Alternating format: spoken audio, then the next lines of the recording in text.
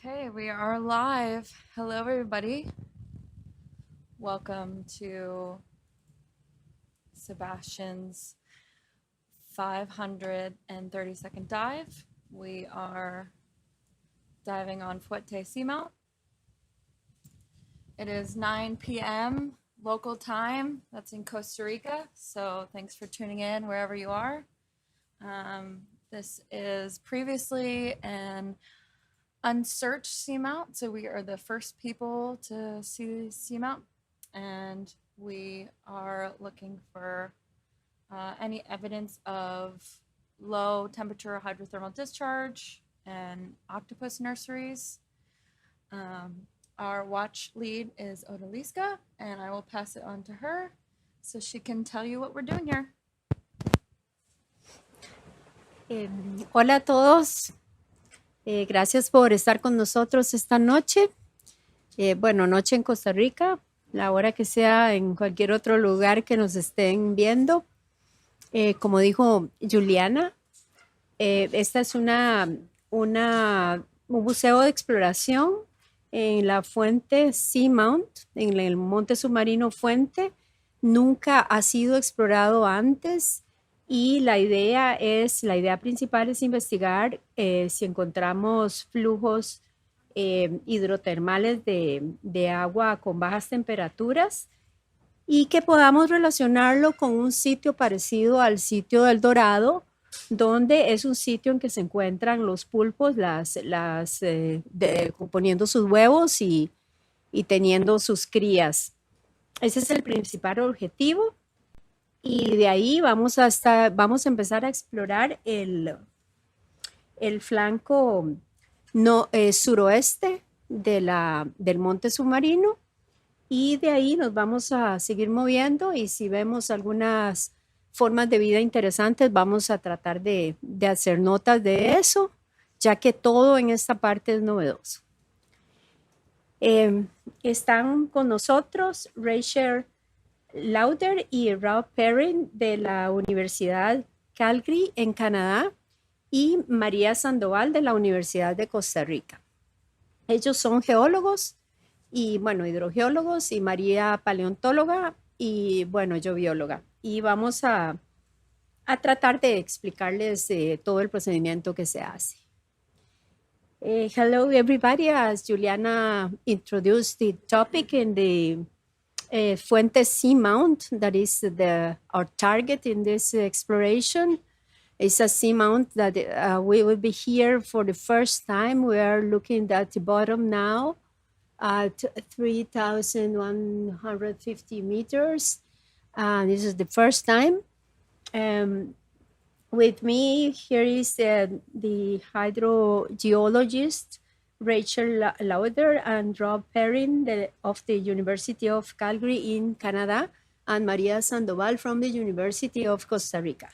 We have this group of very well-trained pilots and multimedia people: Josh, Juliana, Tyler, Carl, and Mike. They would be doing the more difficult work, moving around and collecting samples. También tenemos un grupo de pilotos muy experimentados y técnicos de multimedia.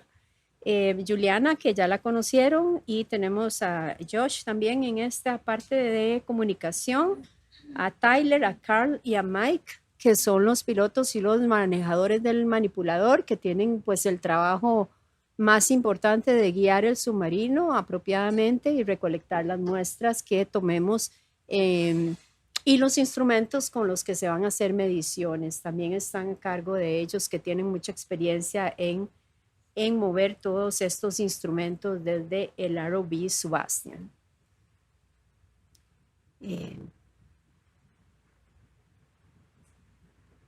Ahí estamos viendo unos erizos de mar, ahí en el fondo, y una estrella.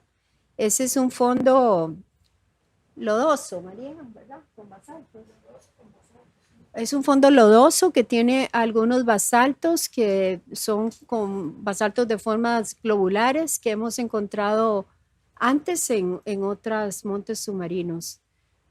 We have echinoderms like the brittle stars and sea urchins, and also we can see the bottom that is muddy and with some basalts, globular basalts that are common features of these mountains.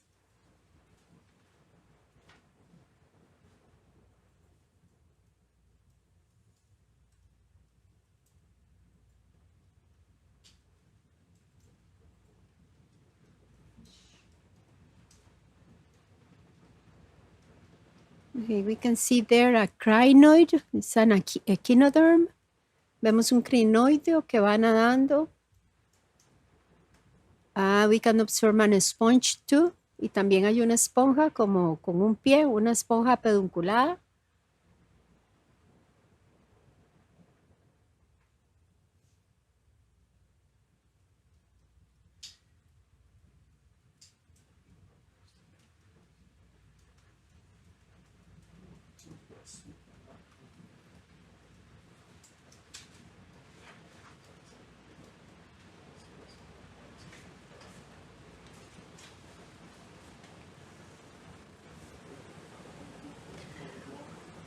Welcome to everyone in our chat.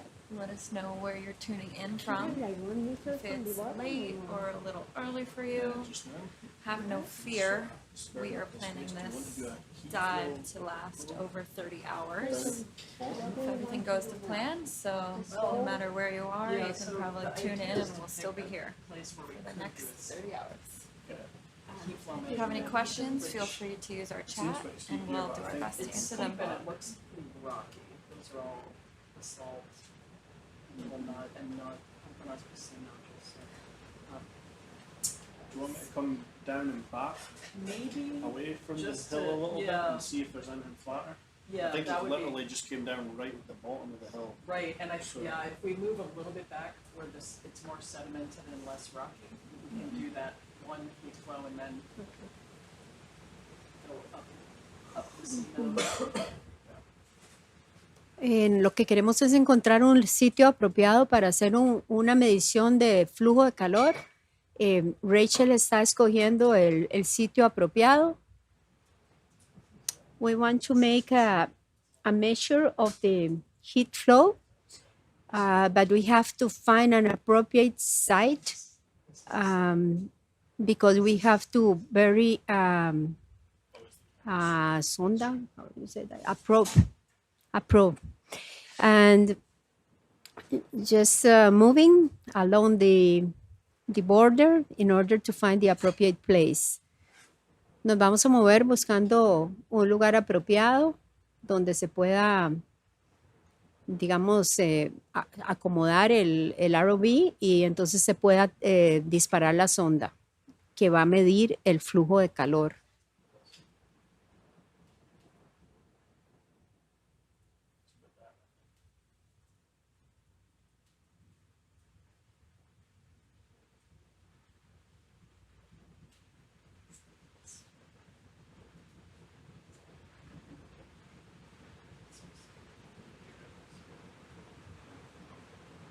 La idea es que encontremos gradientes de temperatura, o sea, una diferencia en gradientes de temperatura que nos puedan indicar que es un sitio apropiado para, por ejemplo, que haya un asentamiento como el de los pulpos en el Dorado.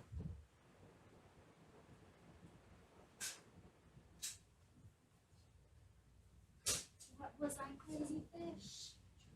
I don't know what was it. We think it's a secant, but it's weird. I don't know, it looked pretty big. Sorry we couldn't catch it. I wanted to see it more. This is so big. It's weird. Okay. See it again, get some good footage.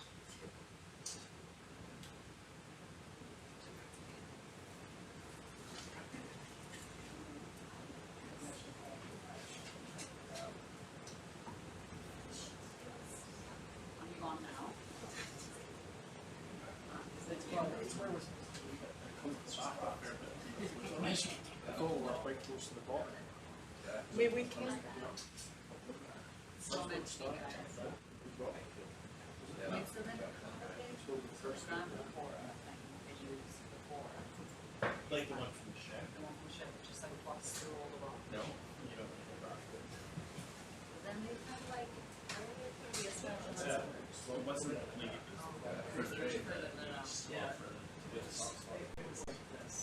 This is looking a bit softer on the think, the bottom of this bit. Is that like sedimented? Yeah. More where there. Still, Yeah, we could try poking there with Excalibur. yeah. Still, so actually it looks a bit more rocky. And this one looking down. Also, if you look back here, you can kind of see Yeah. where it's going to go. There's a lot of rock pits. So, it definitely was a soft spot right there, but I bet it's just at the same underneath.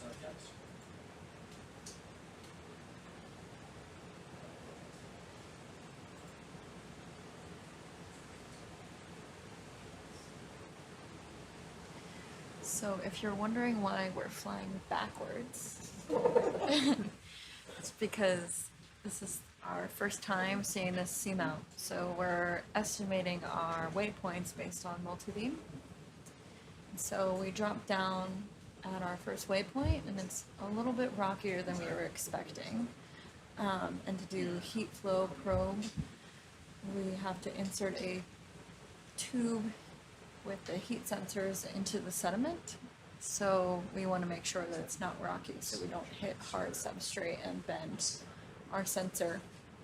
So once we find a muddy spot, we have a test probe that you'll see on the arm, and they'll stick it into the sediment and see how far it goes without much resistance. And that gives us some reassurance that we can put the heat flow probe itself in via a hydraulic ram that's on the side of SuBastian. So bear with us while we look for some soft substrate.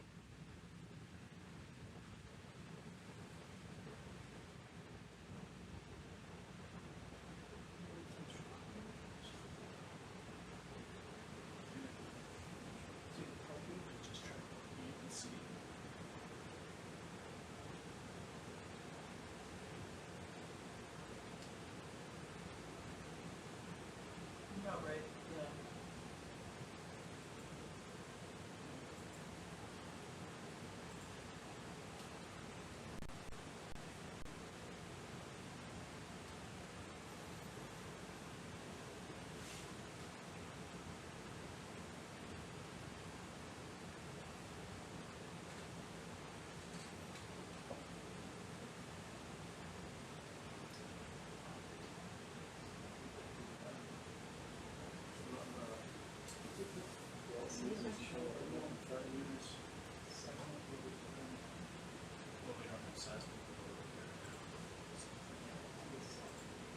Well, we have it like on the corners, yeah.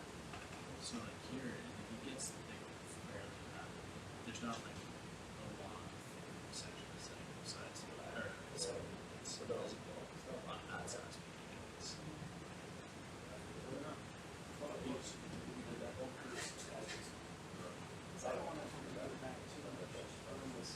Right. Why don't we try stabbing the ground here? Estamos viendo un coral negro, probablemente en un grupo que se llama batipates. We just saw a black coral. So why don't we test what we're looking at, just to see. I don't have a good sense of whether or not there's a centimeter sediment or a meter with some rocks. Try and round so when a line probe isn't really lift.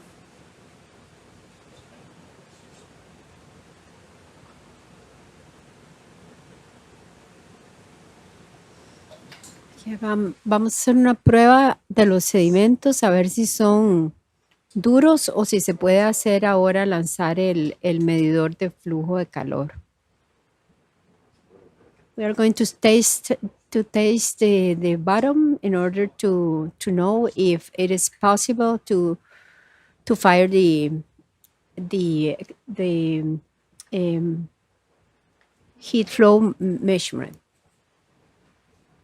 Heat flow what? What's the name?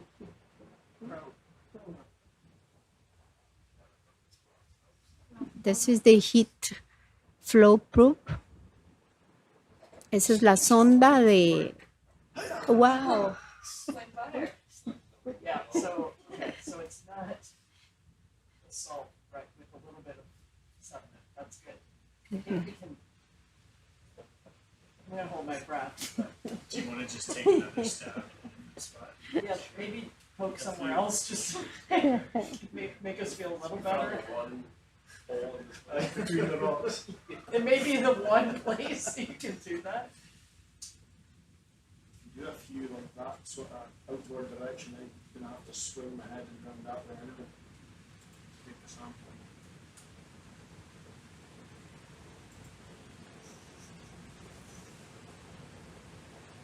That would be good. Yeah. I'm gonna be swinging it around that Okay. in that direction.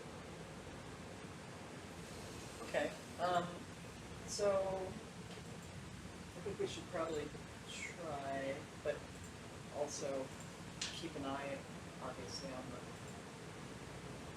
I'll be holding my breath while we do this.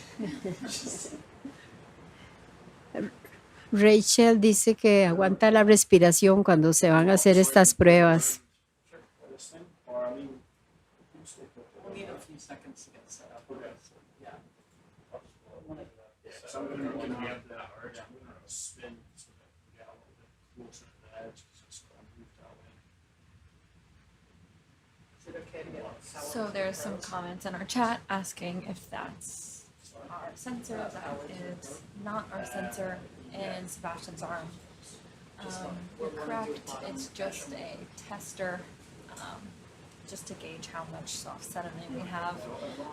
There's a picture-in-picture inset showing the side of the ROV, which has, if you can look to the center, a small pole. That pole is the actual heat flow probe. Turn it so that that side's closer. yeah. And if you want to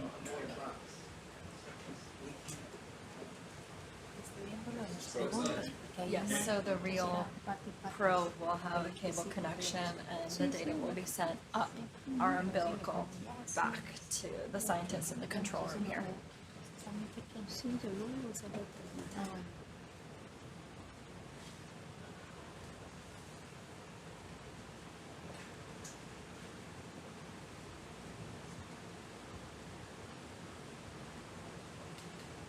mix this side on a little bit and then use that to anchor this in.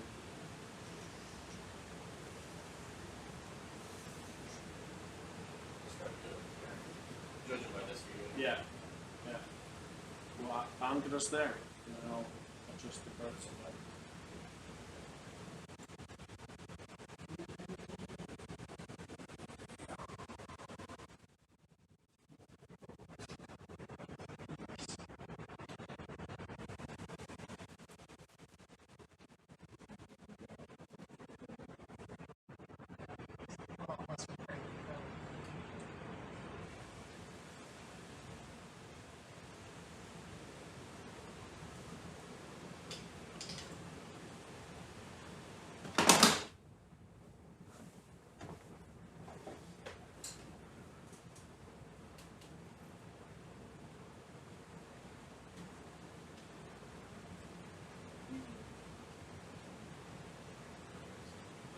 That's exactly what we needed, yeah. Yeah.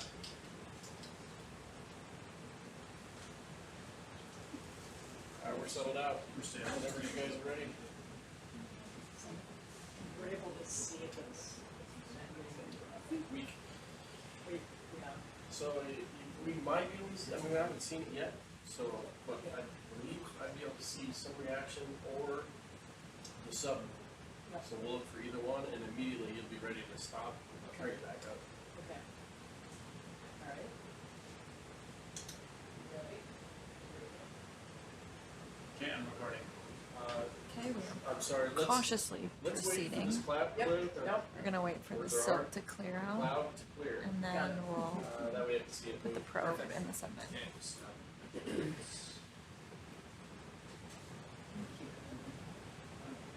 well, I can't because there's no time to be close. Oh, you're still in the- It's fine. Yeah, no need to worry. I'm just gonna.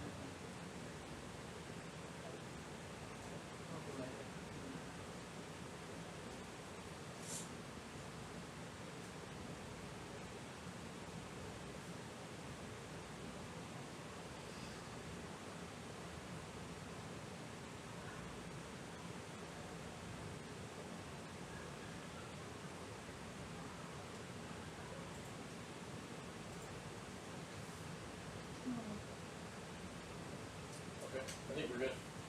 You guys still ready? Okay, just a sec. Yep, get it started.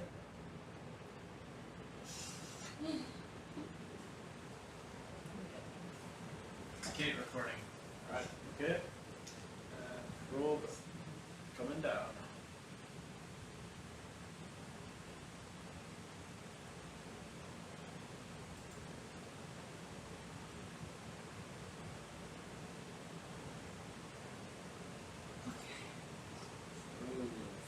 It's down. Collective sighs of relief. That we didn't bend the probe.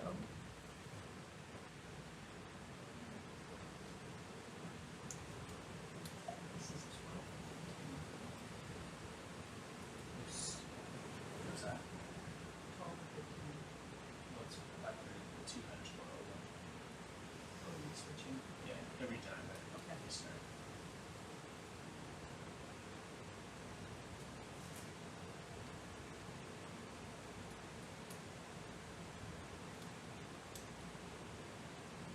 Can you just read the position? 8.78285 Okay.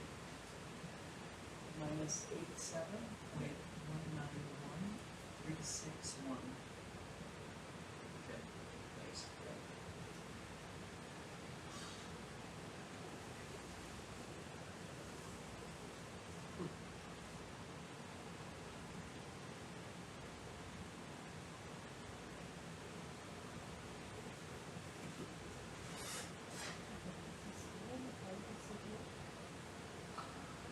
Sure. Rachel is going to give you an explanation on how this instrument works.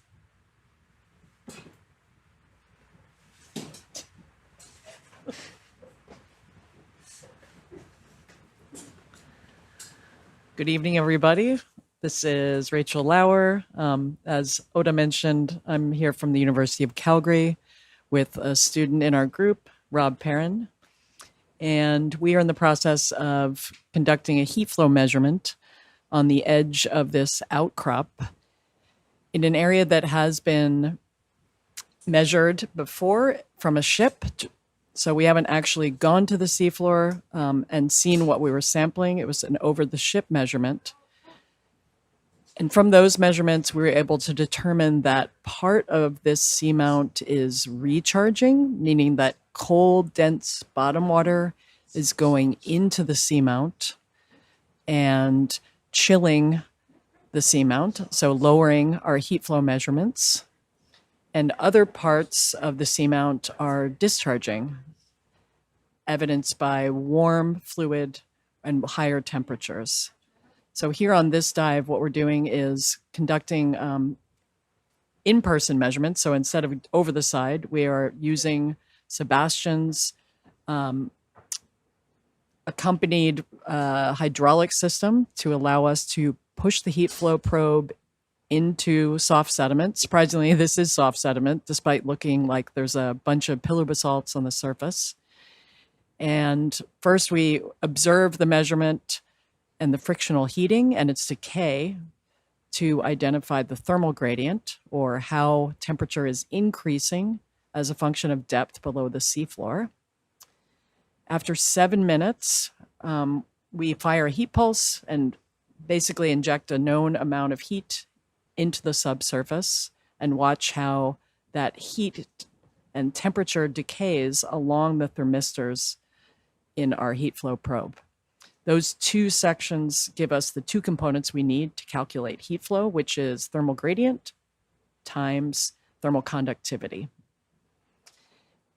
So basically these measurements are used in this series of outcrops in this region to identify which places water is going in and which places water is coming out. Because as we know, where water is coming out seems to be an ideal place for these brooding octopus and other macrofauna that we've been observing on the last couple dives.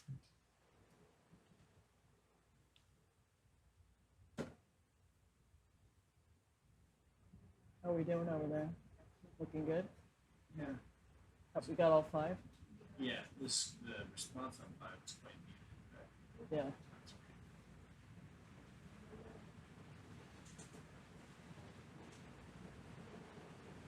So this seamount is significantly larger than either the unnamed outcrop we were visiting yesterday or Dorado, the first outcrop we visited for over 2 dives. This one is Fuente Seamount, and it's about, is it 1,000 meters? It's over 1,000 meters above the seafloor. And we know that these larger outcrops tend to be recharge sites. They have more surface area exposed at the seafloor, and they tend to also be both recharge and discharge sites. So water goes in one part of the seamount and comes out another. And in the cases of Tango Sed, which is another outcrop that we think is hydraulically communicating with or in contact with Dorado, that's a similar size to this one, even bigger, in fact. And I see Connor's question. So how are you able to tell it's recharging, venting from the ship? What features do you look for? Is it a certain measurement? Good question. So in general, we would look at heat flow not at an outcrop and then compare that to heat flow around the outcrop. So sort of looking at background heat flow, we would want to do a transect and did do transects in 2001 and 2002 that crossed at right angles over the top of Fuente Seamount. And what those revealed were in 3 places, decreases in heat flow as we got closer to the outcrop, which suggests that cold water is going in and chilling this outcrop. And on one side, the 4th side, we found a warmer or higher heat flow value suggesting that water was coming out. So this is dominantly a recharge site. And yeah, the heat flow is how you determine that, Connor. Good question. And I'm going to turn this over to a biologist because there's something here that I will screw up and say the wrong thing.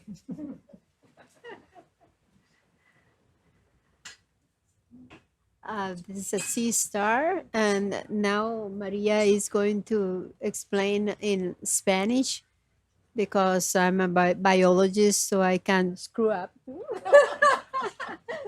Maria.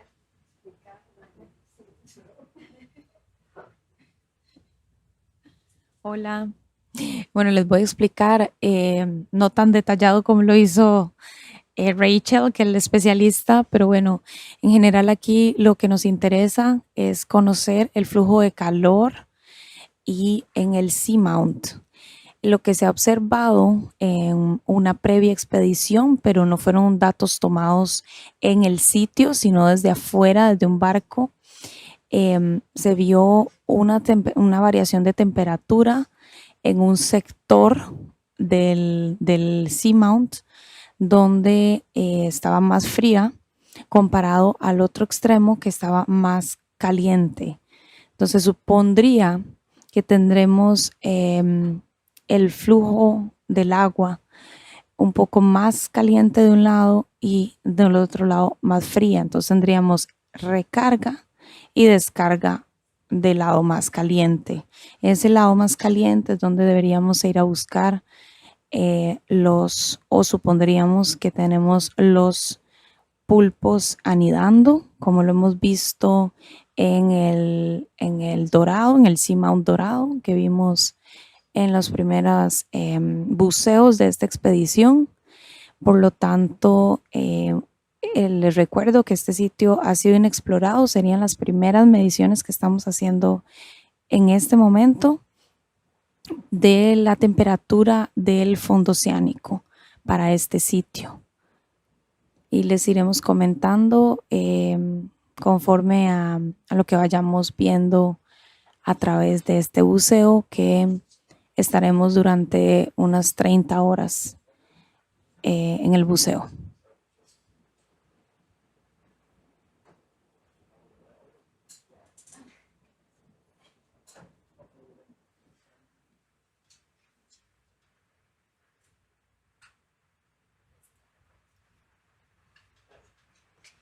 Como vimos ayer, estas zonas profundas tienen muchos tipos de equinodermos, erizos, estrellas quebradizas como estas, o fibroideas y crinoideos. Muchos tipos de equinodermos hemos visto en todos estos muestreos profundos. The echinoderms are very common in these depths. We have seen sea urchins, holoturians, brittle stars, and great diversity of this type of animals on these bottoms, these deep bottoms.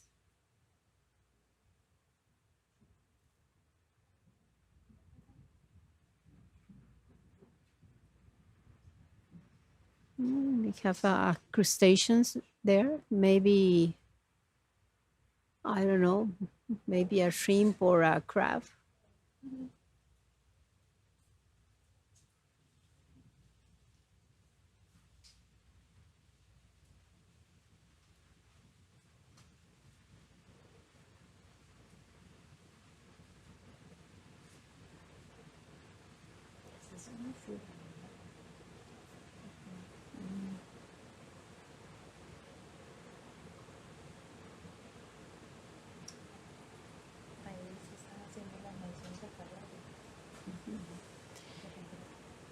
Ahí con la sonda estas que se están haciendo las medidas de temperatura del flujo de calor, y eso se deja unos minutos. Estamos esperando a que los datos se reciban a través de sistemas de cómputo. De inmediato Rachel y Rob reciben la información y la analizan. Ahí estamos viendo un poliqueto en un tubo. We have seen a polychaete in that tube. They are very common also.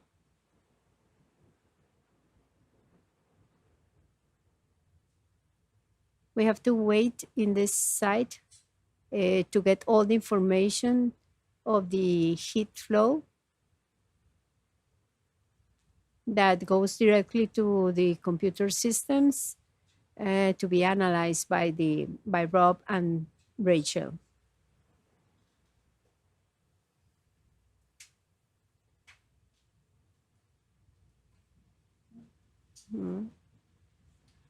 What is that? Sponge? It looks like a sponge in the border of the rock. Parece una esponja que se ve ahí en el borde de la roca.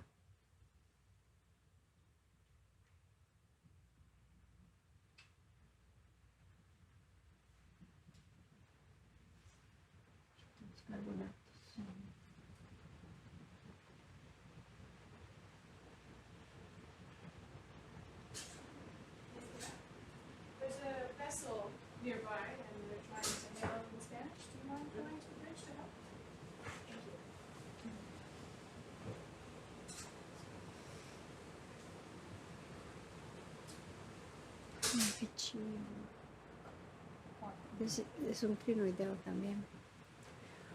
This is a crinoid with a long stalk Este es un crinoideo que tiene una base larga como un pie. Hay unos que andan activos nadando y hay otros que son como estos, que son pedunculados. Some crinoids are very active swimmers, but there are some that are pedunculate, like this one.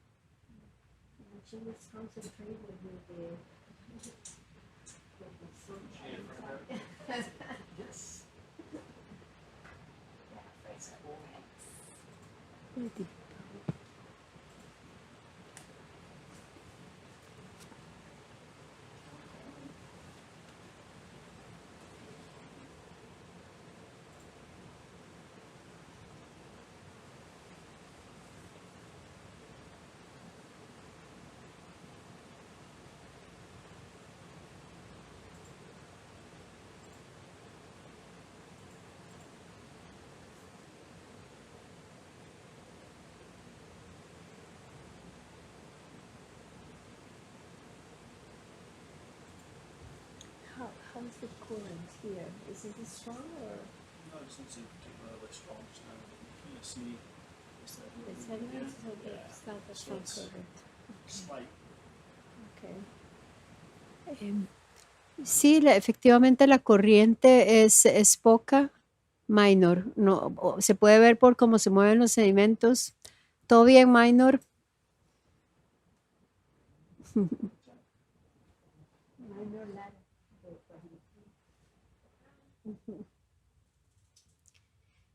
Sí, en algunas partes hemos tenido corriente fuerte, pero es increíble cómo varía en este fondo tan profundo, que a veces casi no hay corriente y a veces son bastante fuertes. All right, well done. Yeah, clear. Thank you guys. Terminamos de hacer la medición y ahora los pilotos se disponen a sacar la sonda que estaba midiendo el flujo de calor.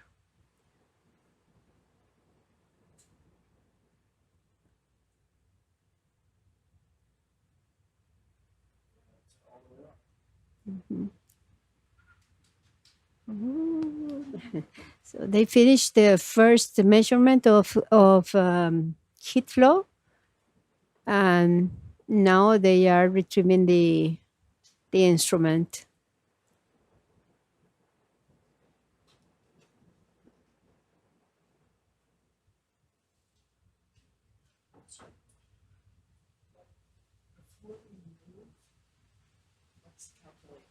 Let's calculate what the flow is, because they want to make this blocks.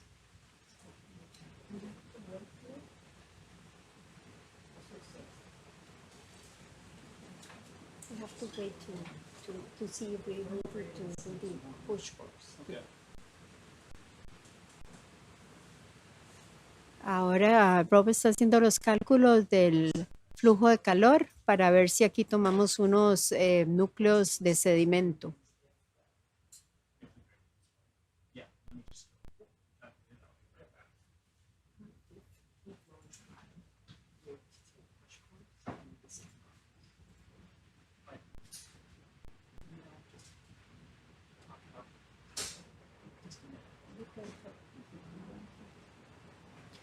Okay, we'll wait for the result of the measurements, and if the heat flow is high, we are going to take a sample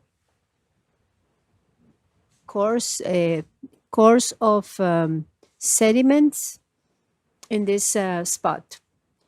Vamos a esperar a que Rob revise los datos que sacamos ahora con la sonda, y si la temperatura es alta es un buen lugar para sacar unos núcleos de sedimento.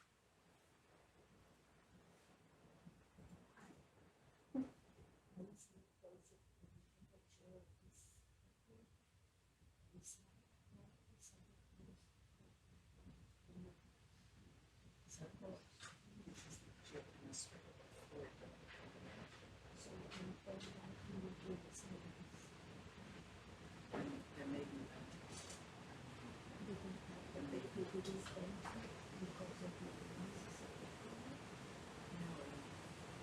a long story. It's like the chemistry of the fluid may be recorded in the cells.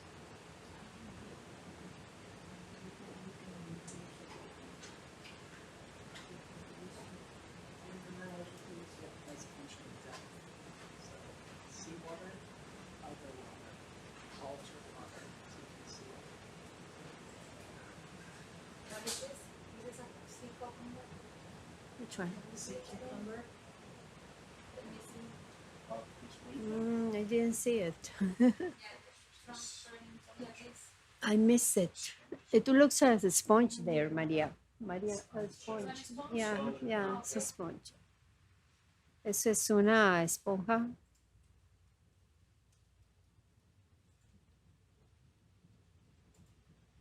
Y ahí vemos.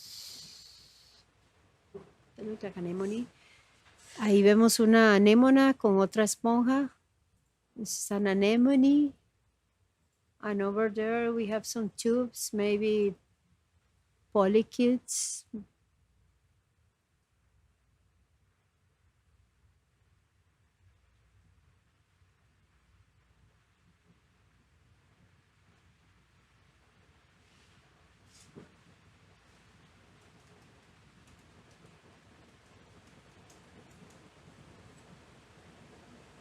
What is that? Can you look closer in that one?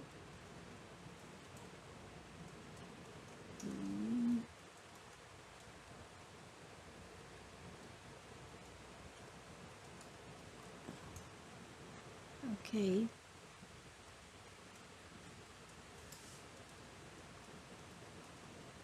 Yes, I think it's other type of sponge. Parece otro tipo de esponja, esa que estamos viendo ahí. Ujú. Y a la par hay como una rama, pero no podemos ver bien qué es. Sí, es una esponja.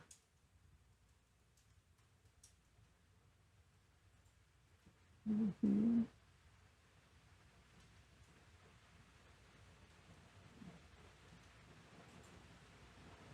Sí, la ramita que hay a la par puede ser el pie de un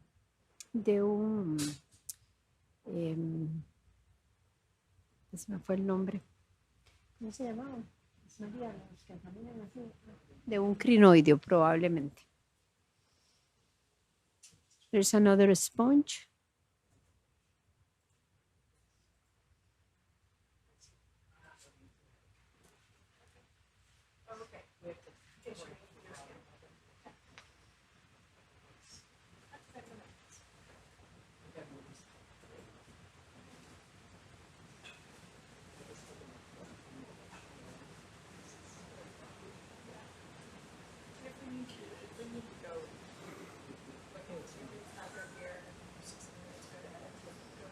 Mm.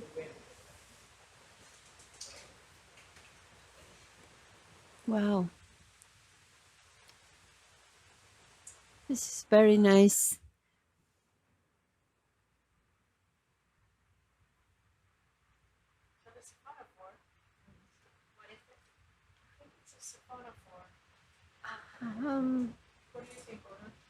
I don't know. I trying to to find out. Hmm. Yes, it looks like.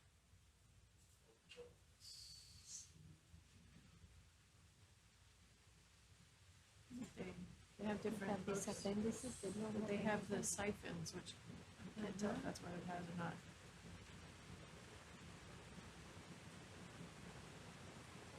That looks pretty similar, huh? Ah, yes, it is similar. It's a sea dandelion is the common name.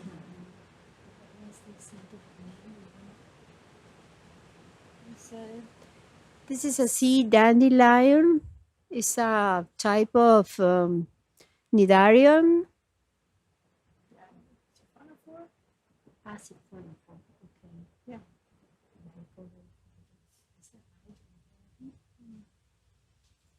It's in the group of cyanophores. It's a type of hydroid. Este es un tipo de hidrozoario, ese que vimos antes. Le dicen diente de león por la forma que tiene, como de las semillitas que les dicen así. Sí, es un tipo de hidrozoario móvil, digamos.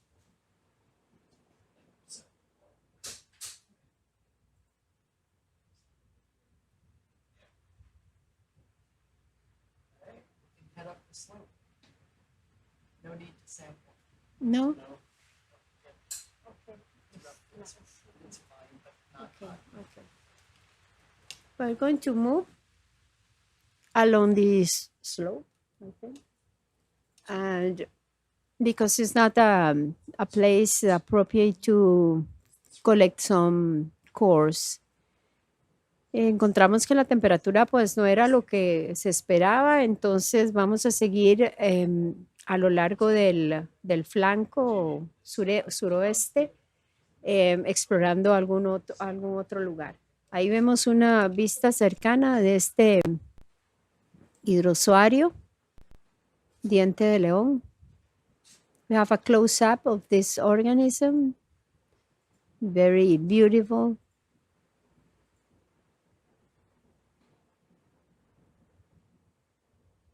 Wow.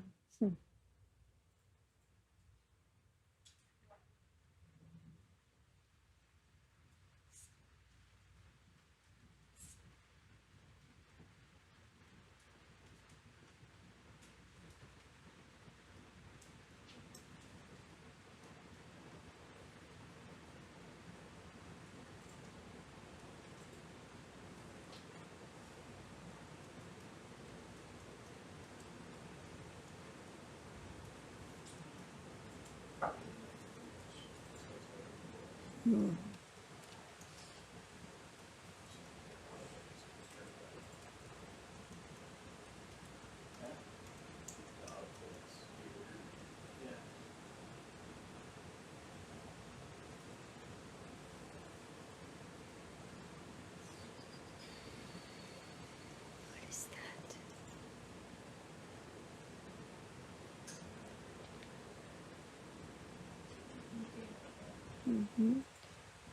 There is another crinoid. Ahí hay un crinoideo. Ese no tiene, no tiene, digamos, pedúnculos, sino que está sobre una roca. It's a crinoid, very nice. It's a moving crinoid. Mobile crinoid.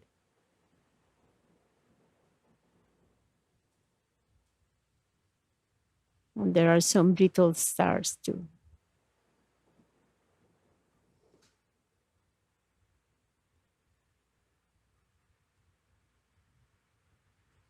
And in the upper part, there is you missed the autocoral.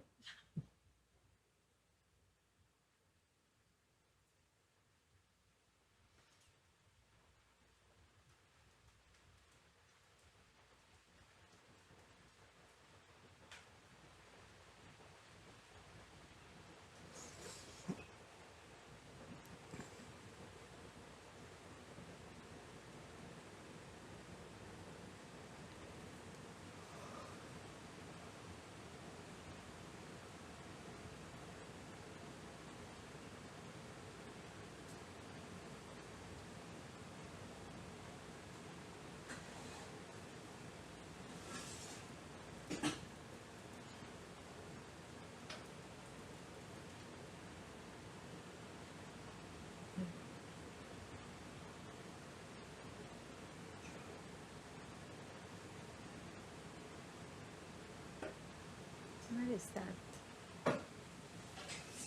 Es un montículo, María. Como un montículo así. This one.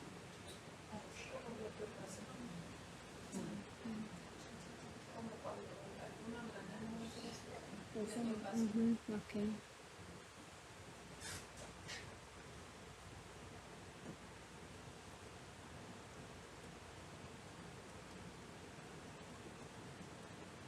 I think there's an octocoral down there, two long branches.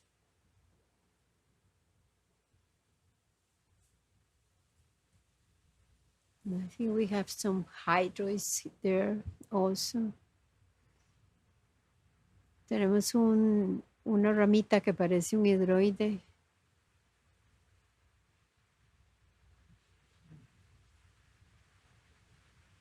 Y hay unos erizos. Y it looks like a sea cucumber there. Parece un pepino. Está cubierto por sedimentos.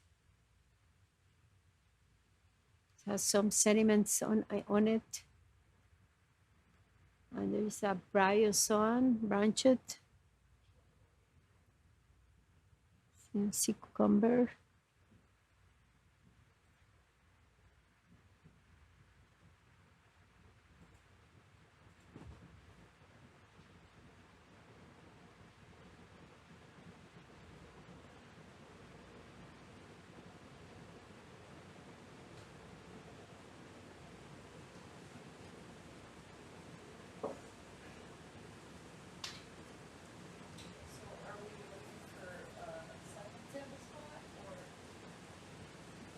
So now we're just following waypoint two.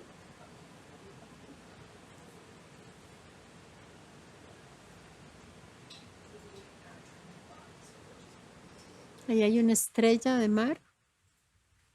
Es un grupo diferente al de las ofiuras o estrellas quebradizas.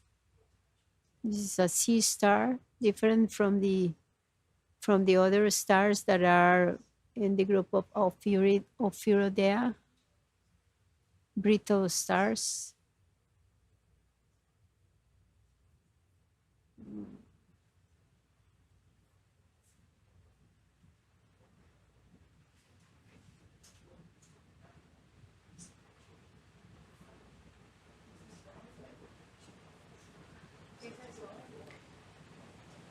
Es rarísimo, ¿eh?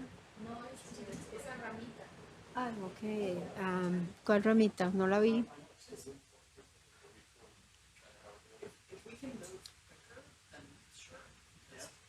We're doing kind of quick survey. If there is something interesting, we will go back later to collect some samples that are probably new specimens that we haven't seen before. Estamos haciendo como un transecto rápido como para evaluar lo que hay, pero el objetivo principal es encontrar un lugar apropiado para hacer mediciones de flujo de calor para descubrir estos sitios donde hay una parte donde el agua se hunde y otra parte donde el agua sale, que son sitios especiales para encontrar algunos pulpos que son especies nuevas, realmente son especies únicas de esta zona.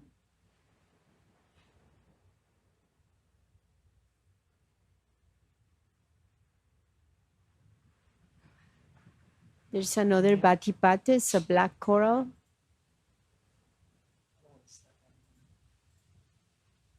Este es un coral negro, probablemente el género Bathypathes, que lo hemos visto antes. No sabemos si es una especie conocida.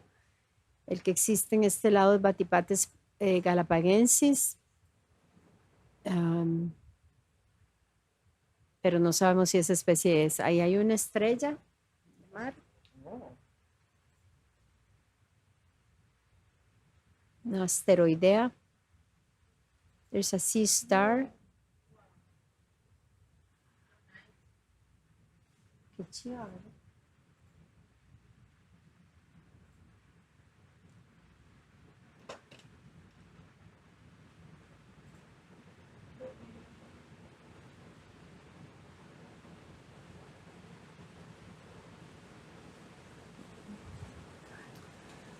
So as we're making our way back up the side of this outcrop, we are keeping an eye out for places where there's evidence of fluid flow on the seafloor.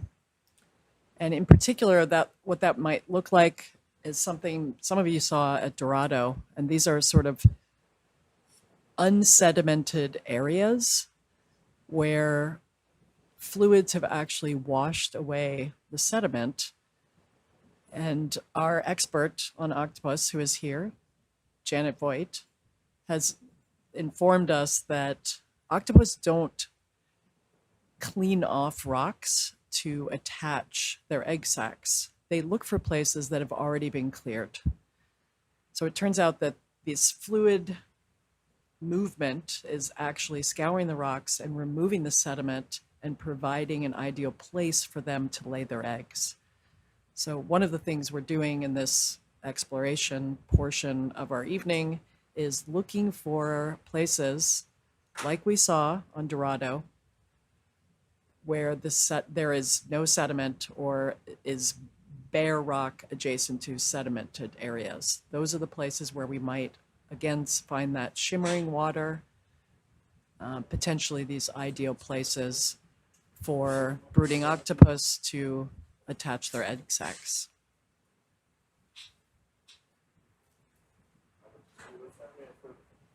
Safe.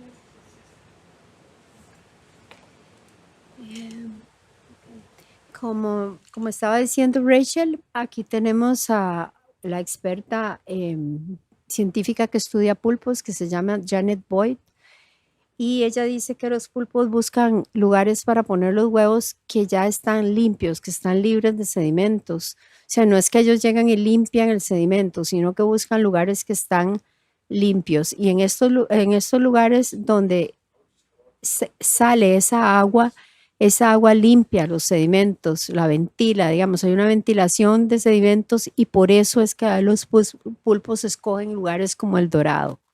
Entonces, si nosotros encontramos aquí un sitio con condiciones parecidas, probablemente vamos a encontrar otro sitio de cría, de poner los huevos de los pulpos, o sea, otros nidos de pulpos.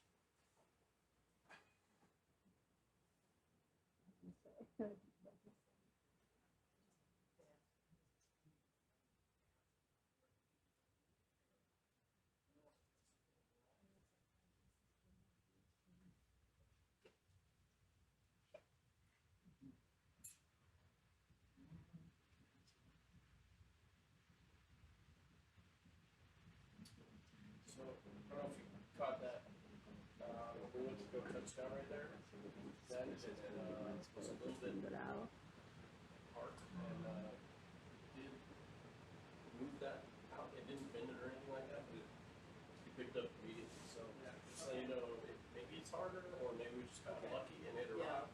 We don't need to do another deep flow. Oh, we don't? Nope. Oh, We're okay. just, sorry, we're heading up this side now. Oh, okay. We did, the first one was slightly elevated, but not nearly as high as we were hoping. So there's an if-then statement from that, like if I would flow, then these things, but we're just good to go. Okay, All all right. right. No, that's fine. So, would you another deep flow and a point in zero will put us to shallow coverage now? Where you can, I think we can put Excalibur away. Well, it's, or the pokey thing, but Excalibur seems more, yeah, more grandiose. There's some questions for Chad about octopus. Okay.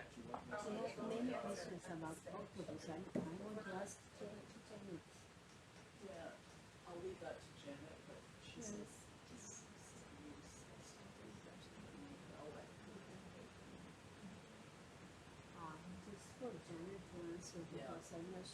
Yep, I agree.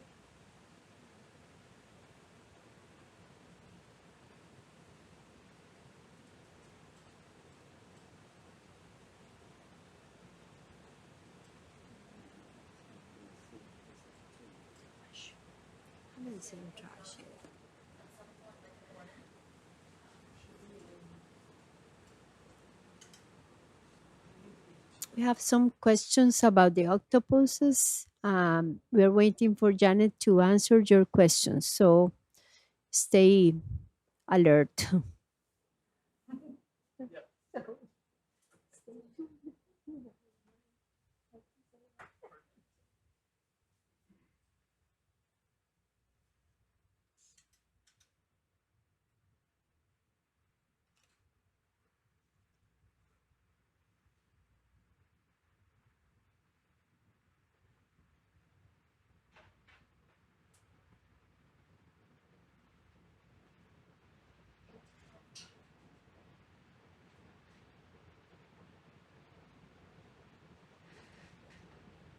So we did that on Lake Walker.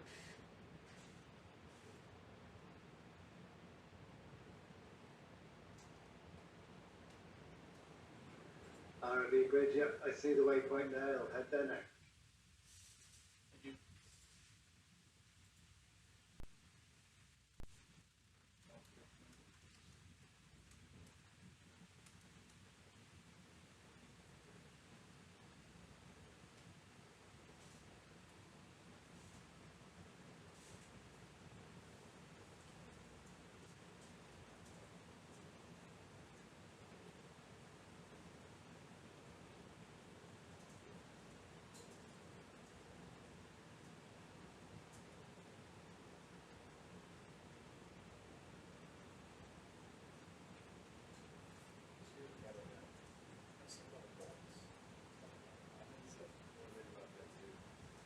So if anybody sees shimmering water, please let me know. It's unpleasant. No. Just normal language. We have more sea urchins.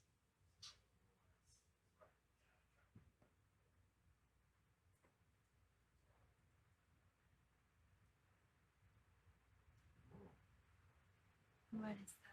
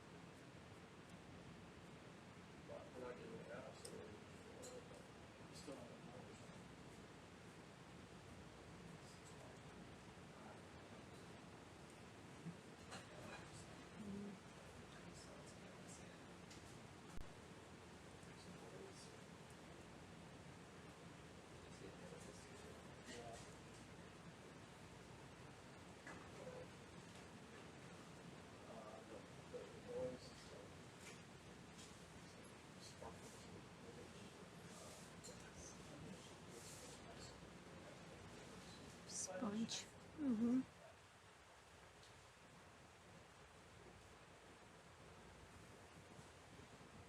There's a sponge, an exactinélida, una esponja exactinélida.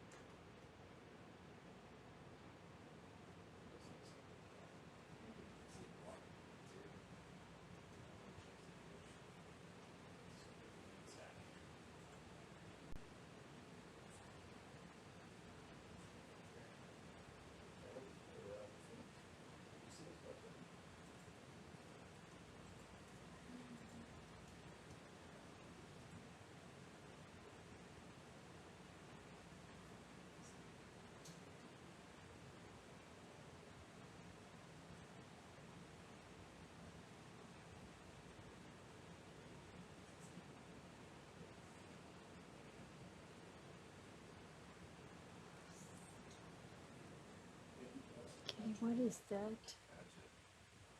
Wow. Oh. Dice, ¿quiere que pluma, María? Dice una pluma, como una pluma. Ah, había como una pluma ahí. No la tiraste, no la vemos.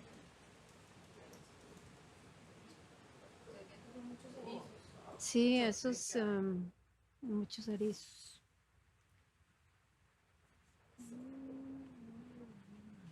Can we see the laser? Just to see how big that is?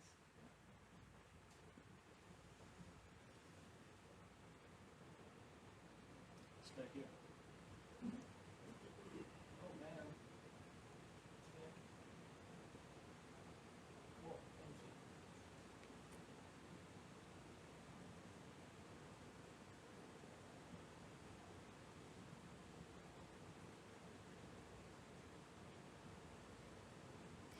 Ese tipo de erizo se ve muy abundante en esta parte. Hemos visto muchos en un área relativamente pequeña.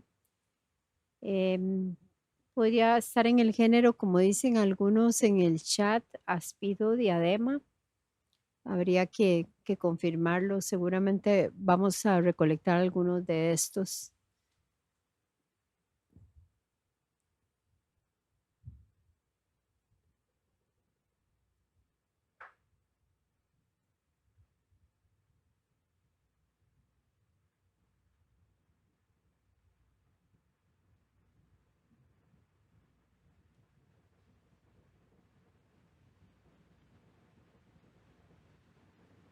Where's that?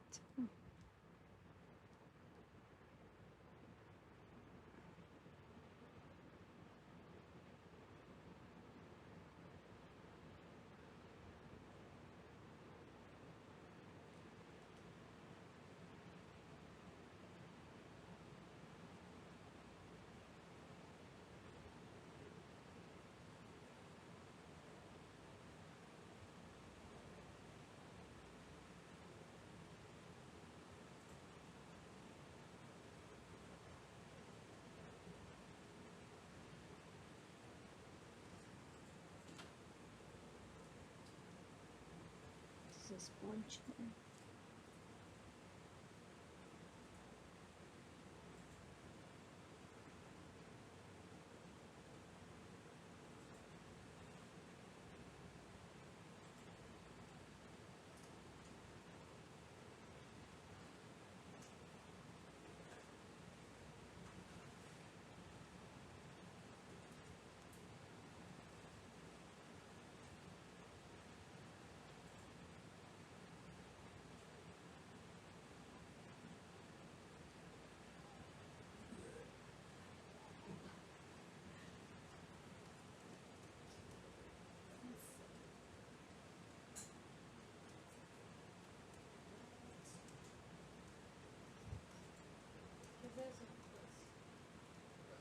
Una esponja también. Como pueden ver, esos dos puntitos verdes son láseres que dan una escala de lo que estamos viendo. Esos son aproximadamente 10 centímetros. The laser points are approximately 10 centimeters. It gives us an idea of the size of the rocks and of the animals. There's another crinoid with a stalk. Ahí hay otro crinoideo pedunculado.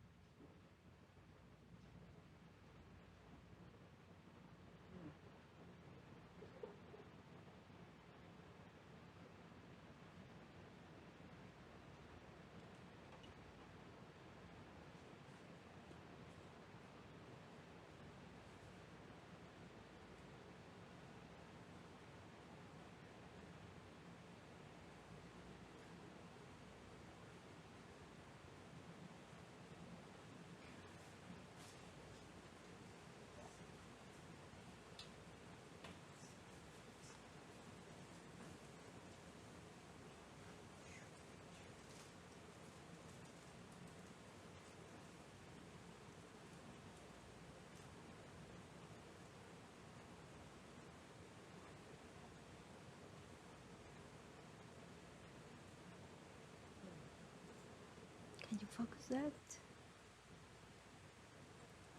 Okay. Okay, we are seeing something that looks like a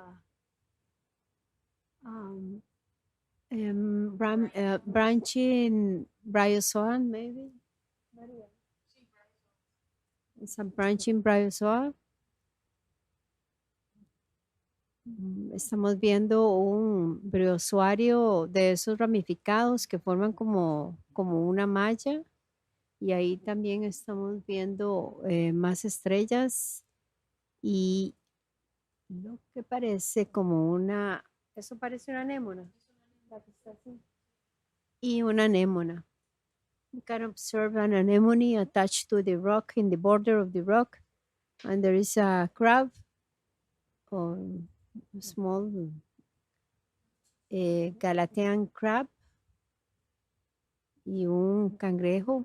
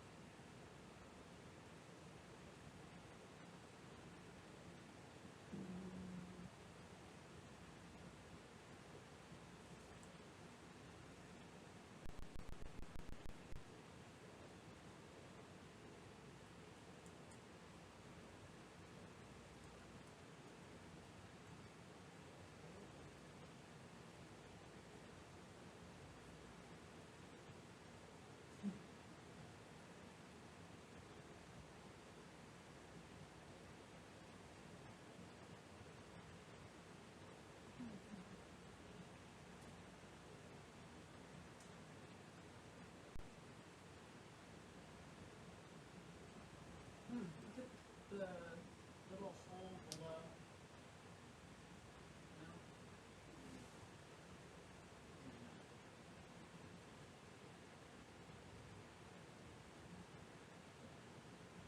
Is this something? There's a hole just below.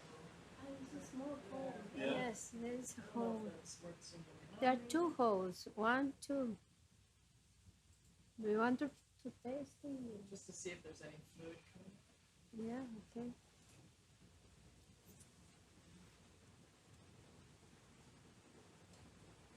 Ese es un pez común en la profundidad, un tipo de anguila. It's a type of eel. We are checking those holes on the substrate. Vamos a ver esos huecos que están en el substrato.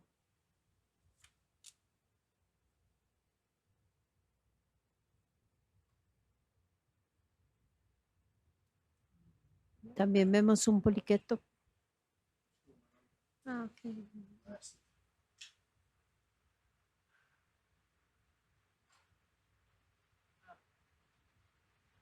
It's not shimmering. So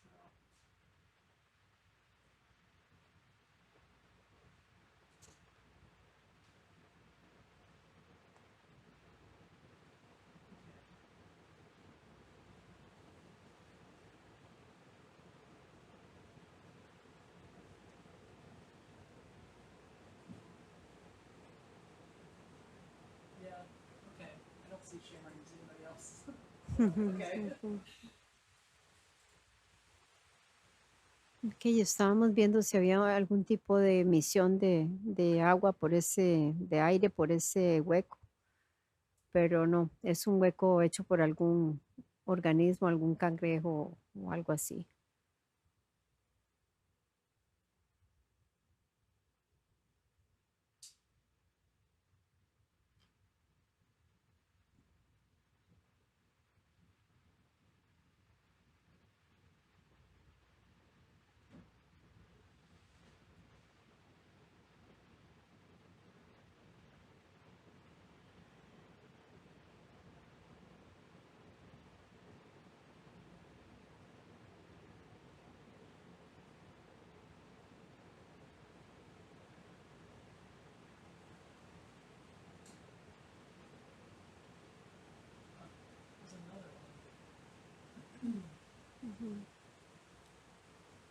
There's another crinoid. Ahí hay otro crinoideo.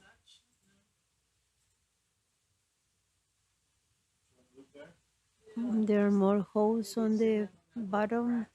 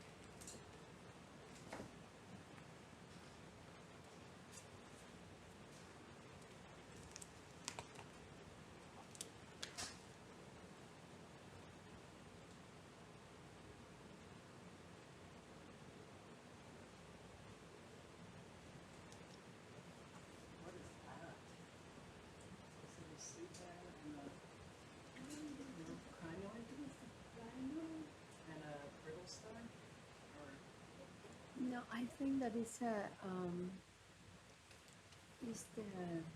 crino that has a pedunculate with a stalk. Yes. What is that? Yeah, and this is a brittle stalk. Brittle stuff.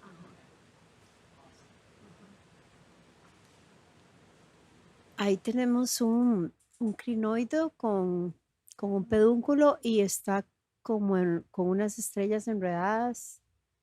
Ahí en él, vean los detalles de cerca del crinoideo. We have a nice crinoid there, a big one, really big, with some stars there. Wow.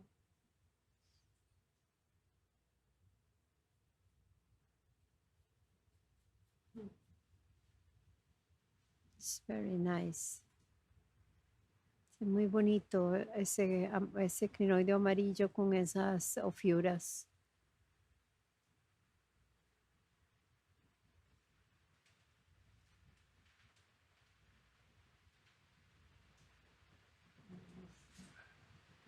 We have to cover these points.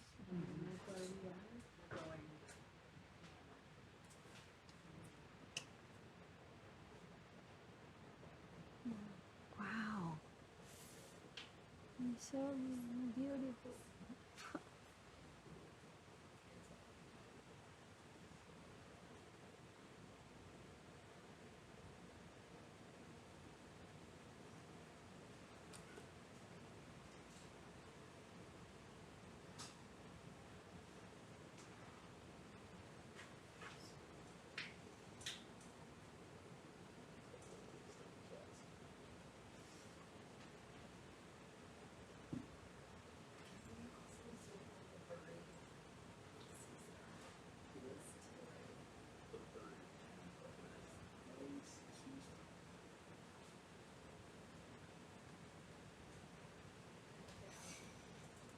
Hay unos más ahí en el chat que dicen que este es el género de la basura, ¿sabes? Ajá, las videodemas, ajá. Sí, sí. Ahí yo puse, busqué uno y se parece que sí, pero... Sí, sí, sí. Y después dicen que la I puede ser de este género. Tranquila. Eso sí, no sabe. Pero este sí puede Ese sí, ser. ese sí. Sí, eso está hablando con Bea ahorita. Wow. Bea, imagínate. Wow, this is a star that I don't know what happened with it. Something happened there. Poor guy. It's a bad day, said Carl. Yeah, look at that. Wow.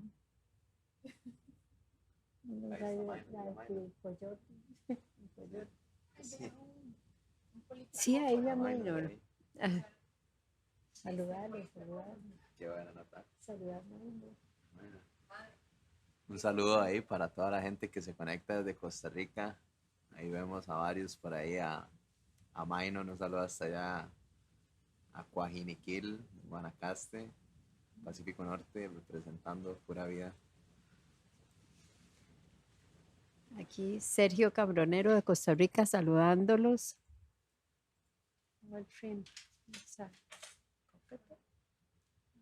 Es un copepo, un shrimp. Copepo, pues. Ahí va a estar también Pablo Reina, Ajá. de ahí el mío. Aquí le toca a Juan. Poco gente. Sí, ahí. Qué lindo que está. Demasiado lindo.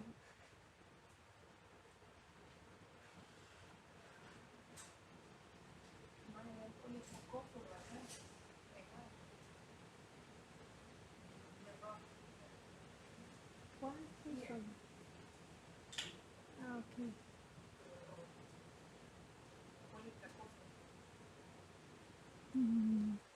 Ese es un quitón, ¿no? There is a chiton, it's a polyplacophora, the group, the taxonomic group. It's a mollusk. Ese es un quitón poliplacóforo.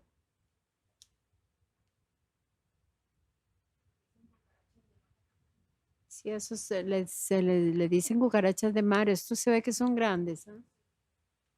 They look big, bigger than the ones that we see in the intertidal zone in shallow water.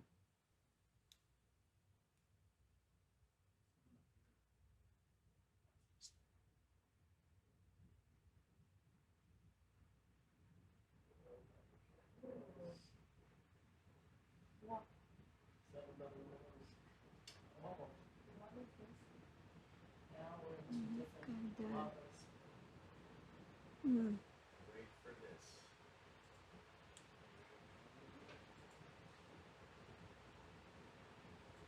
Oh, this is beautiful. It's beautiful. Ahí estamos viendo otro erizo.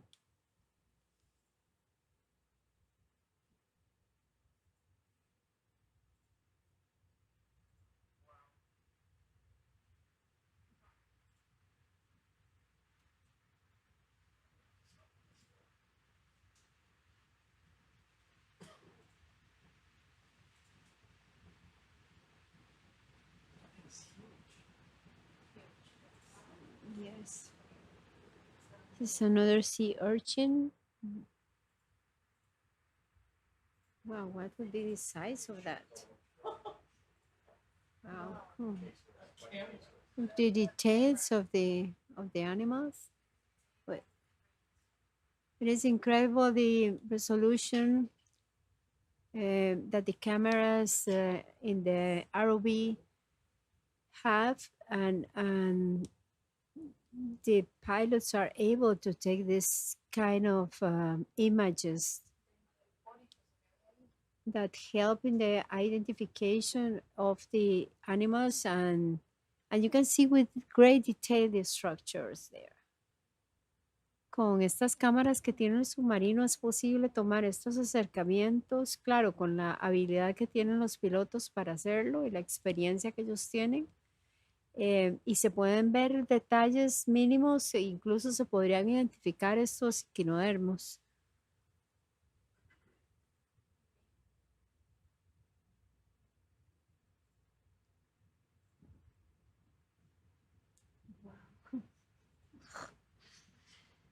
That is so beautiful.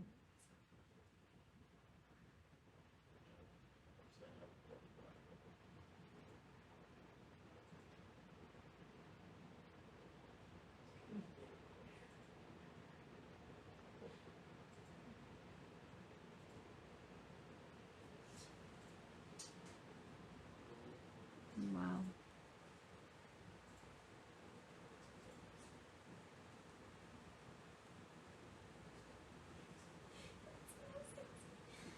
Yes, 10, 20, 30.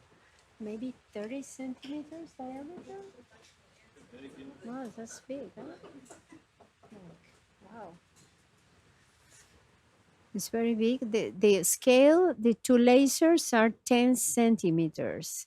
So imagine that it's like 10, 10, like more than 20, I think, because it's like this.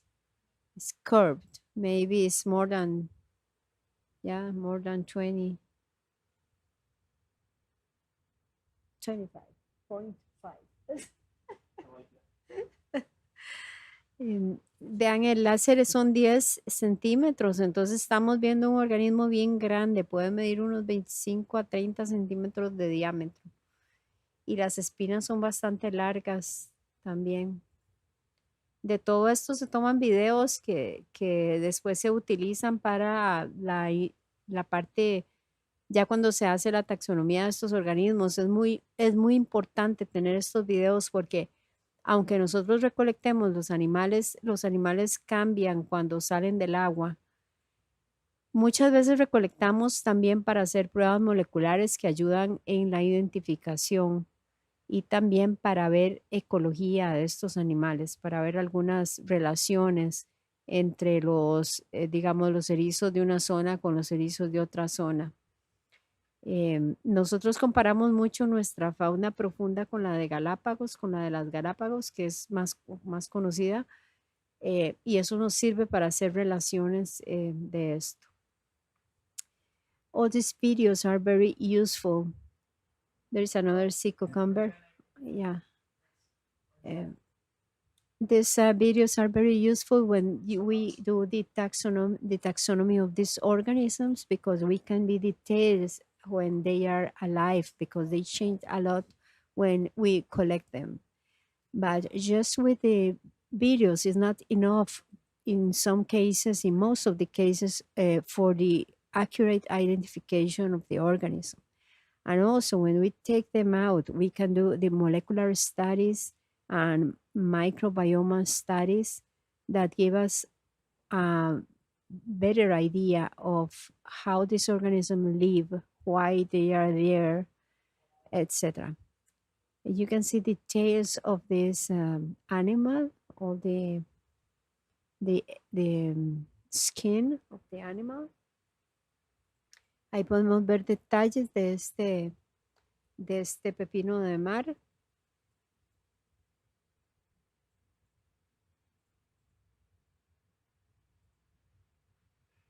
Que como le dije anteriormente son bastante abundantes en esta parte profunda.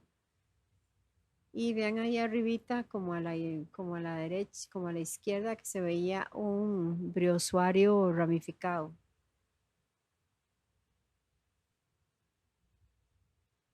Y ahí a la izquierda brillante como una bolita parece un tunicado.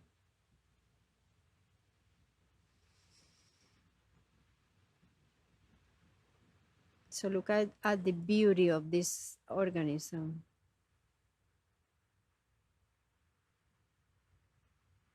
So you can see the lasers there. So it is around maybe 7 centimeters wide or, wow, 10 there. Like 10 centimeters wide. And maybe 30 or 40 centimeters long.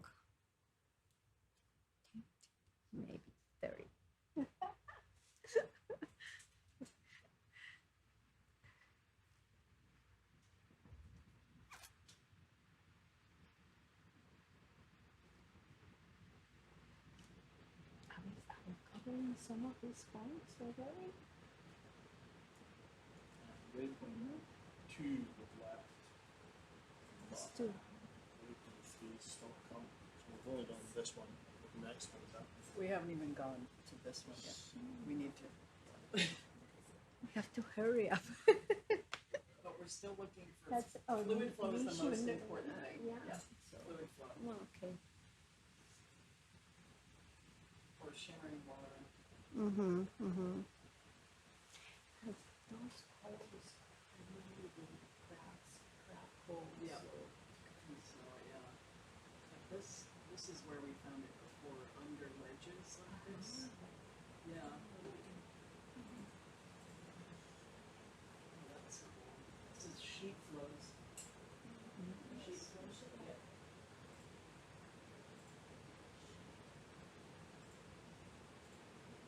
Cool.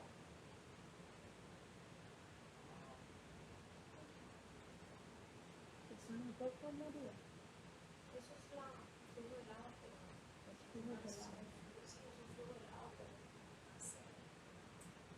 no se traduce Un animal. más masiva, ¿verdad?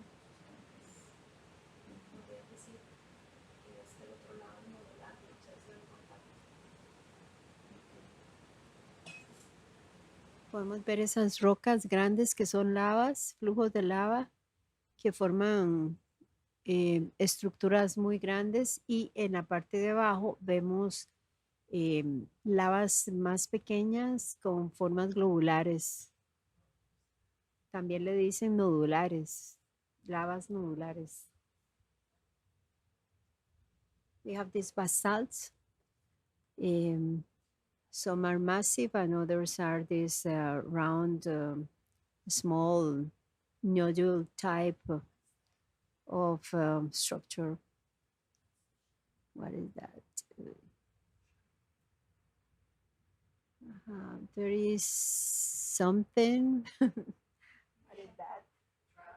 Trash? Is that plastic glass or what? Yeah. I'll get that one.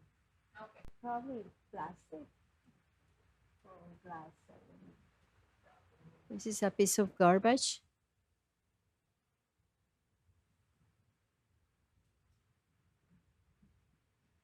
Very nice. It looks like a fish.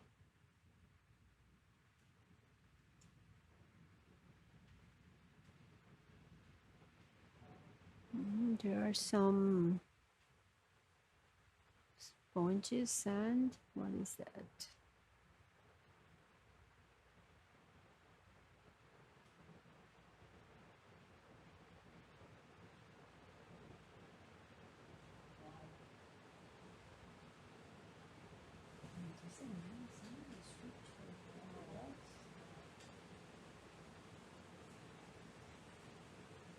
There's another urchin.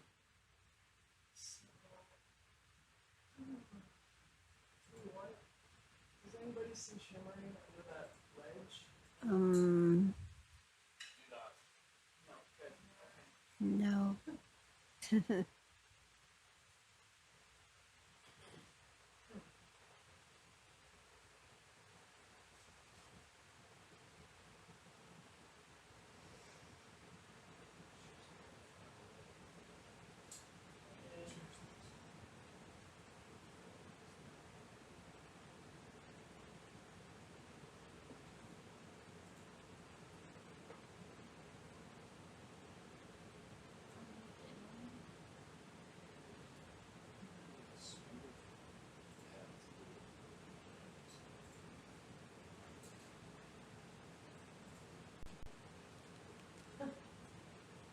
It's like a web. It's like a spider web. So we are seeing the hydroid that we saw before, and then in the ledges we can observe some bryozoans, branched bryozoans. Cool. Wow.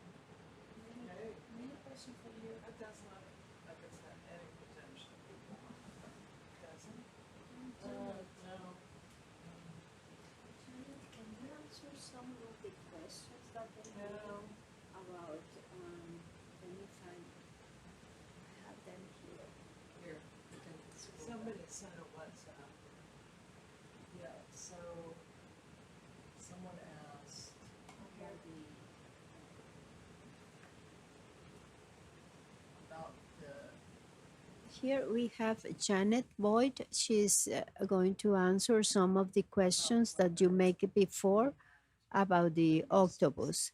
Aquí tenemos a Janet Boyd. Ella es experta en pulpos y les va a contestar algunas preguntas que hicieron anteriormente. Gracias. Unfortunately, that's all of my Spanish. I will take notes to answer. Okay. Let's see, the question is, yesterday we saw a moose octopus in a granoledni, ID by Mike Vecchione. Well, I ID'd it too. And Mike actually suggested Granulodone was Pacifica, but something told me, no, that's not right. And we fortunately recovered it in pretty good shape this morning, and I can say it's not Pacifica at all. There's difficulties in comparing a fresh specimen and a preserved one, so I'll refrain from saying anything else. Anyway, with the moose octopus, it's similar to the species Robustus, which is the one that's thriving near Davidson Seamount and Octopus Garden. Gill counts, general morphology, but they look a little different. So I'm going to have to compare them in more detail later. So glad you're still excited about the octopus. And see, was there anything else I was supposed to address? Oh, but That's somebody about it? asked something about the, let me see if I. Yes, exactly. This is the one I'm looking for. How often they breed? And they put this question. Oh, good. What type of octopus? What type of octopus do you think it is in Roma? Yeah, those are the two genera, the moose octopus and Granulodone. And in fact, they've now been assigned to separate families. Although it's clear that they're both octopus, they have really different evolutionary histories. Some years ago, I was on a paper with Jan Strugnell, and our idea essentially was that Granulodone was representative of a family that descended from a circumantarctic group, where there's no temperature difference between the shallow and the deep. So they basically colonized the deep sea from there and spread north to occupy basically every marine habitat below like 300 meters in some areas. Moose octopus, in contrast, is related to the giant Pacific octopus. It forms what we call a clade. And that family is called the Enterooctopodidae. They did the reverse thing. They colonized the deep sea from the northern waters that are isothermic, that is the same temperature from the surface to the bottom, and moved south. So there's areas where these two families overlap, and it's most of the world. Fortunately, we're seeing it right here and right now. Well, not right now. Maybe in the morning, guys. I might have to take a nap on this one. Anyway, thanks for all your questions. We love it. Oh, was I able to tell anything about the age length of development? No. Sorry, there's stages when you look at octopus eggs that are developing, and like you can say, that's early. That's like first trimester, if it were human, second trimester, third. But saying how long that took in absolute time, that's beyond us right now. And in fact, aging octopus is beyond us, because the otoliths, unlike squids, have 3 growth centers in octopuses, octopods, and they overlap. So you can count some, and then it gets all blurry.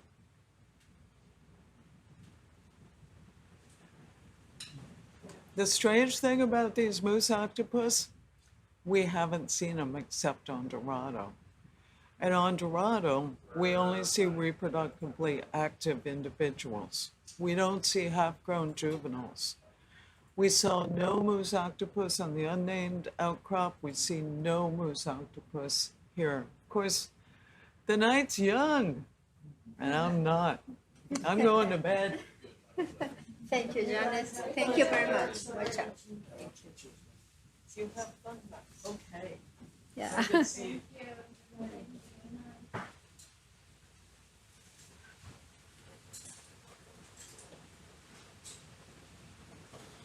So we have still many questions, many open questions about the octopus, and Janet, I'm sure she's going to be publishing on that topics in the near future.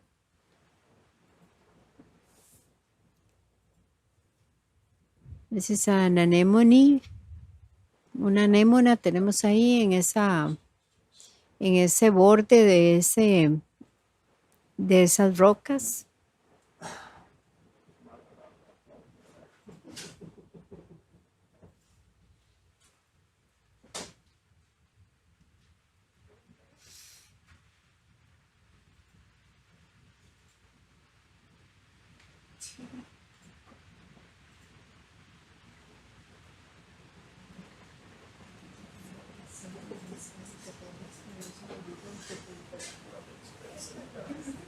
I know.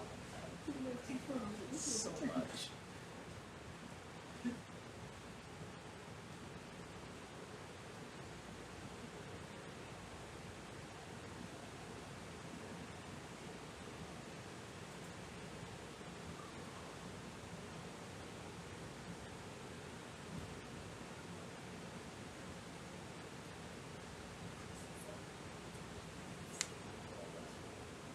Again, the eel.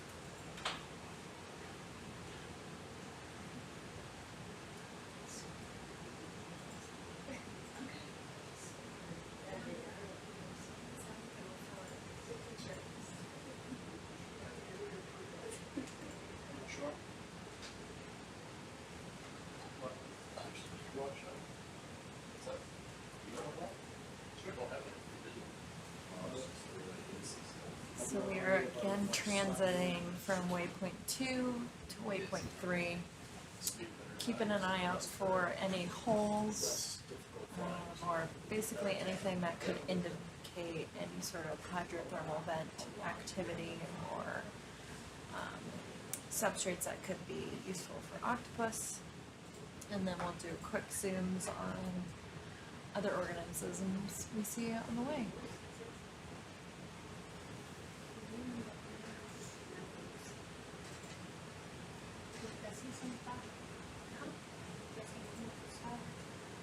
So oftentimes when we zoom in on a ridge or a hole, we're looking for shimmering, which could indicate vent.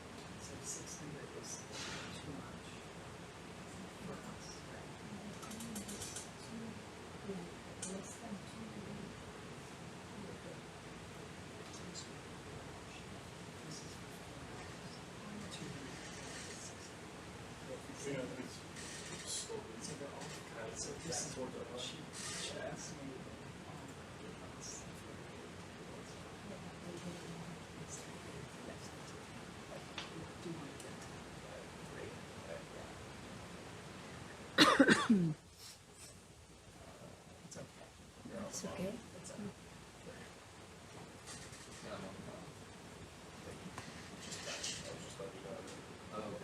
Ahí tenemos una medusa que muchas veces se encuentra más bien como al revés, ¿verdad? Como diríamos con las patas para arriba. Ahora estaba así, la vimos de la parte superior, desde la parte superior.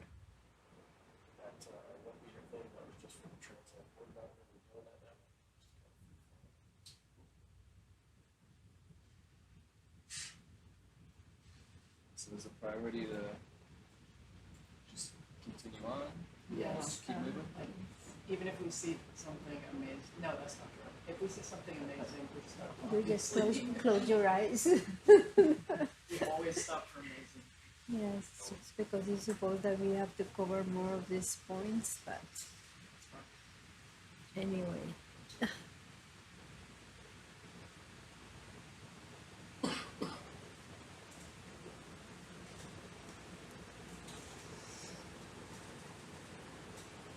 There's a shrimp.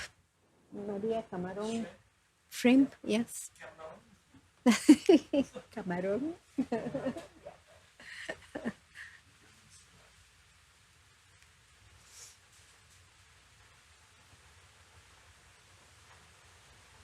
We're going to move a little faster because we have to cover a very long space in few hours. Nos vamos a estar moviendo un poco más rápido para encontrar esos puntos que queremos revisar con el flujo de calor. Y probablemente después vamos a bajar la velocidad ya como para hacer más observaciones, pero por ahora vamos a adelantarnos un poquito sobre las estructuras estas del monte submarino, sobre los bordes del monte submarino.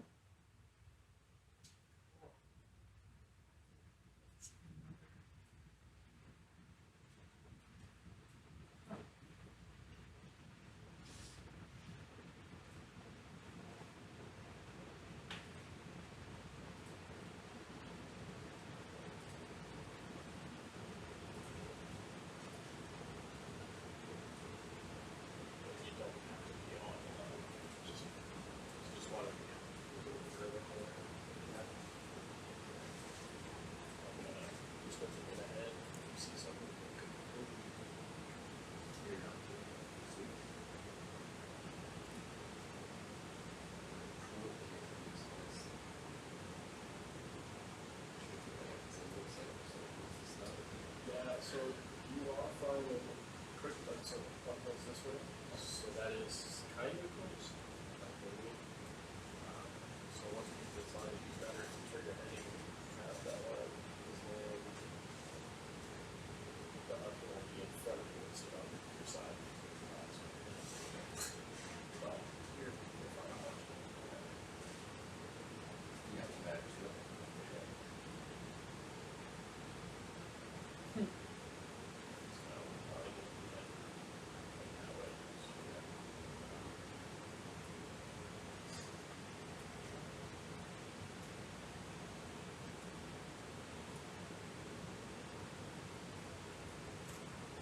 What is the coordinate that we have here? The rock or the top Hello, side? if you're just tuning in with us, we are diving on Fuente Seamount. This is the first time this seamount has been explored.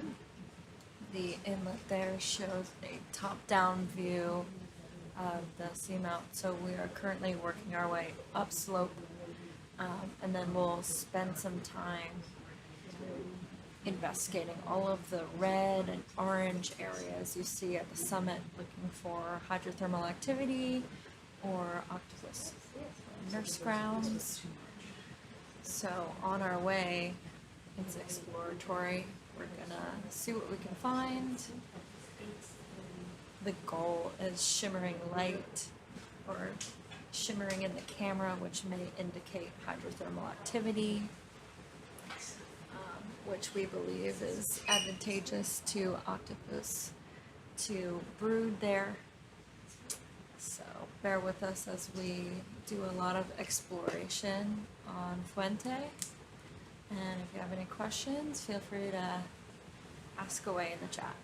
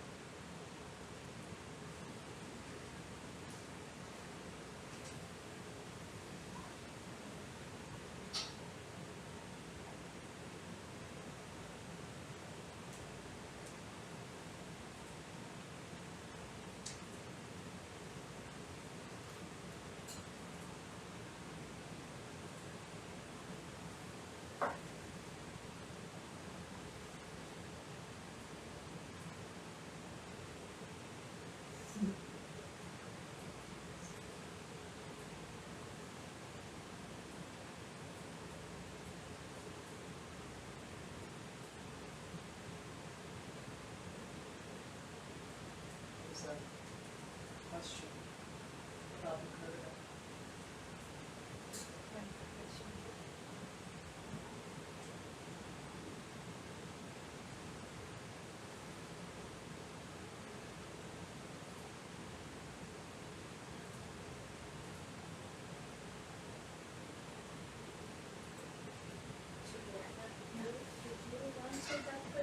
How far is Dorado from Fuente? No, let me look that up.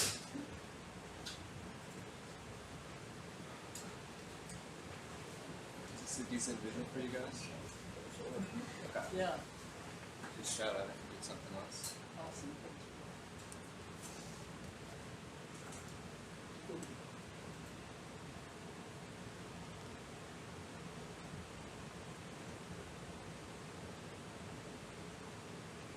Nice. Everybody's shit flow. Yeah, there's that one. Probably the title was like, Oh, we gotta check out some ground too.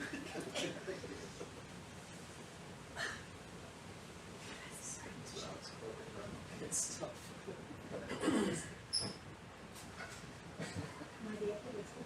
yeah, I pulled my throat.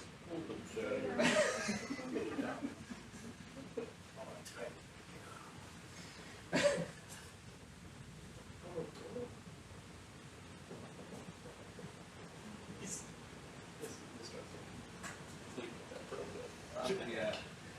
Really keeping it on.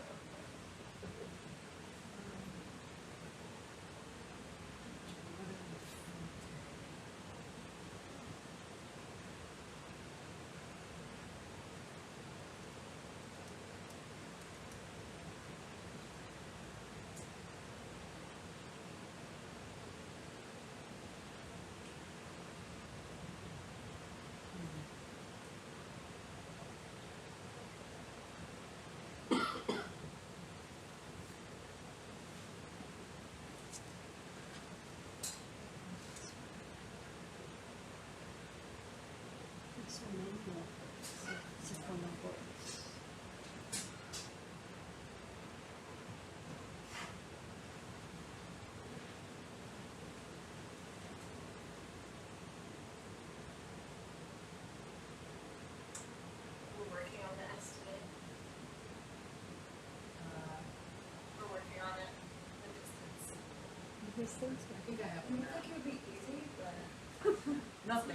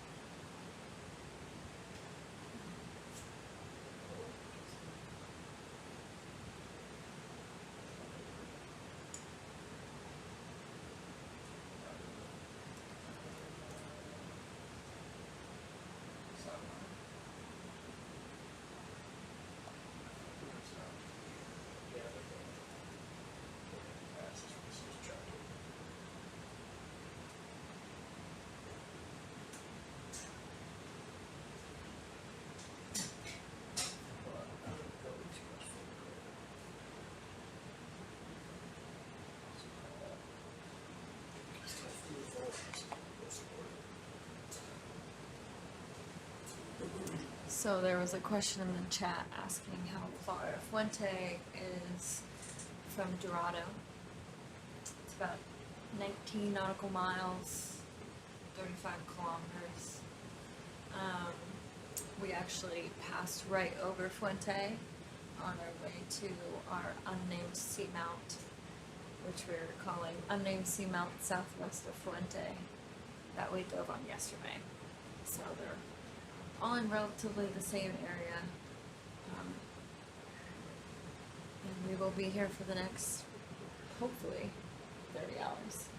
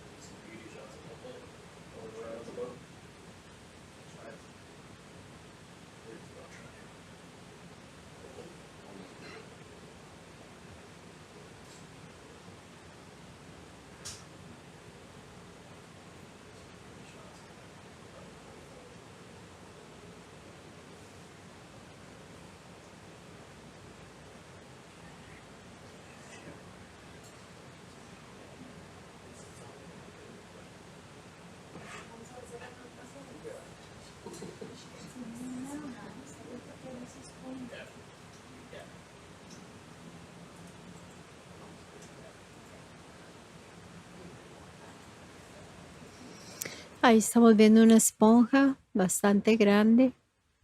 There's a huge sponge.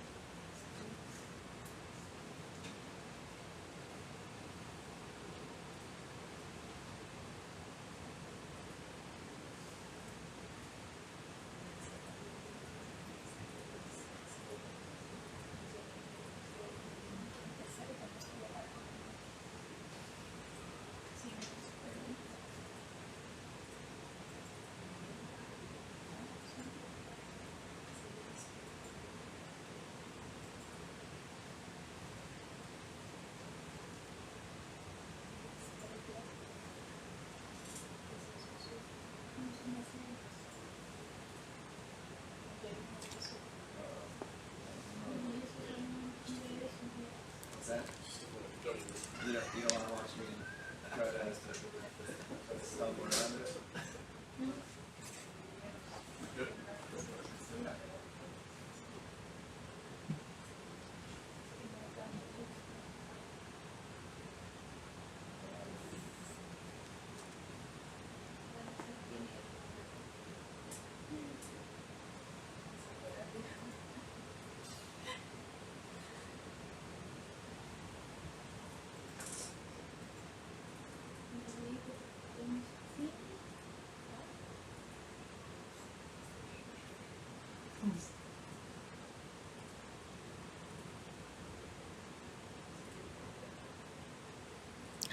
Ahí estamos viendo otra esponja, un hexactinélido. Esas esponjas, glass sponges, esponjas de vidrio que les dicen. There is a glass sponge there. We have seen two now of this type.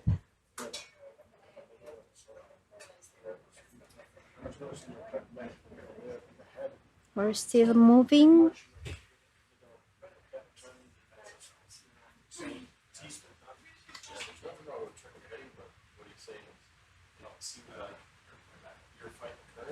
Then like you started feeding it and you're moving left. And so instead of correcting that left, you're just changing heading instead to like keep it in frame. And the problem with that is that's temporary. Eventually you run out of heading and like it's gonna go back. The better way would be to just change your lateral to keep it right. Unless you're wanting to rotate around it. If you are, then fine. You're doing it. But Yeah, I was trying to do like, oh, yeah. but I wasn't pulling off very well though.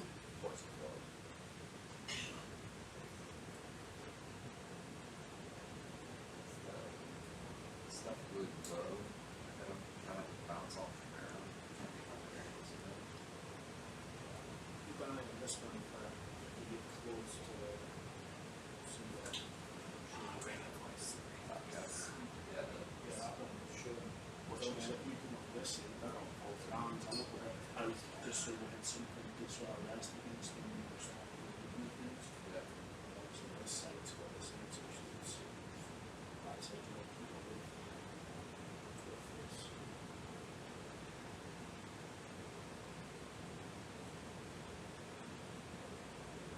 Remember, if you're gonna go this way, use that view, because that's where you're going, and there's a wall kind of coming off left. So you might want to turn your heading, straight up. Yeah. If something's coming up on your left.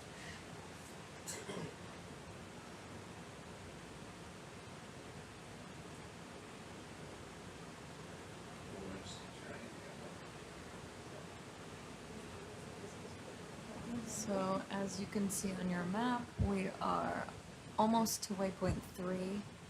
As we get closer and closer, it will start getting to steeper terrain as we begin to summit Fuente. Did you see something? No. Okay. So we need a code word.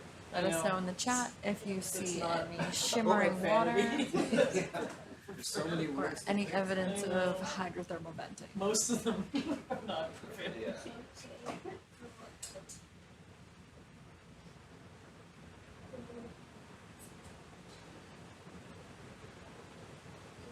Let's make the code word.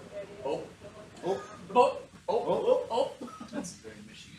Oh, that is. just gonna squeeze past you. Oh, Oh, yeah. Oh.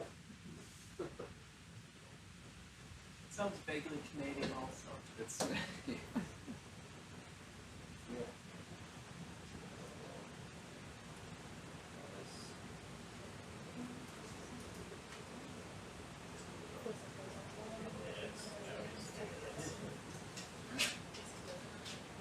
Is that natural? Just scooting sideways.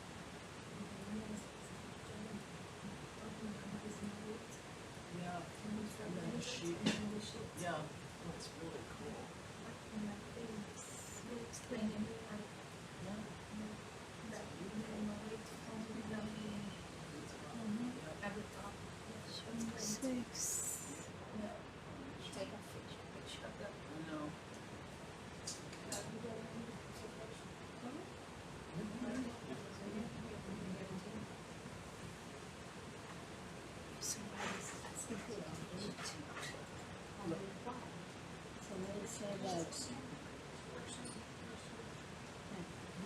is 7th of June. Oh, yeah. Today is 6th. Today is the 7th. We are 1 day ahead. Where are they? Yeah, they say that in the video here, Oh, we have the 7th of June, but today is 6th. because it's UTC. It's different time. We use Greenwich Mean Time. Yeah, this is the local time, but we're in GMT. Yeah, so Yes, UTC. that's UTC is everything's on the ship in UTC, which is Greenwich, England. We don't need those, don't we? Respecto a la pregunta que hacen sobre la fecha, en los barcos lo que se maneja son unidades internacionales, UTC, que son las unidades respecto al meridiano de Greenwich.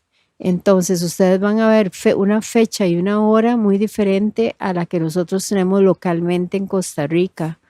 Lo que vamos a ver es ese tiempo en unidades internacionales. Por eso es que ustedes ven que eso está desfasado. O sea, estamos con una diferencia, ¿verdad?, importante. Por eso ustedes ven ahí que estamos, o sea, la fecha que aparece ahí es mañana, digamos. Pero es por esa razón, porque en los barcos todo lo se maneja con esas unidades UTC, que se llaman unidades de medida internacionales.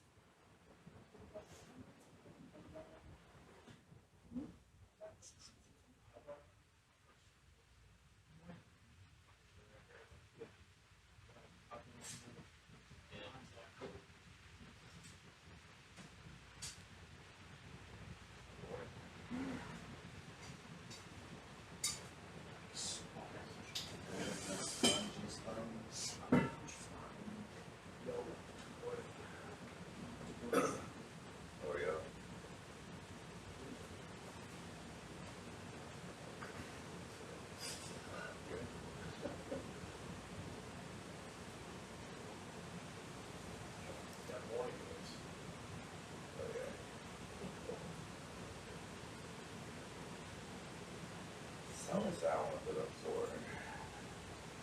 60 minutes.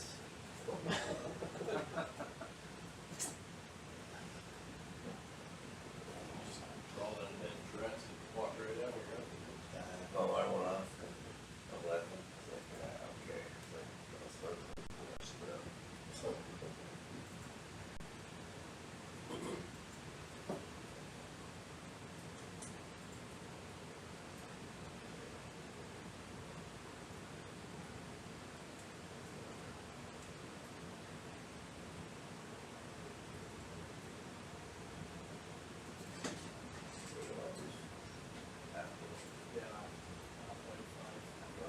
Wow.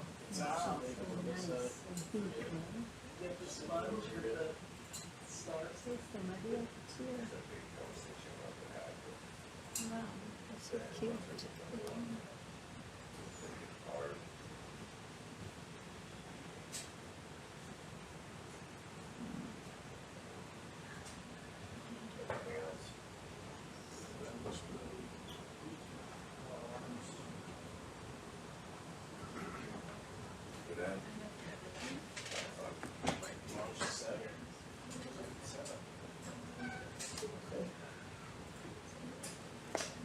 So we're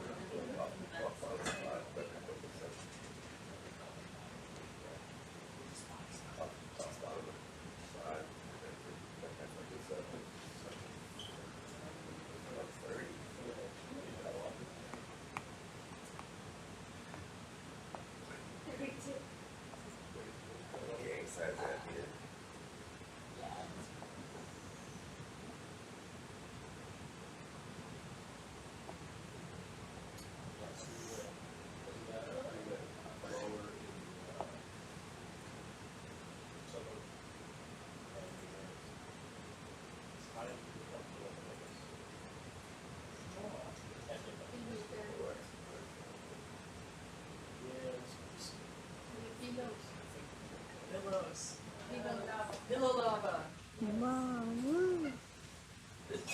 We are observing pillow lava. Estamos viendo pillows, lava de almohadillas.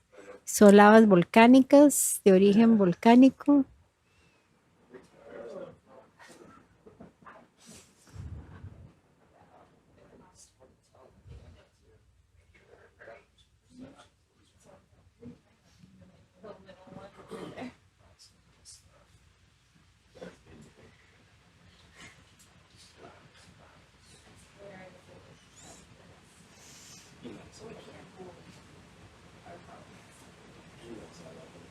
Very sensitive. I'm very sensitive.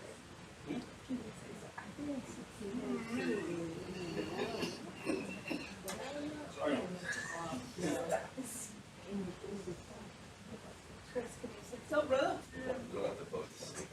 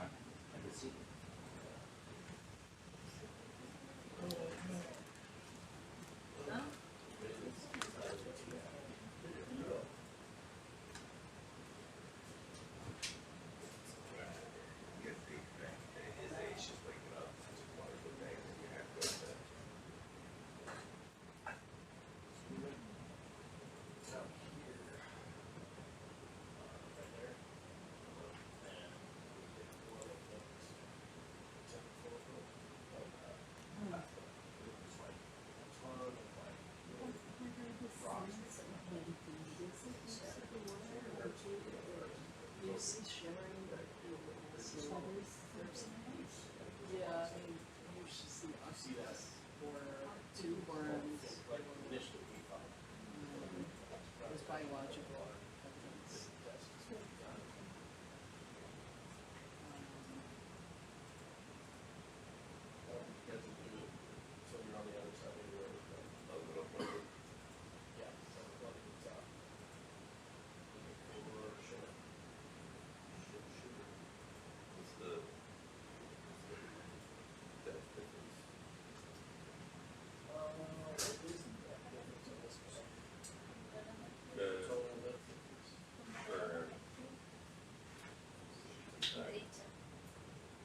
Una anémona.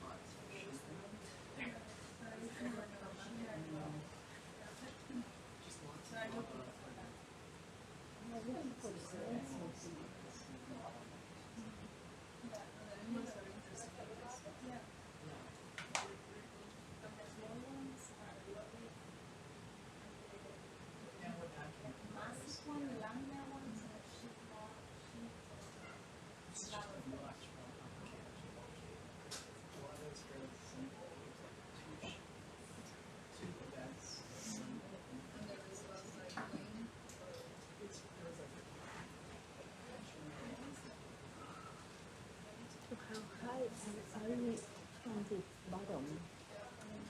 In this section. 3 meters over about. How okay. Alt.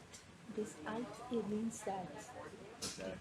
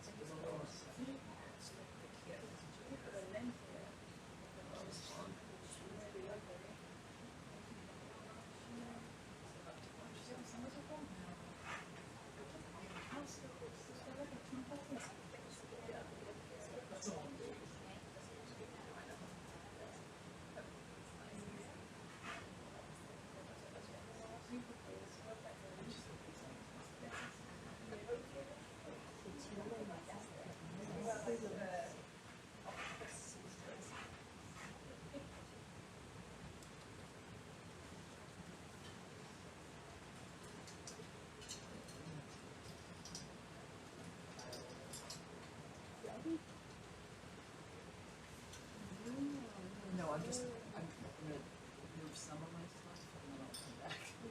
Because I have 2 computers.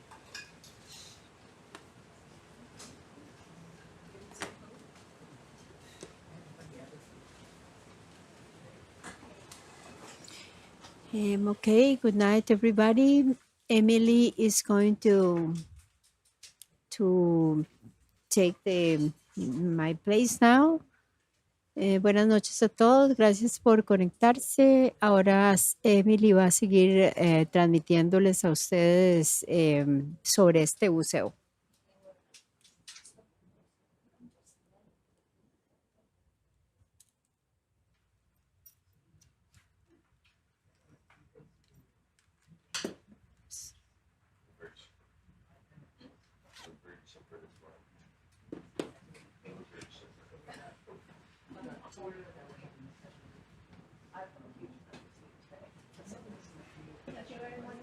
Thank you.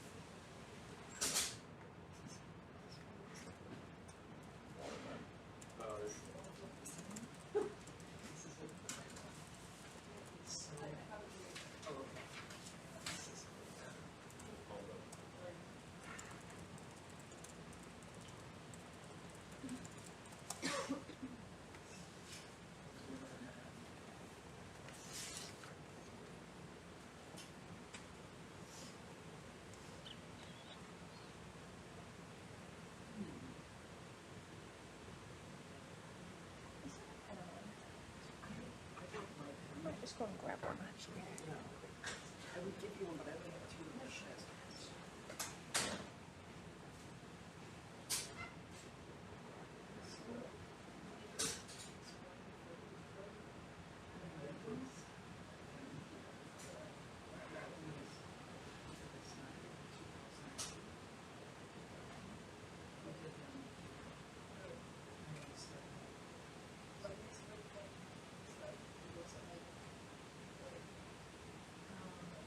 Yeah, but it's complicated because here it's on, here it's head, and we're between them. You'll see, actually, here, so here it's one, but not.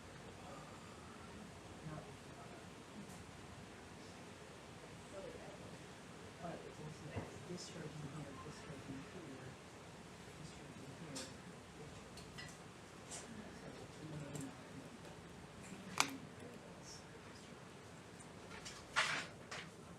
So am I right in saying we're heading from waypoint 3 to waypoint 4? About now.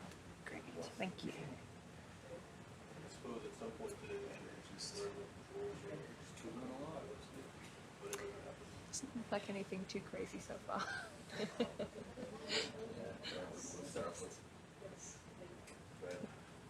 Start rotation. Once we go out.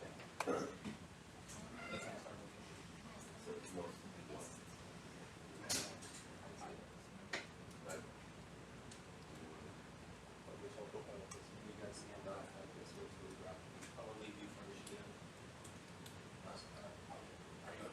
I'll leave you first. Seems pretty buoyant.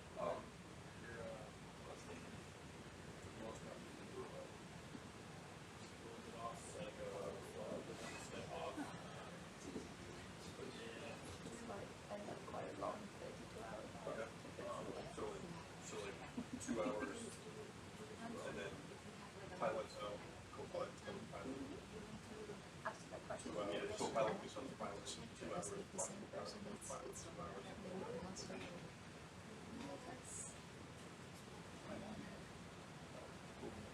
Oh, fuck it. Okay.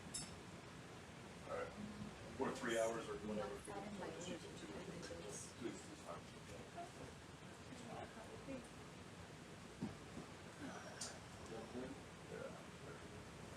You ready? Yeah. Of course you're ready. Lots of variations on that question. Oh, yeah.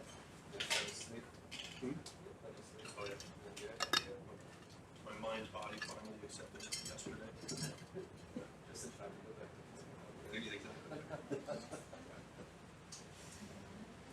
Yeah, ready when you want to. All right, sorry. Chill.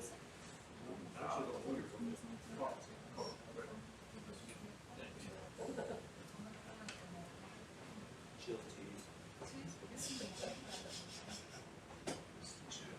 All right.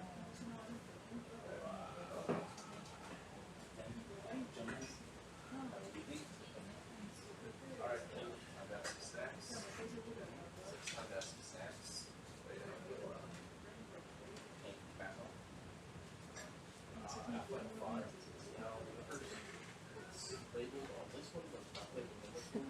It's looking very different to some of the other dives so far. Oh yeah, definitely. Just distinctions.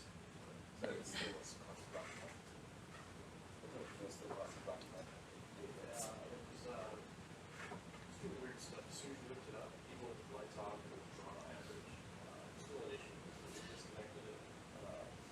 And just jumped in. The cable's still at the forward light. All we did is run the jumper. Yeah. So that was our original plan. We can just slip it back up. Yeah. We wanted to make sure first before we connected the rock. Yeah. Everything else is just put back together. So we went. Huge sponge. Massive sponge.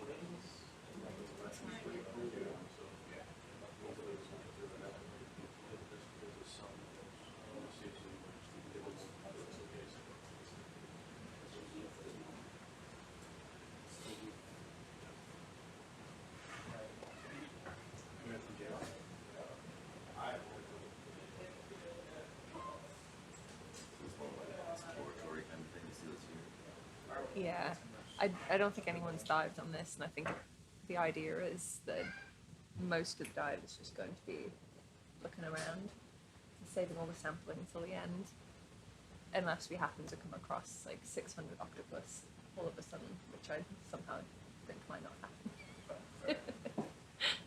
But, you know, you live in hope.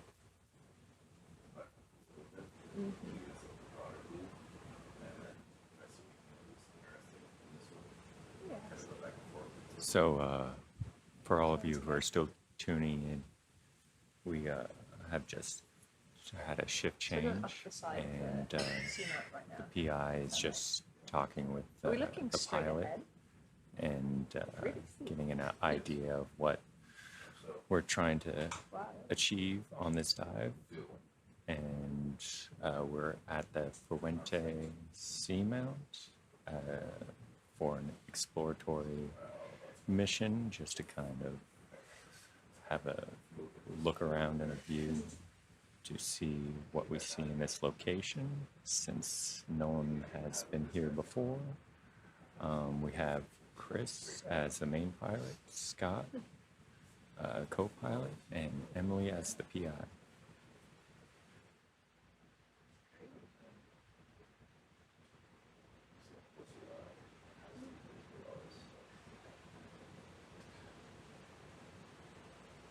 Amazing.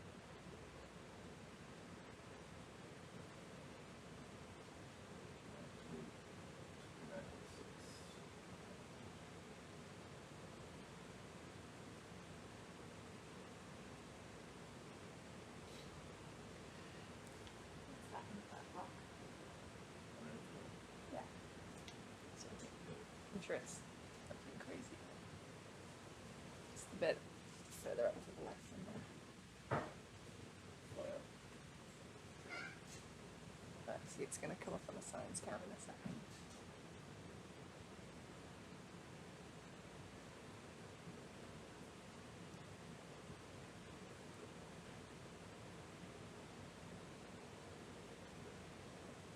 Oh, some sort of sponge again, maybe?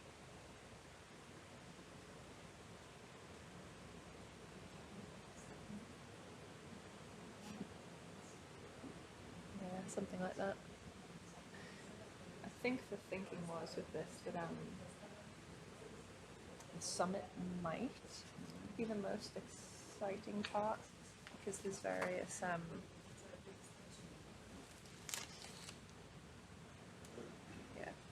there's various of these kind of horseshoe shapes, which would be like slides where the sediments collapsed. Potentially that might be an area that seepage could be happening. The sediment's been stirred up. We'll see.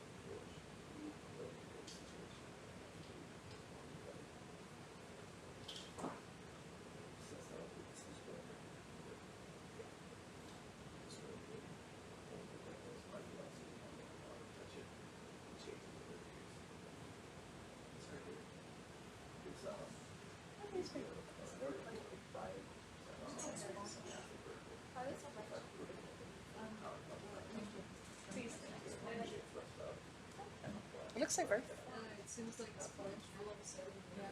Right.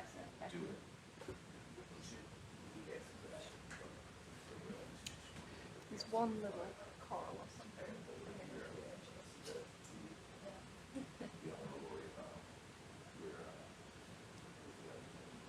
It's like a moonscape.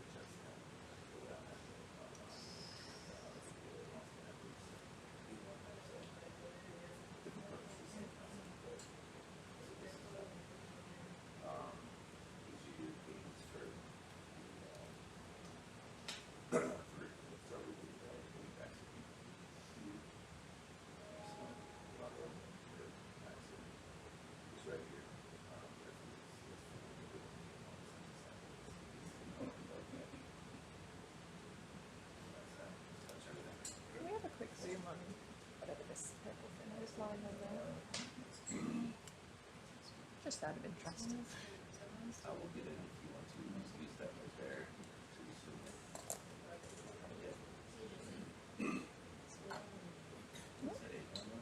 Oh yeah. I think so. Cool colours. No. Seems like a strange place for them. That's cool. Such strange creatures. Some back out here.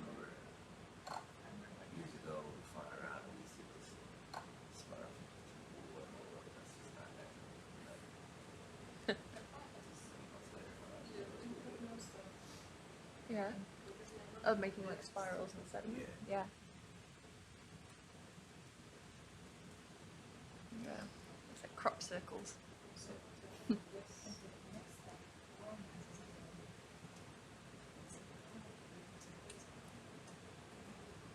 Oh, that's pretty, whatever that is in the watercolor too.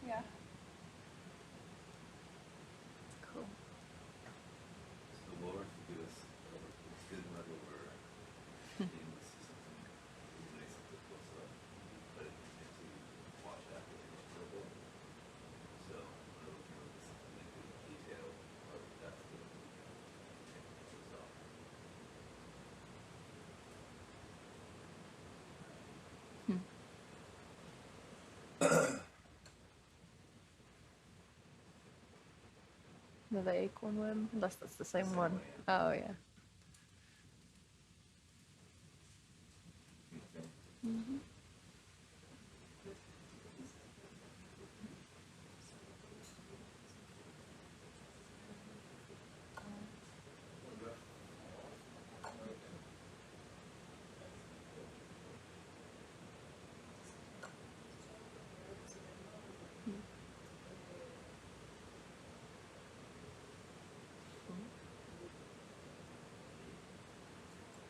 Any ideas about that? That's not the girl.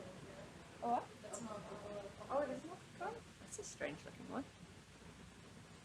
I've never seen one like that with like, is it like big polyps? Yeah. Really big polyps? It's cool.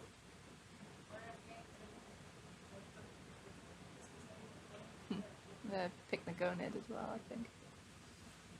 Sea spider.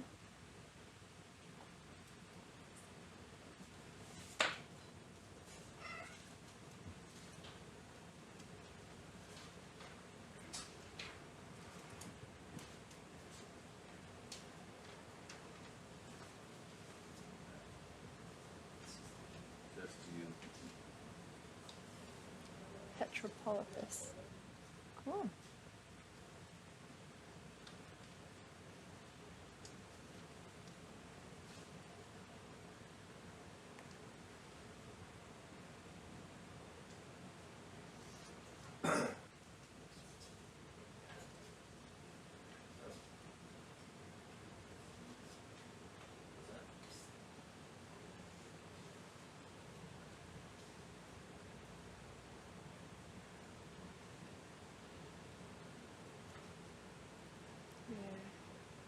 Dust or something.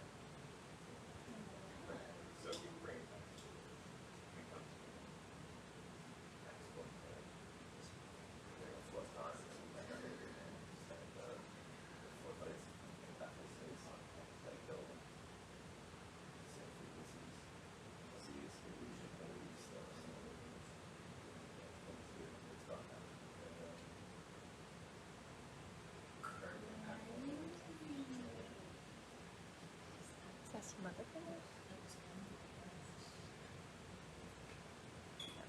That's some other sort of blast.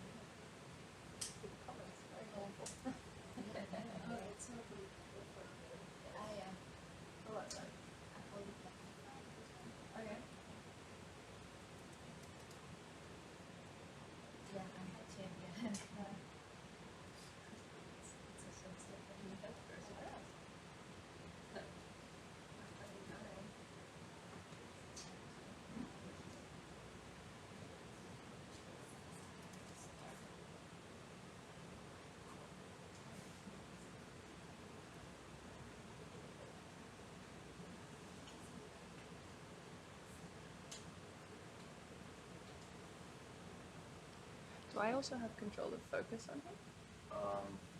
Not at the moment. No, that's fine. I can easily I don't mind. Yeah, no way. should be any systems right there. Mhm.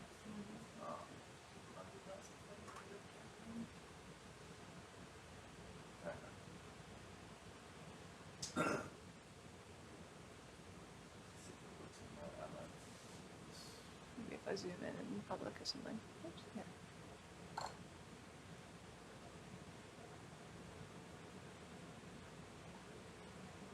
Let's see. Don't think so.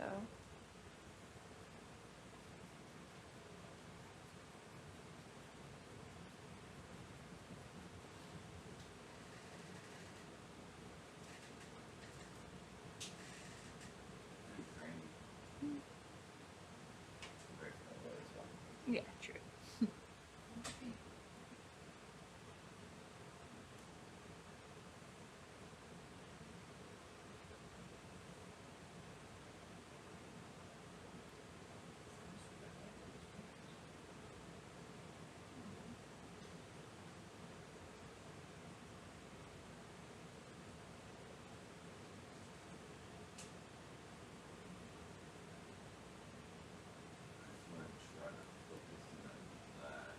If I zoom in.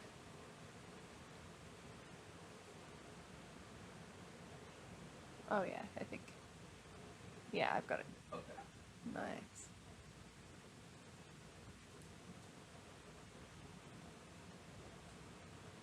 I do it the wrong way every time.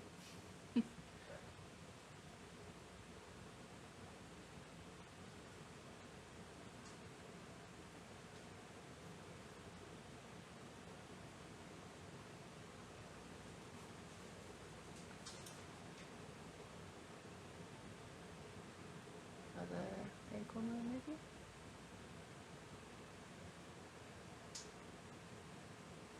It's been some big sponges all the way up the side of here.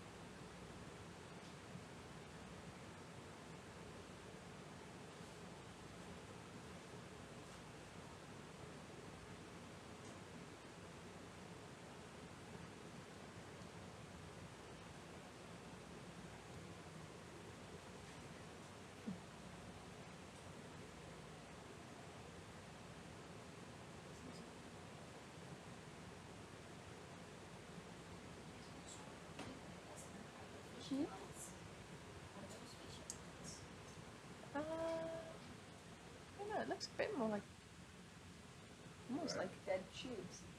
I'm just wondering what, at the bottom of here, the sort of filaments almost looks a bit like. Just wondering if they were fishing lines, but I don't think so.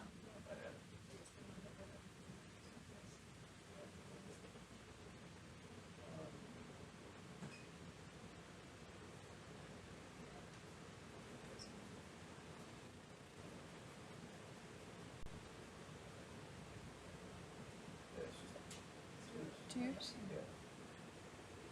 If there's been like tube worms up the side of here at some point.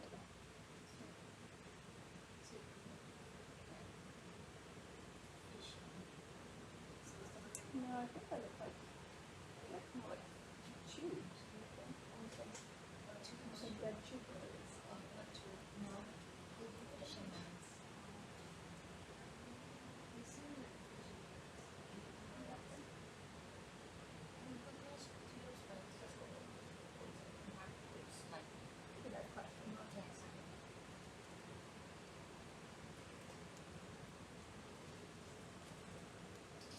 Yeah, it looks more kind of like tubes to me, I would say. Almost like an old, dead tube worm bush. If you look at the top, you see a hole. Yeah, you see? Like...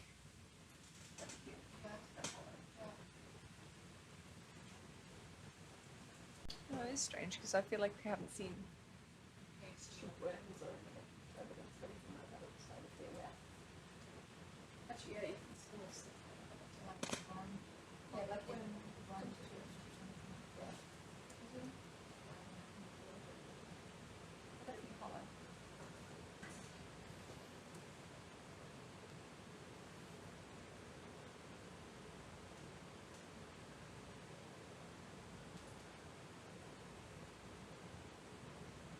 there's quite a lot of them actually.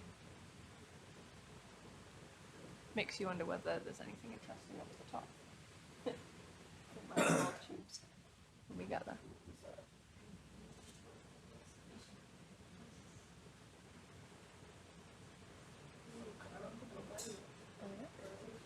Ah, yeah. Looming out in the darkness.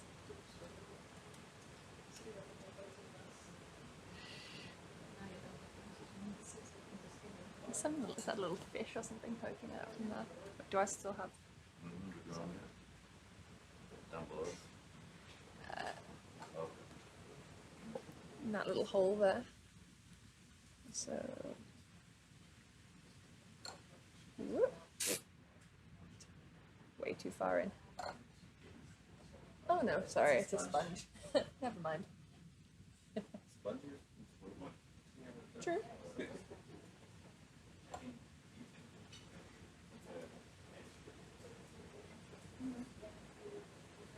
There's a lot more tubes all the way up here.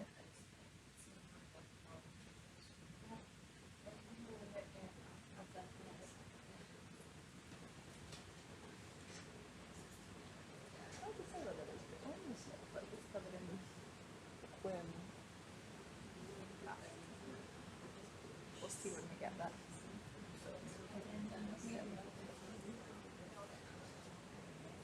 Something interesting on the other camera that we're about to see come into view on the science cam. It's hard to tell what it is from here though.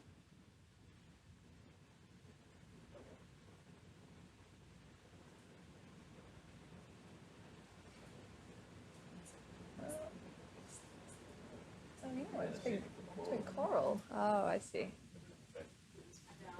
Ah, look at this. Coral.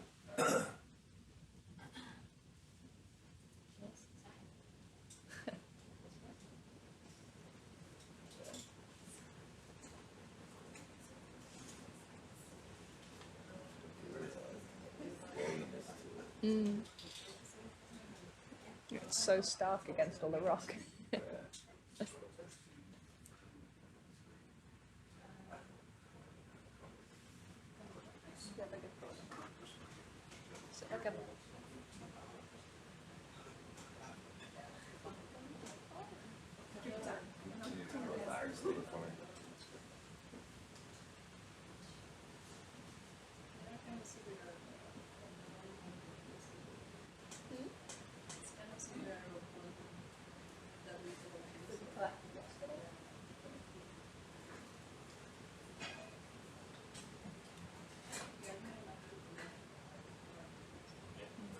It's big.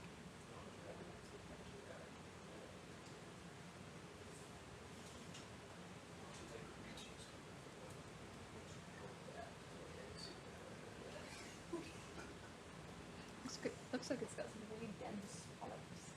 Like really dense polyps. Do you think it's similar to one? No, I'm not sure. It looks. Yeah, it's furry. Yeah, it does. It's so green.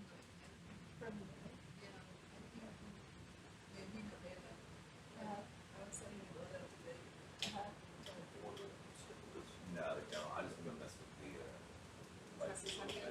the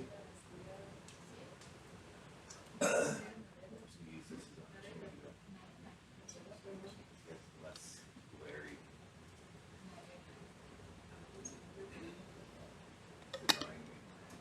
I'll just use this section because it's very low on to try to fix that. Yeah, great.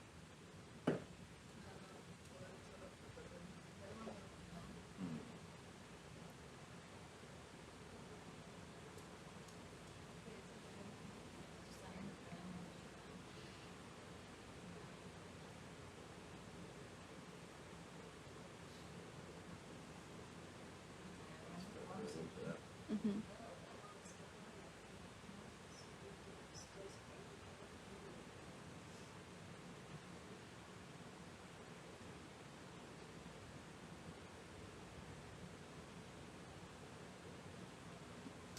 It's still awfully harsh. Mm-hmm.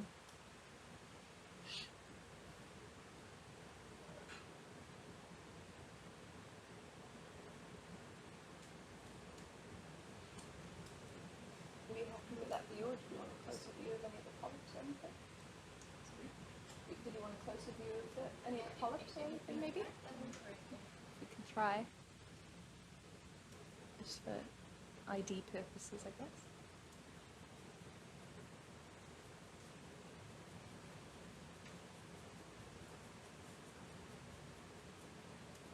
There we go.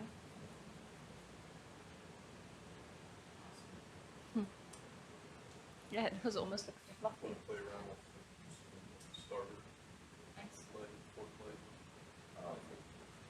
Yeah, we can, you know, very much right now it's a game, all Very pretty. You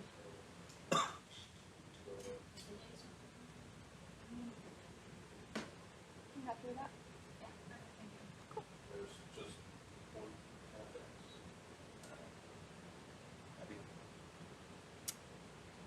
Someone's saying a type of paragorgy, maybe?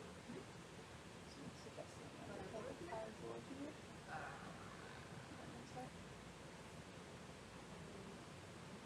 They have big polyps, whatever they are.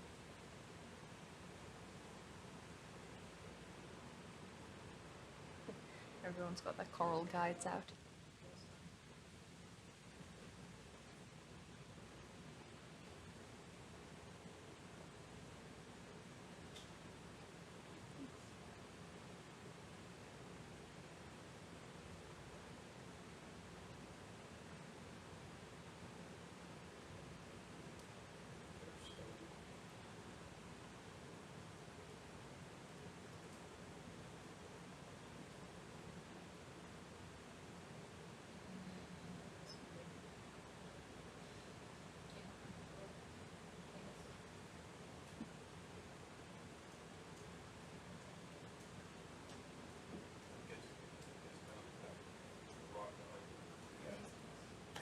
Sorry, I'll speak up.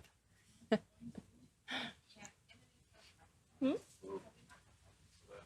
drop a marker?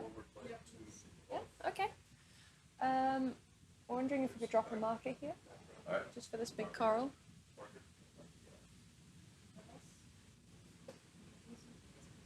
Background light up there.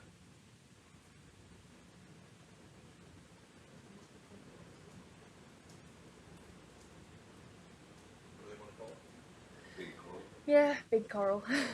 Relative. Largish coral.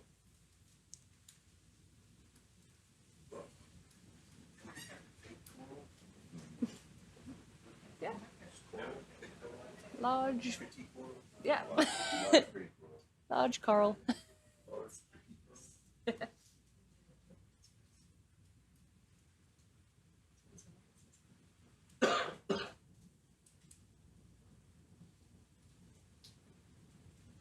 I think we're probably good to keep going. I think we were told to leave the sample into the second part of the dive, as far as I remember. Yeah. So I suspect on our ship, probably not. How big might it be? Well, we did have the scale lasers on a second ago. Yeah, there we go. So probably 40 or 50 centimeters across, do you reckon, from those scale lasers? At its kind of widest point. Yeah, in centimeters. We've got, if for anyone that's trying to work it out, the two green dots, sort of just over halfway up the coral, are 10 centimeter lasers. So they denote 10 centimeters width.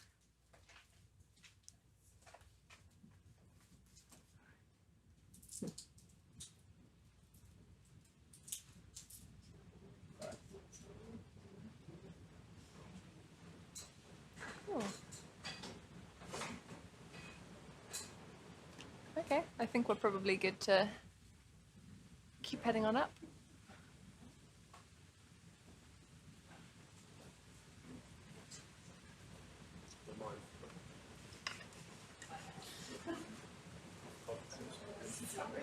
That's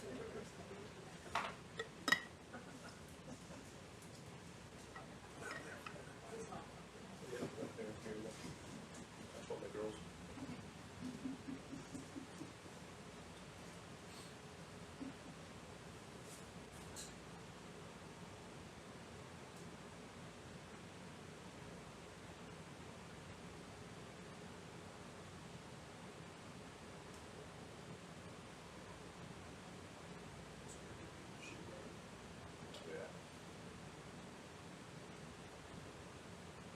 Another coral coming up here. Hey, on the bridge, good morning. Hey, morning, mate.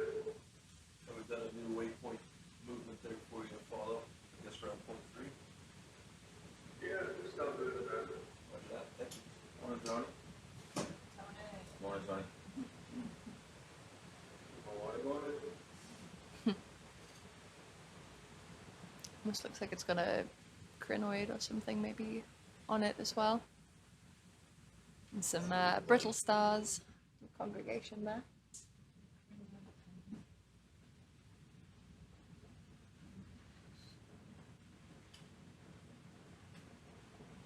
Maybe we can have a quick zoom in on that too.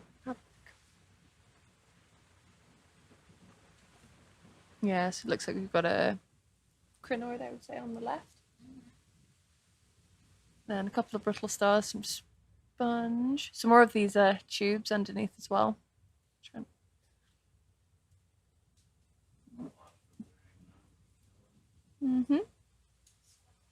Yeah, a little squat lobster up to the top left. Galatheid. Nice.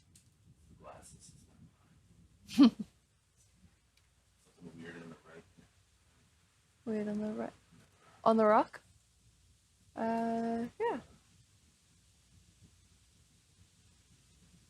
Oh, yeah. Yeah, I see. It looks like a bryozoan. Yeah, it looks like a bryozoan.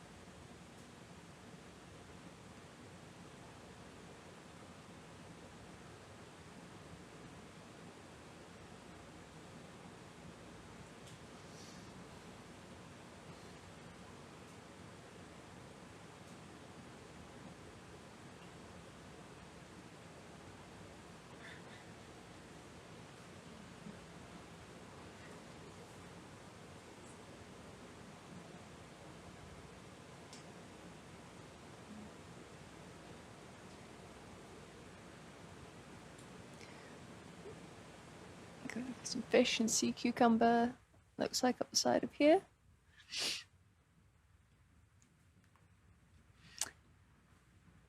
Yeah, in the chat, the comments saying the tubes are interesting. I was just thinking that too. It seems to be getting, there's more of them. The further up we go, it seems like. It should be interesting to see if we see any live tube worms or anything further up. The thinking with the bathymetry on this site is that along the sort of ridge of the seamount, there's various horseshoe-shaped kind of depressions, which might be, they probably indicate areas of sort of slippage and collapse of rock, which can be areas that then allow for seepage to come up through the sediment. So we're going to particularly focus on those areas when we're investigating the top and see if we see any evidence of any venting.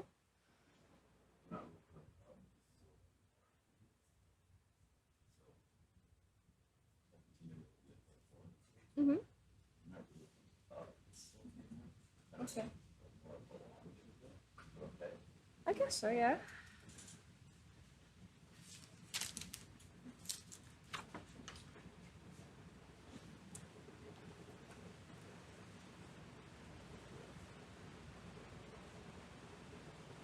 Yeah, I think we're just doing all the waypoints in order. By waypoint 6, we should be at the summit and then going along the top and investigating all those horseshoes. That's the plan.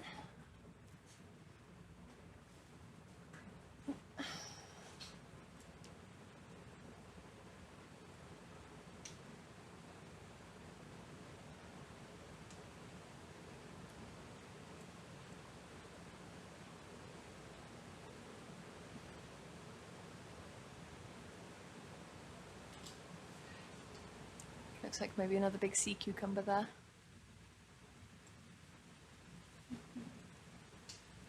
Blends in pretty well with the sediment.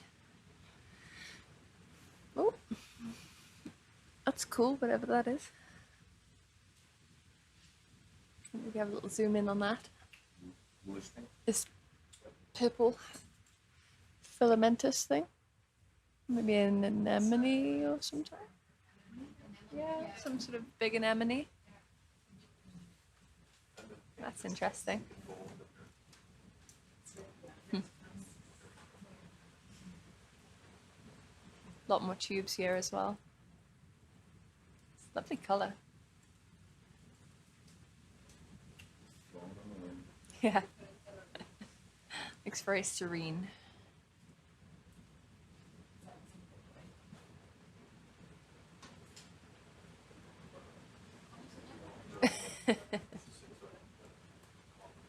Wow. Looks like it's made of velvet. Doesn't look real, that really. It's very Yeah, it does, doesn't it? That's cool. Ooh. Uh-huh.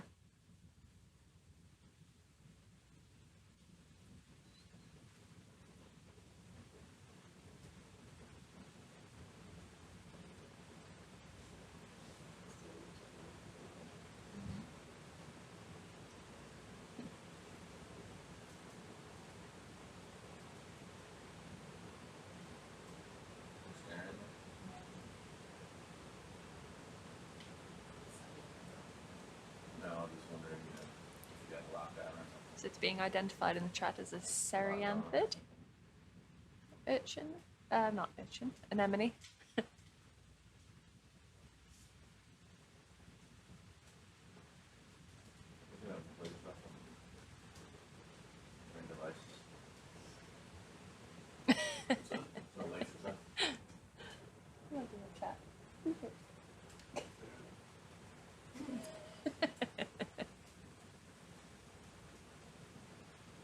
Do you get a decent current around the edge of the seamount?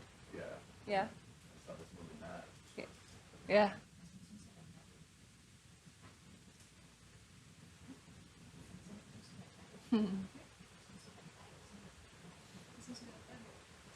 It's very therapeutic. You can really see it going.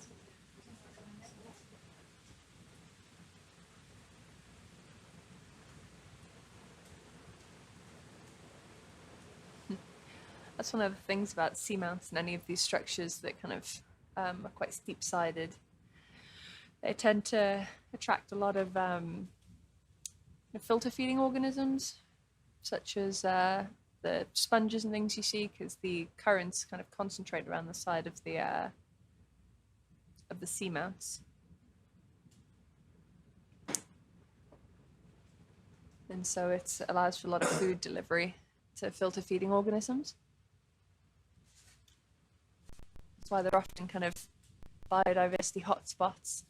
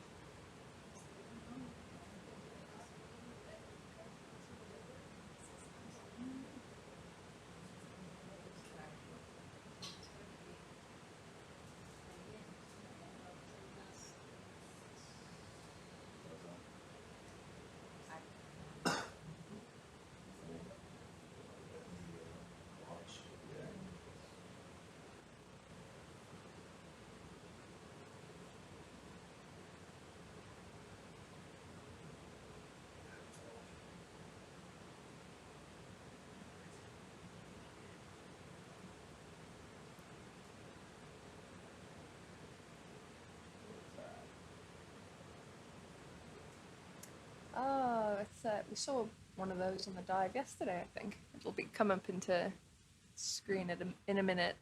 It's another one of those anemones with the really long tentacles.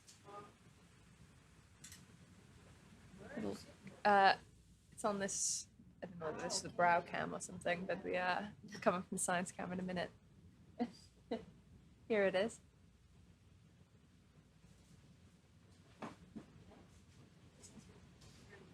You can get a nice view of that as well.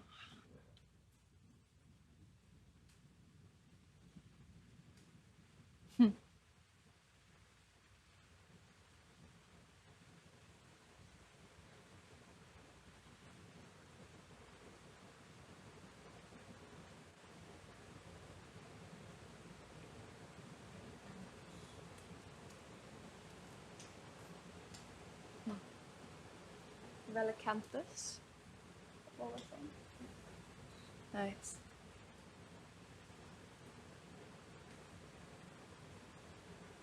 Wow.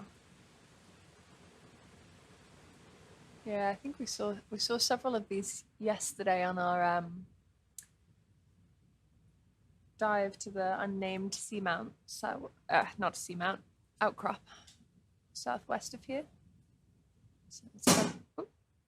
It's fun seeing these again.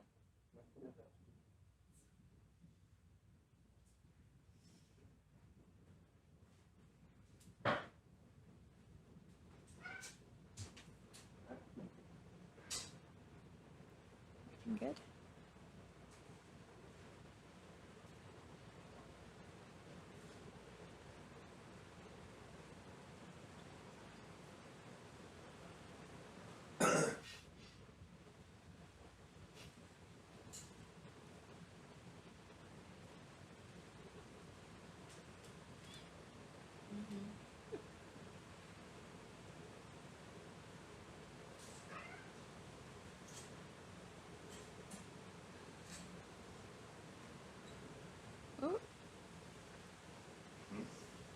It's just a brittle star doing a dramatic leap off a rock there.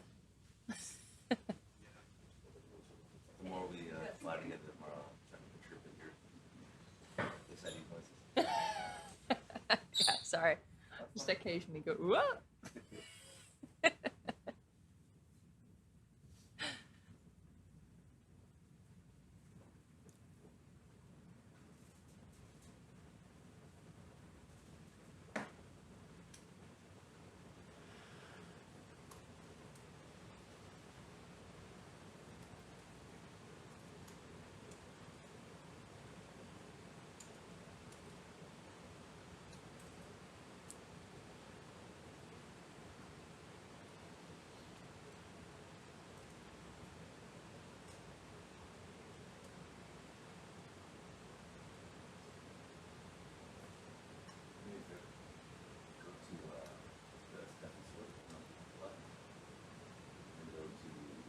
Looks like another big sponge.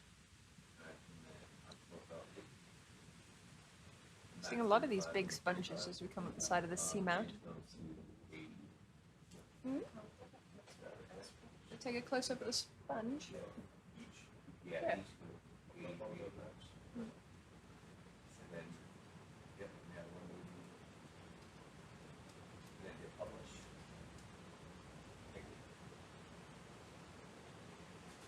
Are we able to take a close up at this sponge here? Thank you.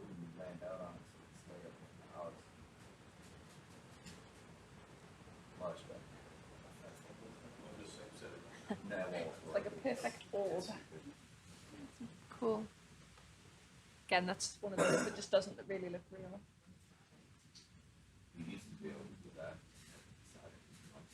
Some brittle stars around the outside of it as well, some ophiuroids.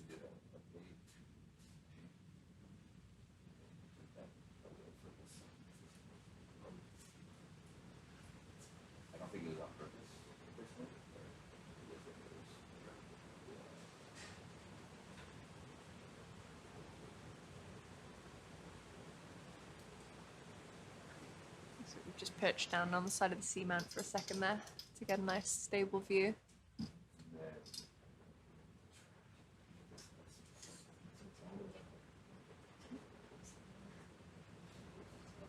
Just trying to adjust the lighting as well.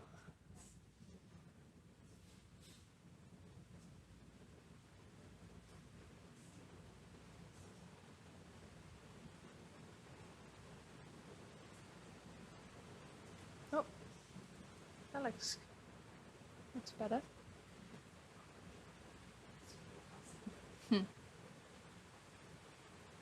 That's cool.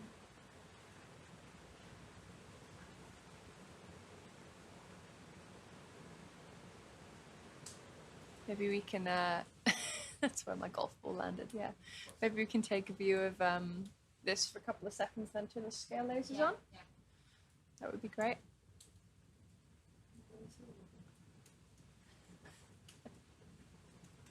It does look like a golf ball. Okay. And the lasers on? Great, thank you.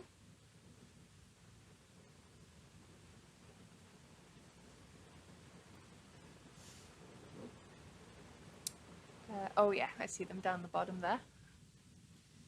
Nice. It's probably about 20 centimeters wide, 25, something like that.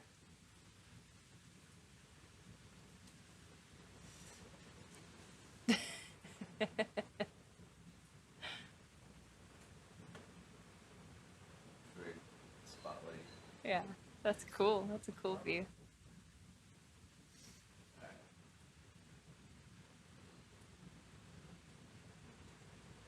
Maybe we'll see lots of dramatic jumping of furoids on this dive.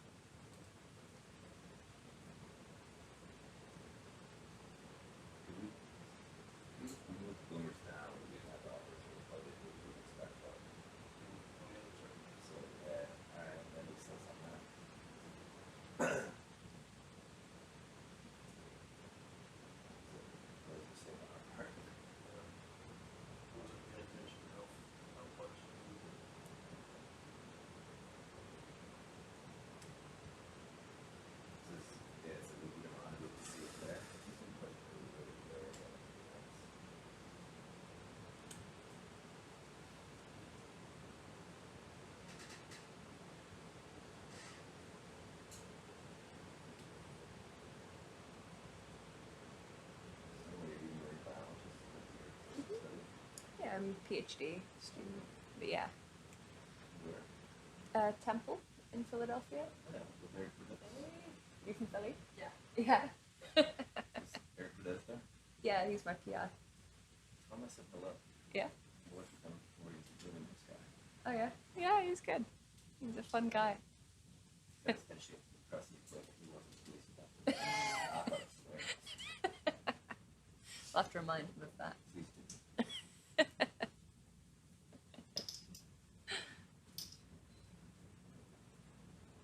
Don't know if any of you are up for answering it. There was a question in the chat yesterday that was asking sort of how you ended up in your position, what kind of skills are good for being an ROV pilot and things.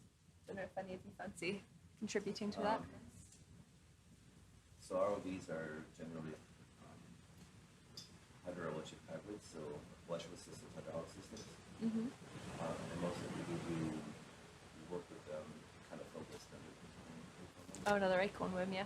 kind of focus generally. They usually start out focusing on one or the other, whether it's electrical theory, application, engineering, or hydraulic. Mm-hmm. But because we're out here by ourselves, you have to be capable in electrical, hydraulic, mechanical systems and interfaces and whatnot. Mm-hmm.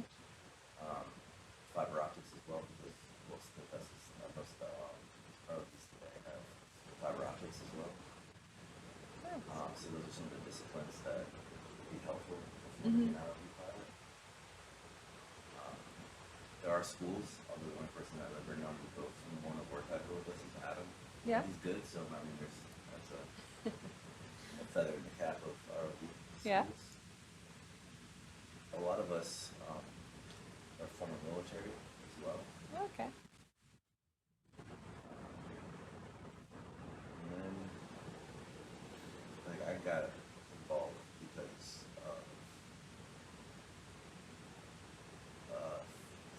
I was going to school, and somebody I was working with,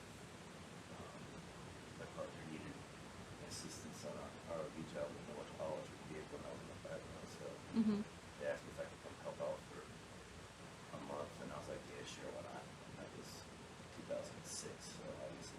There's some big crinoids here and a big coral. Maybe we can take a zoom of that coral. Do you want as well? Mm-hmm.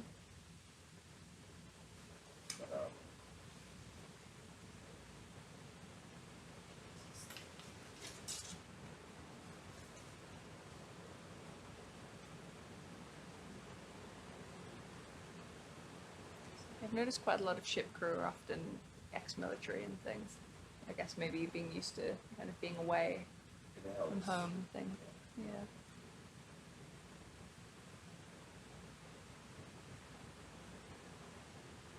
This is not a career path that's really commonly considered, so if Mhm. something that's somewhat adjacent, it might be the idea of, well, okay, there's something that's involved to do with that.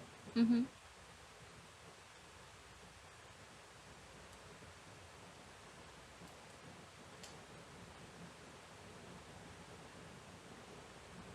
Yeah. There's a few things on this rock. There's some, oh. We can start left to right. It's a nice crinoid here. See if I can get, ooh, a view of both. Oh Lord, I do it wrong every single time. There we go. Uh-huh. I can just zoom in on this. It's quite cool. It's like a spotlight. You get a nice view of the polyps maybe as well.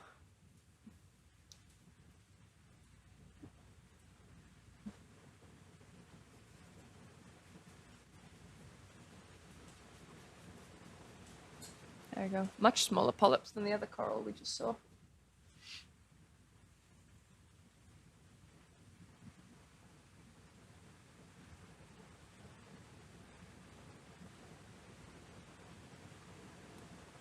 Need some scale lasers on this coral as well. Oh yeah. Can we try and... Do you have the control for the focus or do I? Okay. Yeah? Try and do it. That's what I'm going. You're much better at the camera work than I am.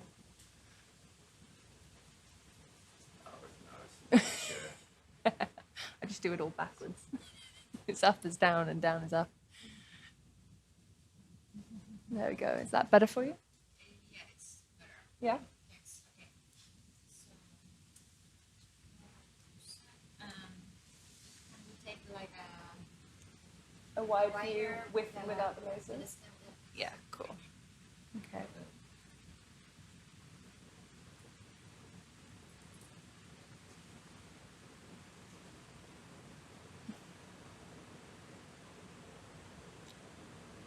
So we've got the lasers on there for now.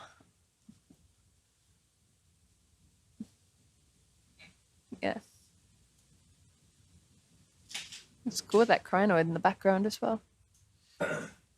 Now we can maybe have the lasers off as well. If you're taking your screenshot. Nice.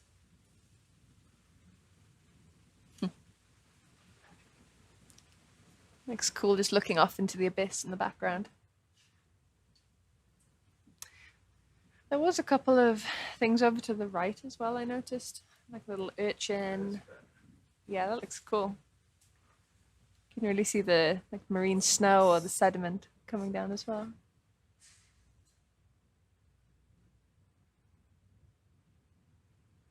There we go. Mm-hmm. Yeah, that looks good.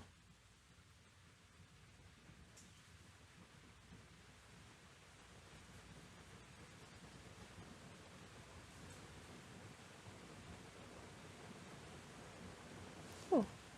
We could probably zoom out now and maybe we can have a quick look at the urchin and things that were over to the right and then move on.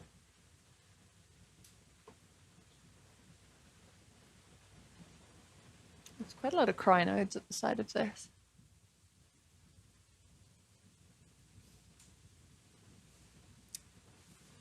Yeah, There's just these kind of purple urchin and then this orange. Can't tell what that is. It's out of focus right now. It's fun to have a quick look at, maybe.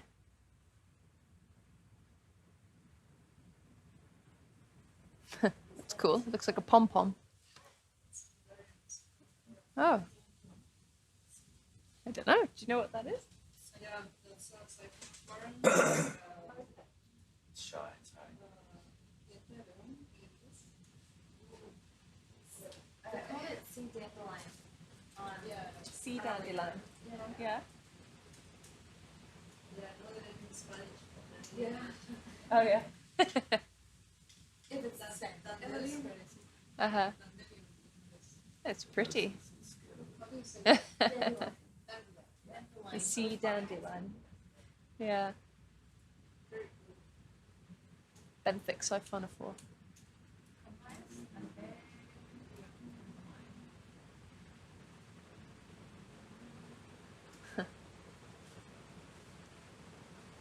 I'm finding the seamount dive quite therapeutic so far. Just lots of things waving slowly in the current. The big urchin in the background there as well.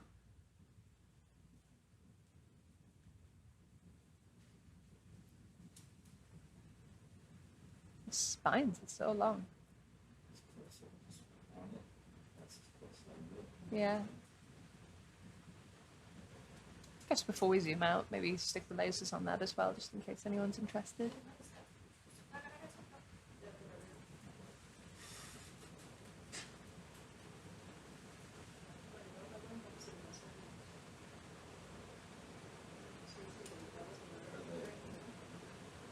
Lasers? Oh yeah, there they are. That's decent size.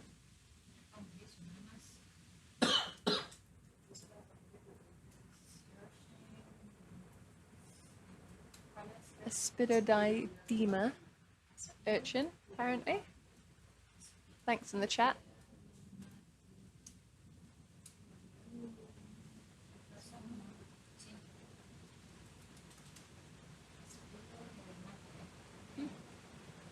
Great. Okay, we could probably move on from here then, I guess. Oh, there we go. Another chitin.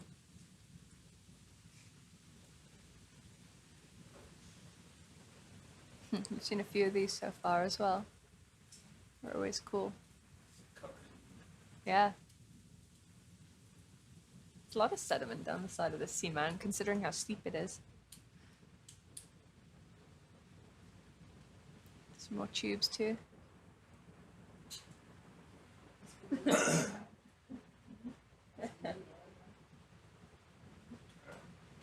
Cool, okay. And keep on heading up to the next waypoint.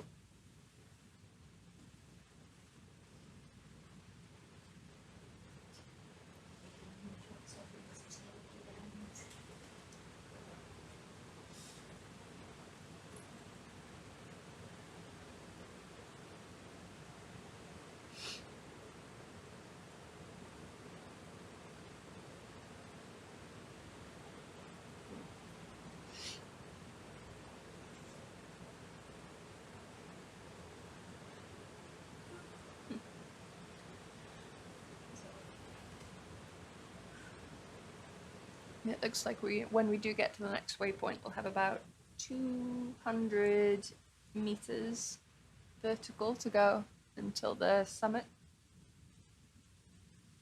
Until we get close to the summit, at least. From this next waypoint, although we've still got a little ways to go until we get there.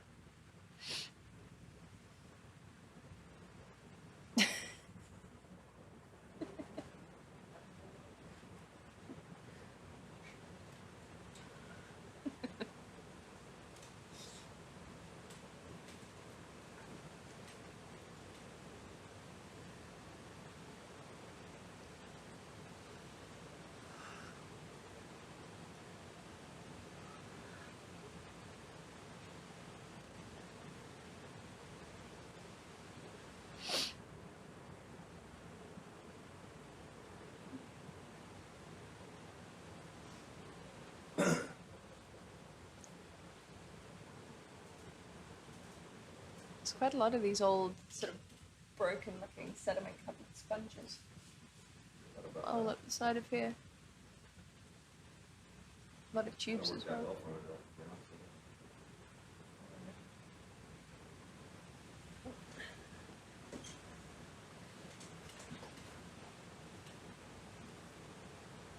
What's up that I guess starboard piece up instead of right being something. It's kind of like it had to be in the hand, but I don't know which is which. It's just I don't know. I don't know. I don't think there's ever been a consistent. Yeah, if we go to here, it's starboard port, so that that clear it is. It's rust is falling on. So you can't change that. We're about to start coming up to some quite steep-looking, large lava flows, it looks like.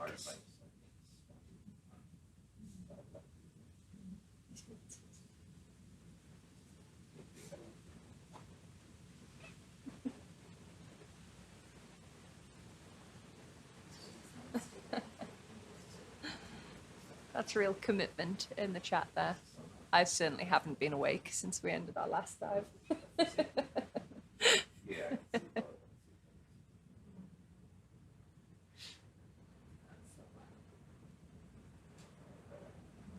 Oh, this is a big. Sort of, oh, it does. Oh, yeah, I see. Yeah.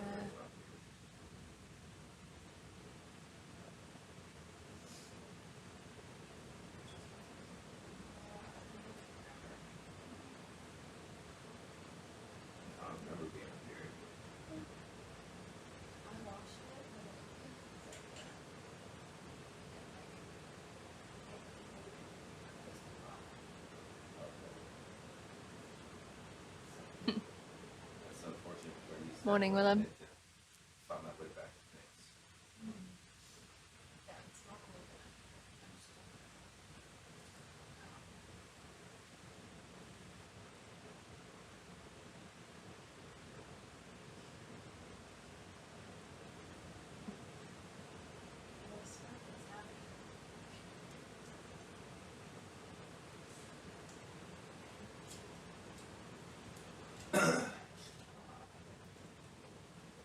Another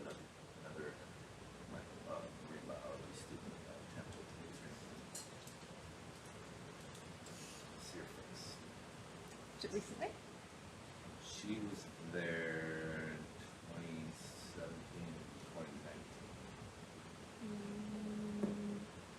2019. On cruises with you? She's been on 2 cruises. On Falco?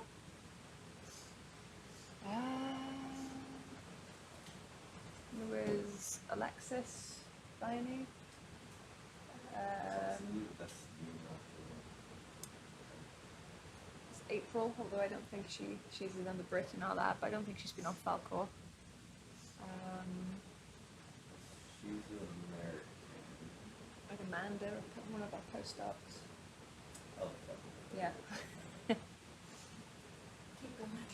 I just go through every and bit now. every single person you've ever gone to class with. What, were they a PhD student or like an undergrad? She was not a PhD student. Oh, okay. Well, I was barking up the wrong tree. But this was years ago. She could be now. Yeah. She might have progressed. In 2019, I was a PhD. Okay. Yeah. Yeah, I started in 2018. And I'm still going. Still going strong. It can't get rid of me.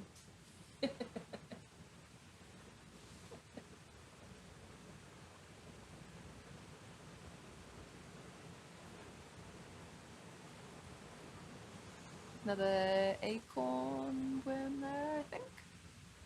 A couple of them, maybe. A congregation of acorn worms. There's one, Phoenix Island protected area. That's Yeah. Airbus. And then he was here in Costa Rica. Yeah. I skipped that cruise. I went to a music festival instead. Good choice. I was here in 2018, but not on the ship, on Atlantis. Can't talk about any other ship. But yeah, I know that. What ship? I know that Eric was here in 2019 on the Falcor.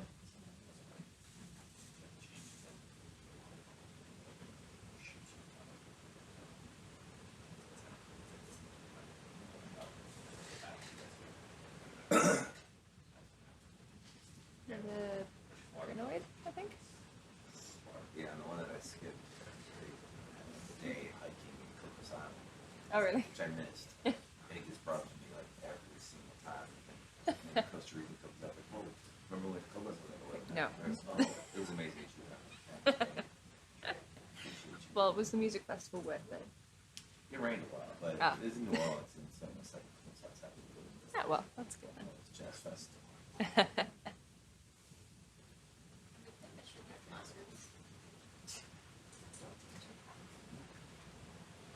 Do you want to view this as well with the lasers?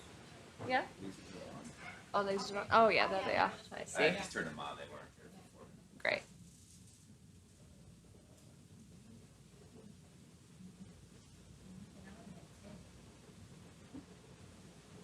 Yeah, looks good.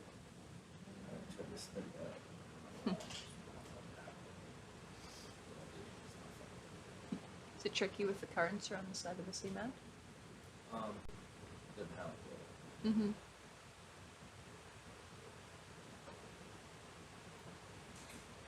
Yeah, it does look like it's regrowing some arms. A couple of them seem pretty short.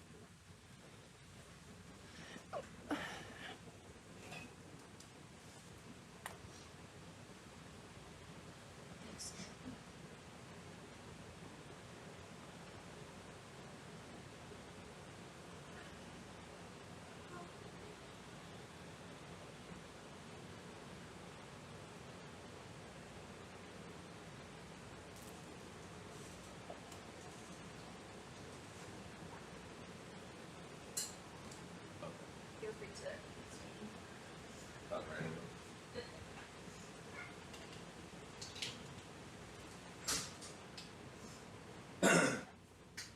Would one of you two like to sit in here and narrate for them?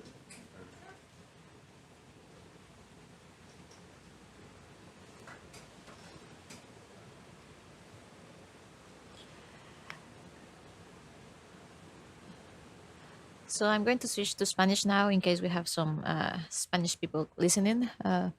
Hola, buenas noches. Gracias por estar acá en sintonía con nosotros. Seguimos en la exploración del Monte Fuente. En este momento estamos en tránsito hacia el próximo punto de medición y estamos viendo alguna de la fauna que se encuentra sobre las lavas de este monte submarino. Hemos visto varias esponjas, también hemos observado diferentes equinodermos, algunos octocorales, un par de anémonas también.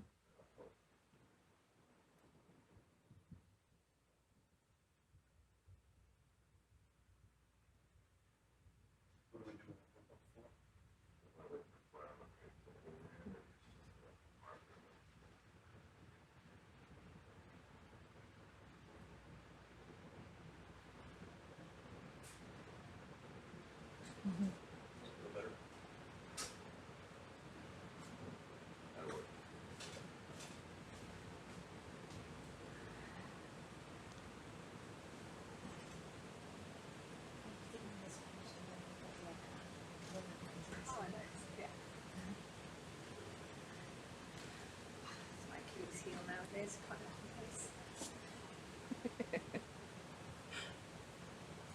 Want to do any narration in Spanish? So, you know, feel free. Yeah, that's why I think just like a very ROV summary. So Feel free to jump in whenever you at fancy. least they know there's also someone speaking Spanish. You can ask questions in Spanish too. Yeah, but feel free to jump in whenever you want.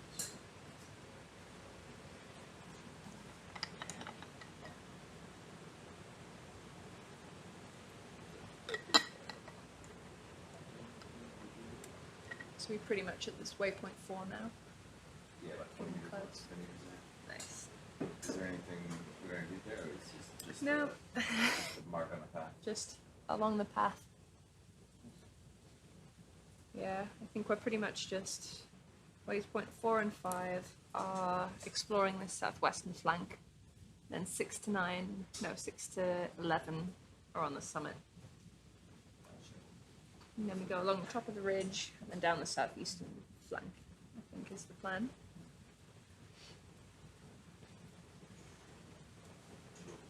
The rocks are kind of bigger. Yeah. These counts as pillow lava? Yeah. Yeah. It's like, because the smaller ones are low-bait lava, is that right? And then the pillow lava is large. Okay. So the large, kind of, the largest, flattest areas of the sheet flow, the lava flow, and then the kind of big boulders, big pillar ones, are the pillar lava, and the smaller ones are low-bait lava.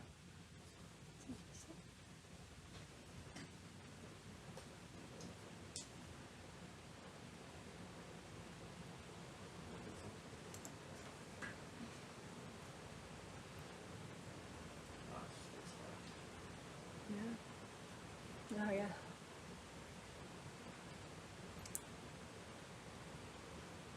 Is this the brow cam? Yeah. Yeah. So it'll come into view in a minute, but we can see on the brow cam another one of those big golf ball looking sponges about to come into view. Is that for black coral?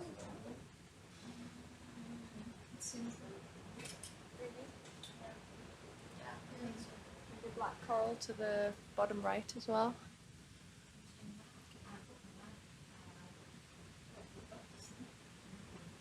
Have a close up of maybe some of these corals and sponges here.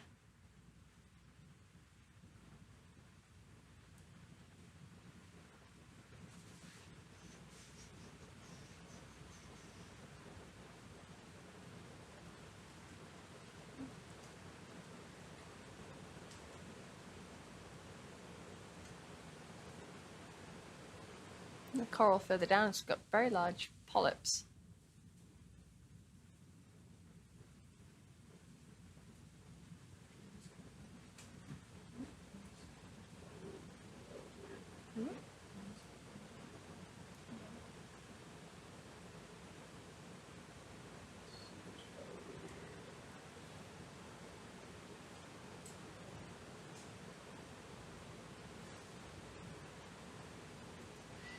Maybe another black coral in the middle.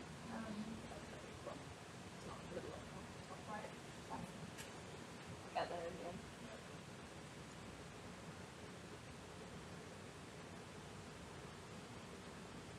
There's quite a variety of little corals and things on this. It's kind of like its own little pinnacle here.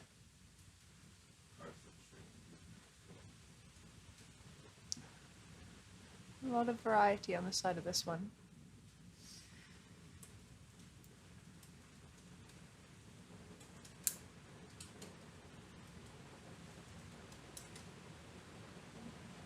A mix of black corals, noctocorals and sponges.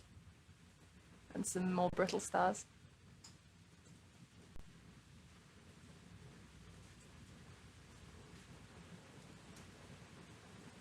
Do you have an idea?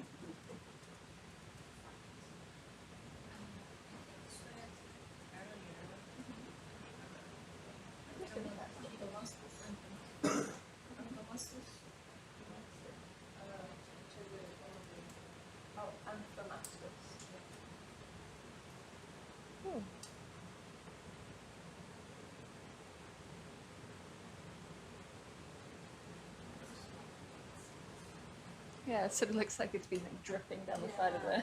I don't know what. Mm-hmm. There's a lot of variety all of a sudden on this little hillock.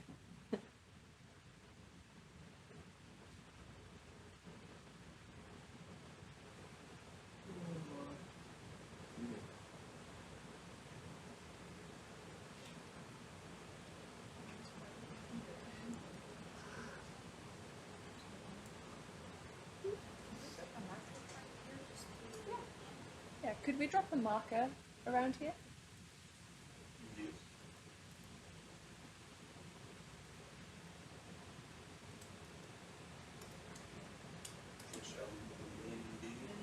Maybe Many Corals Hill.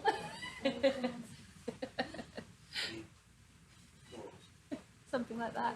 Many Corals Hill.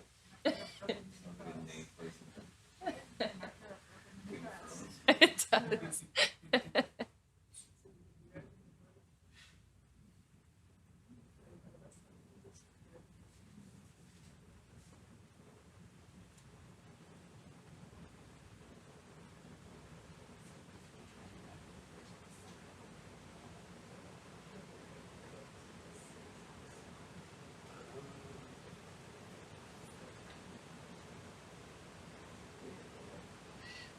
Cool. Maybe if we could zoom in and get like a pan down at some point to get a really close, or pan up alternatively, to get a really close in view of some of this.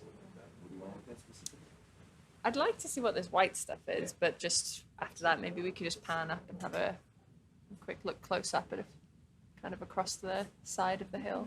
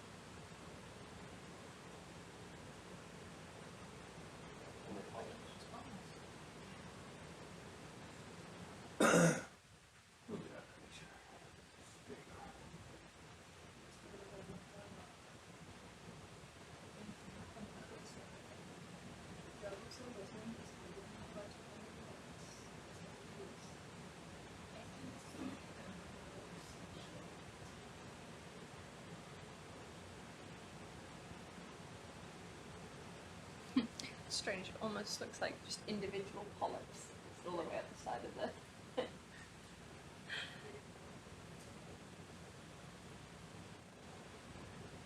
So each of those is an individual coral? They're supposed to be connected. Yeah. A lot of them look like they're just connected directly to the rock. Yeah. They connect Right. Okay.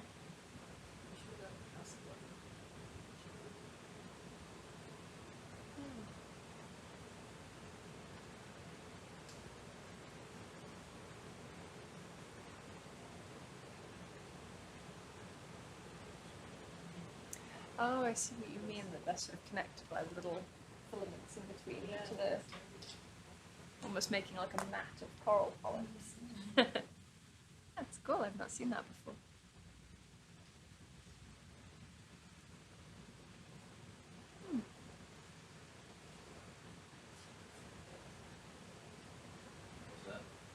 Are you wanting the scale lasers for any of these, or?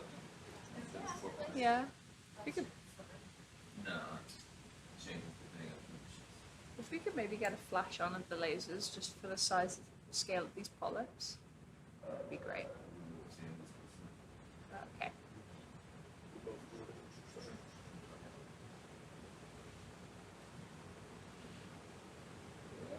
Oh, there.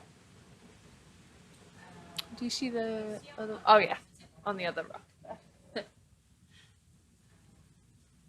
It's smaller.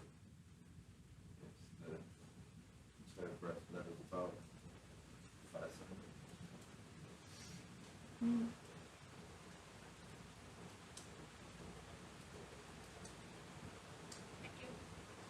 Cool. Yeah, then maybe if we could just pan up the side. Looks like a pycnogonid, I think there. Sea spider. Yeah, we could get a little closer and get just a nice view up the side. Have a look at some of the variety. That would be nice. Oh yeah, that looks nice.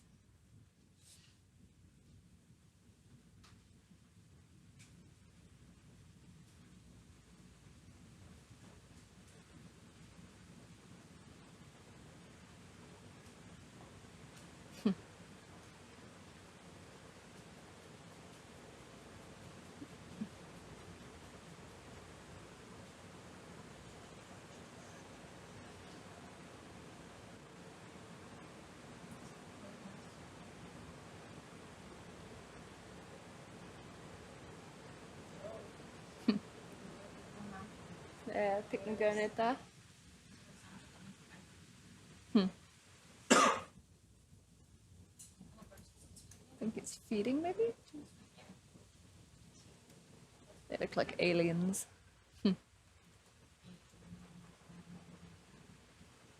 Yeah. Are we able to just sort of slowly pan up and see what else we see? It's nice getting this close view in. You miss a lot of stuff otherwise.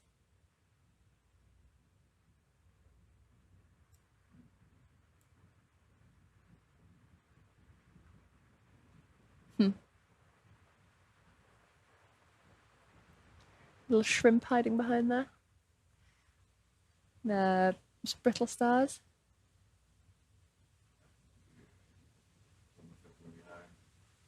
That's fine. Thank you.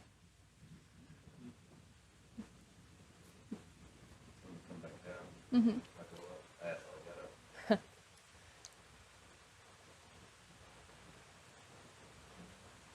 Someone in the chat's reckoning the pycnogonid was feeding. Maybe we can we get any closer and have a quick look at it, or the pycnogonid, the sea spider that was a little further down, just to see if we can actually see that or not. Where's it gone? Oh, there it is.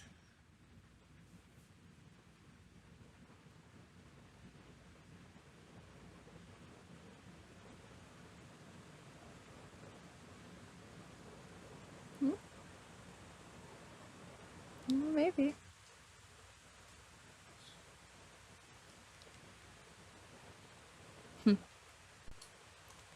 Cool.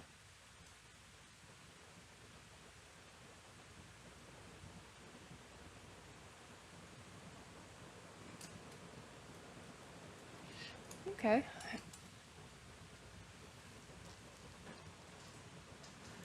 Maybe we can keep on heading off to marker in the direction of marker 5 now. Waypoint 5. Well, we are at 4 now. Do they already just reached waypoint 4?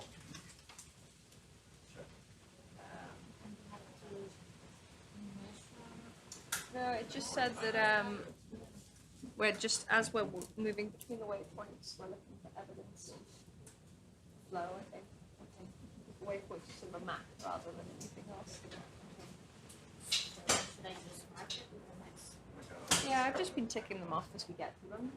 Okay. Or mine can't be, but yeah, maybe do the same.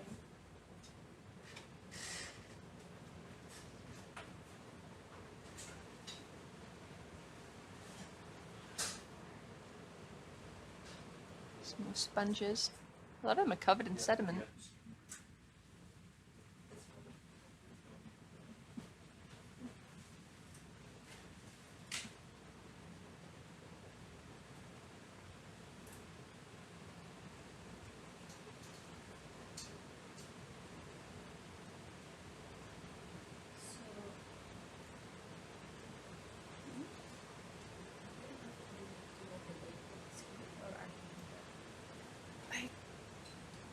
I wasn't aware. I don't think we have to know the waypoints necessarily. I could be wrong.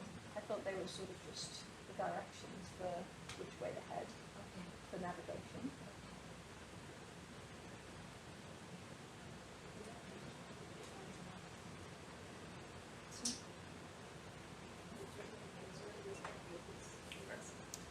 Okay. Yeah, maybe we can. I mean, I don't see any evidence of flow or anything here. It's very sedimented.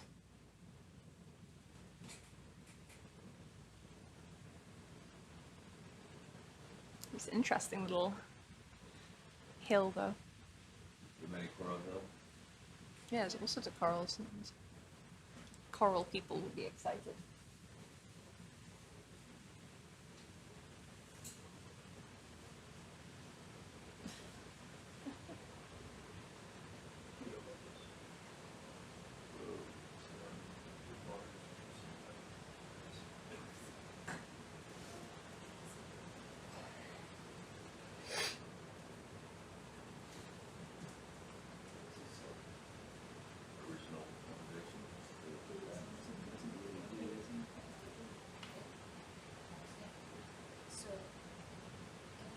Mm.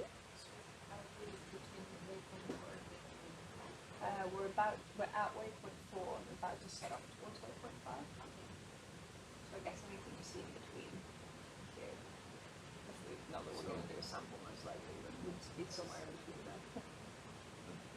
A good indication of the current effects. So this side is like carbonated curve. Right. The exact same spot. So this one's facing the food, the other one's not. Just barren. Yeah. Can we get a, just because I've seen a few of these around, I'd like to know what they are. Can we get a zoom in on that squat lobster before we move on? They seem massive. It's big.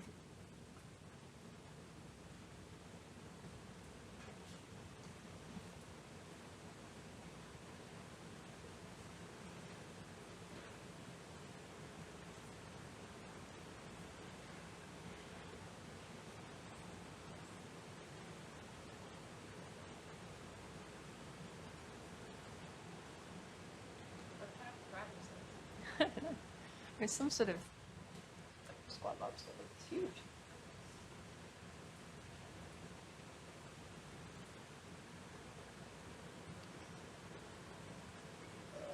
Oh.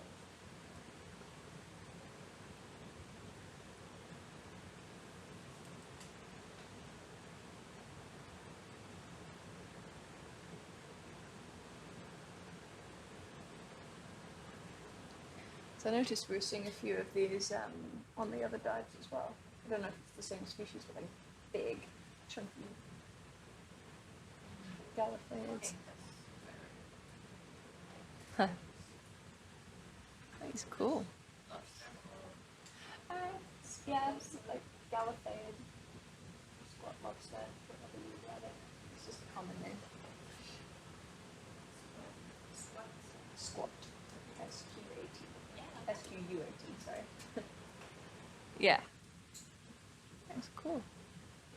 Are we able to, am I able to see the scale of lasers against that?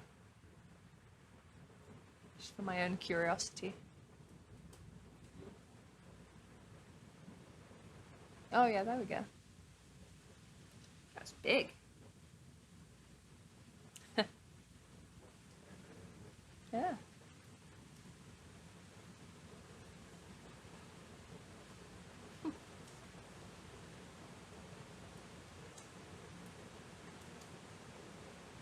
Yeah, some sort of gallopid, I'm not sure what. Might try and work that out once I finish the shift.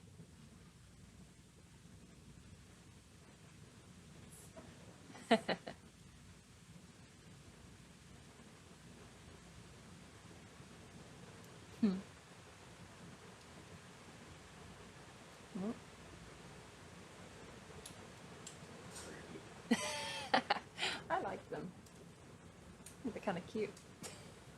But I'm also weird.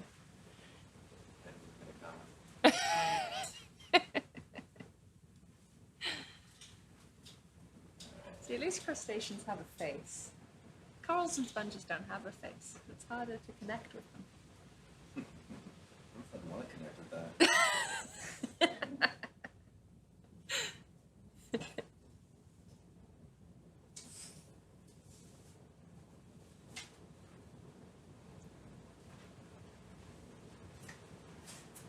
Cool, okay. Thanks for that.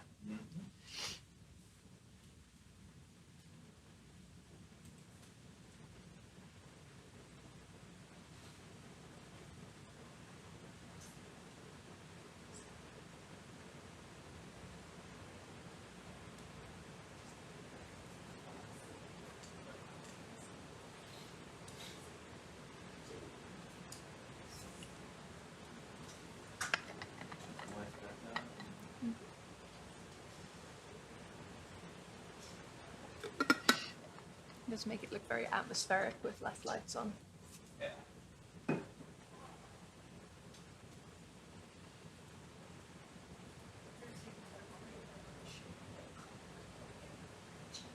What's that? Yeah. Very pleased.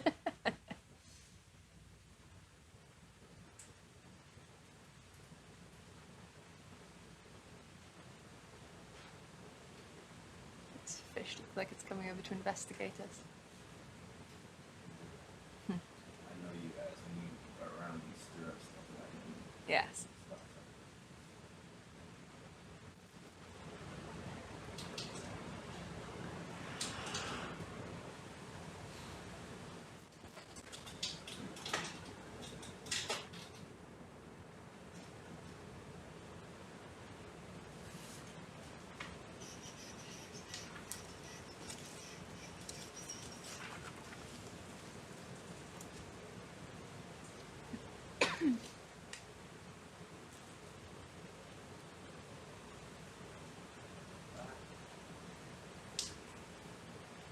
So is waypoint 5 actually on the top of the map? Pretty much, yes. So 5 onwards, we should be pretty much on the summit, Right, so traveling along the top. once we get to the top, then we have to Sorry. I was gonna tell you something that I talked myself out of it. I do that all the time.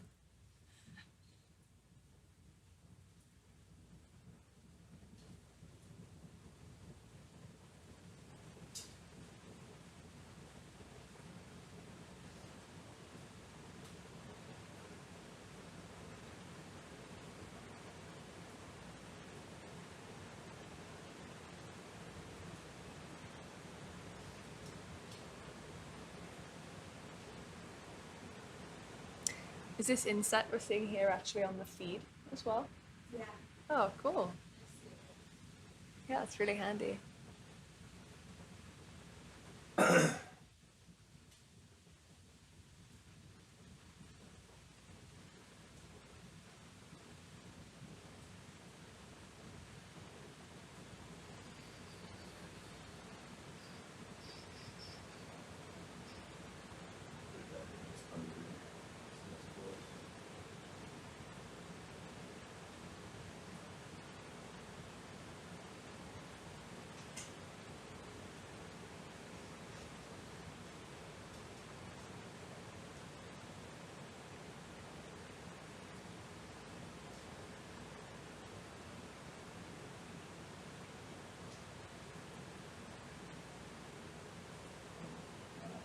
Small brittle stars, I think. Yeah.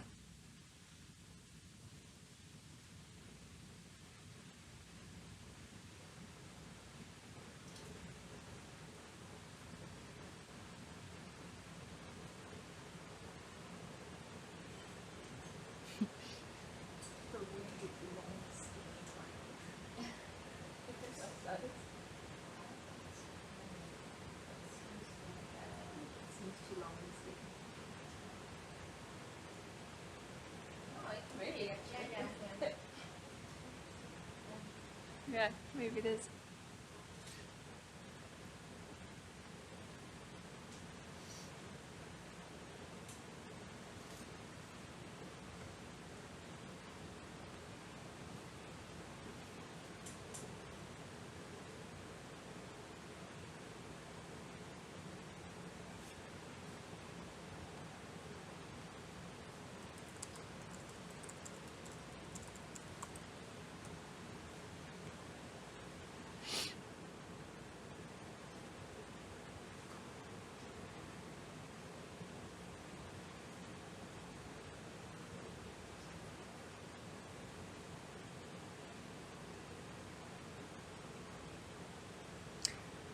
Notice we don't seem to be seeing as many of those tubes here.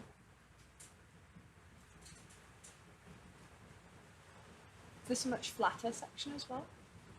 Or is it just... It's undulating, so right. It's deep and then flat. Mm-hmm.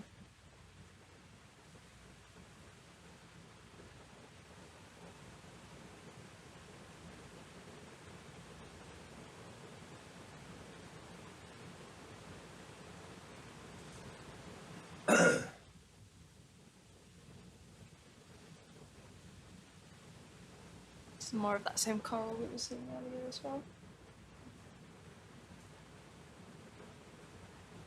It's like another big sponge in the background, maybe too.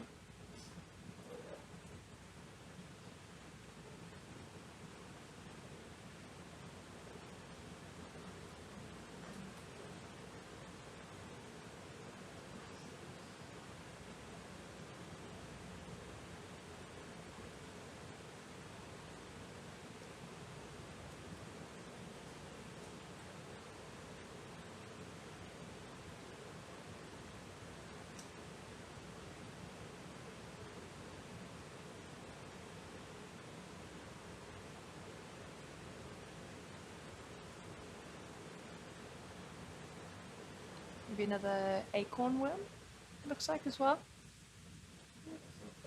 Yeah, I think so. Looks like it.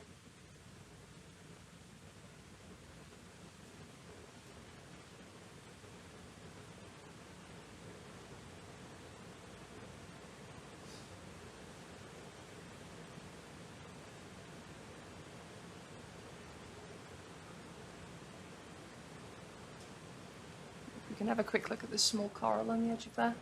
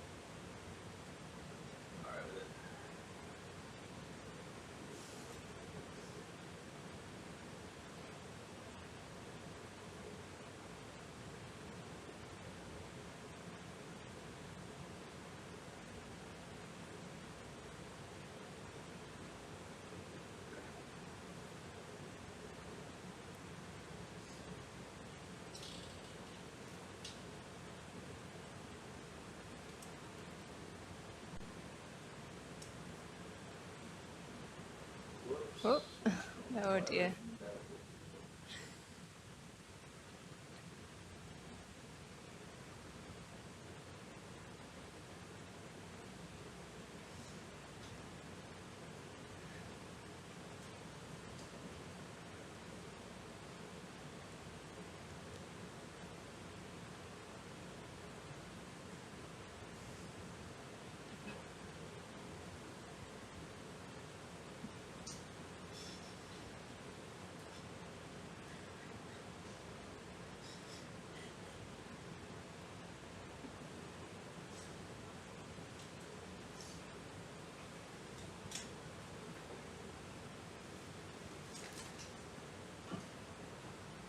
A little, eel or something poking out of there, maybe.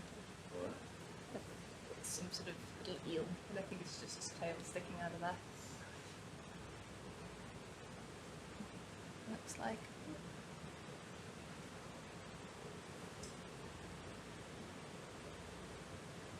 Yeah, it's hiding. It's camera shy. It doesn't want to play.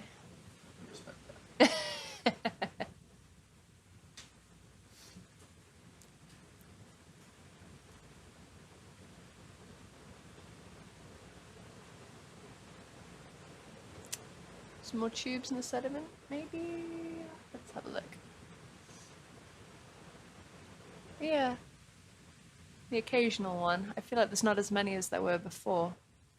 Maybe they'll pick back up again further up here. It does make me interested to see what's on the summit.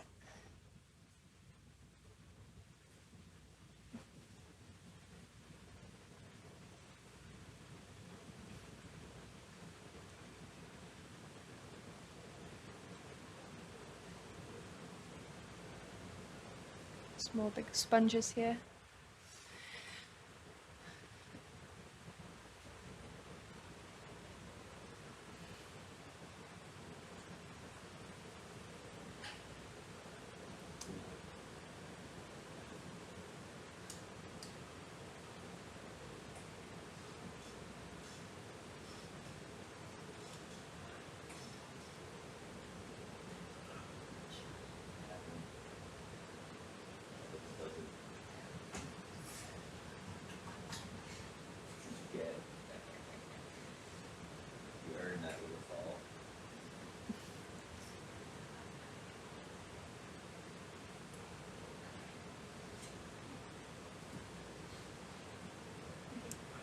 Maybe we can have a left.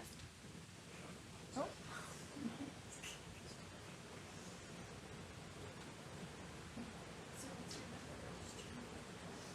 That's a big rock about to come into view. Yeah, it looks like it. Big rock formation coming into view now. Looks like there's some coral fans maybe on the top. We'll soon see.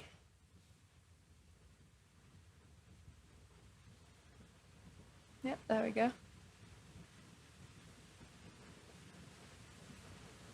Maybe you can go and have a quick look at those as well. Yeah.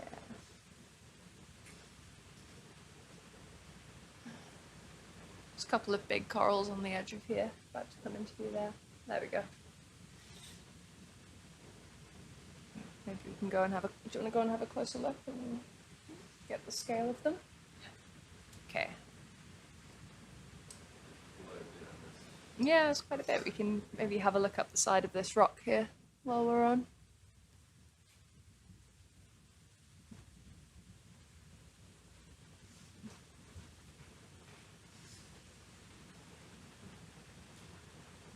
Okay, so let's go back.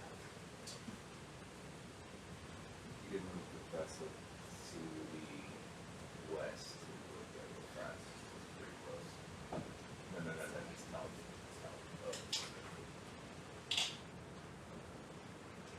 Breeze, can you move to the west real quick for me? We can move close to you. Yeah, moving over. Thank you. I'll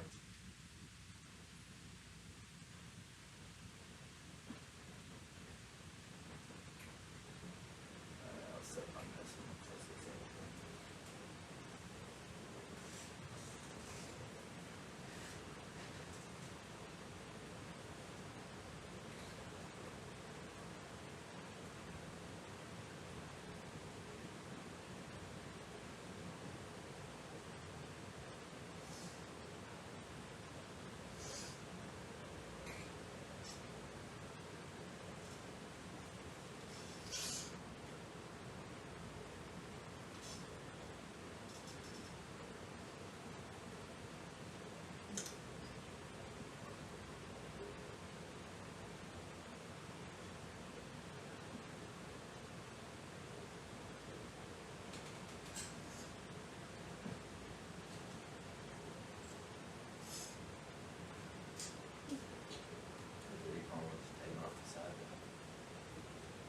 Whereabouts? Oh, below, yeah. We'll come into view. Yeah, there's a lot of those acorn worms around. On this dive in particular.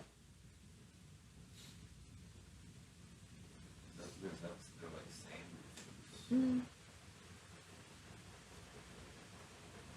Yeah, if we can get a view, that'd be cool.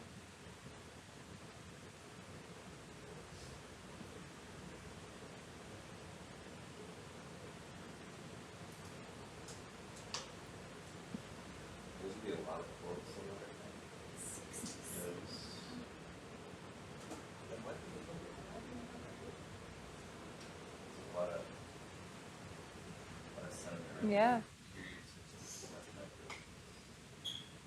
That's not something we've stirred up. Yeah. Yeah.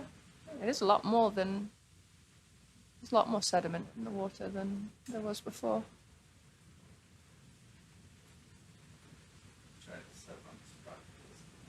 Mm-hmm.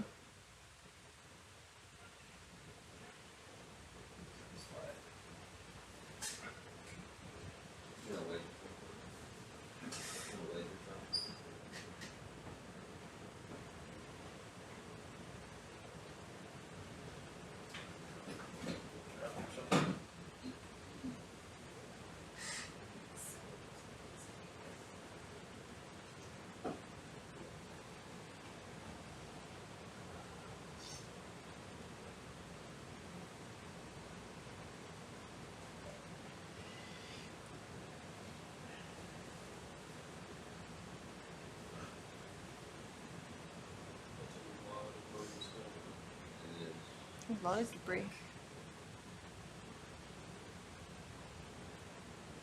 Could be a reason why there's a lot of corals. Yeah, a lot of food in the water.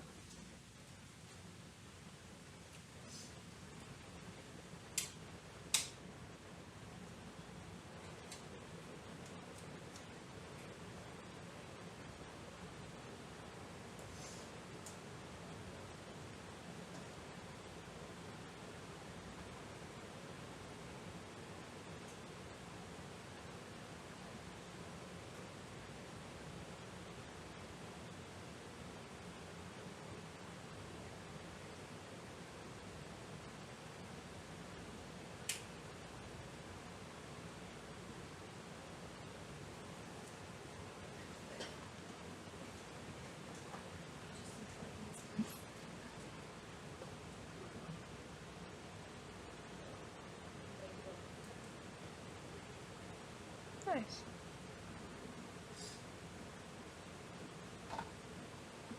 Get some nice zooms of all of these things on the side of here. It's an impressive fan.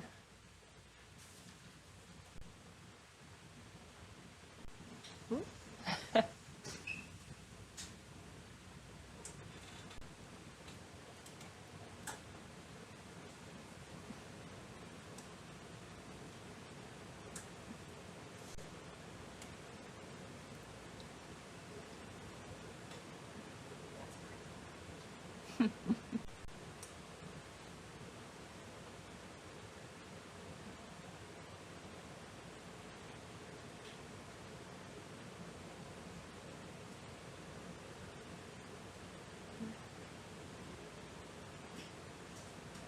Nice, thank you.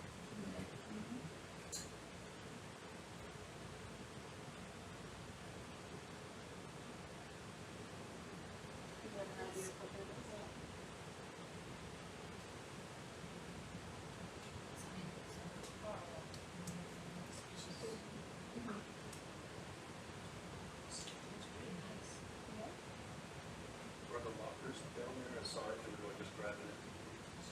Such a variety of the corals on this dive, or corals in general. It's a coral and sponge piercings dive, this one, for sure. Very pretty.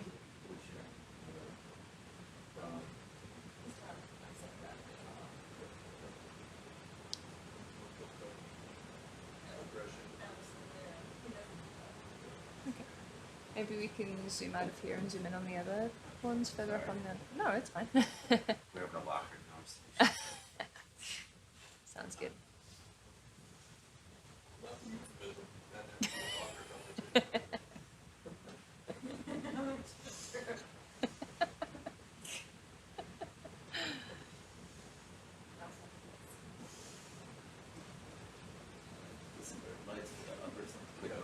Mm-hmm. The camera control has the monitors on every now and again, just because we're at once.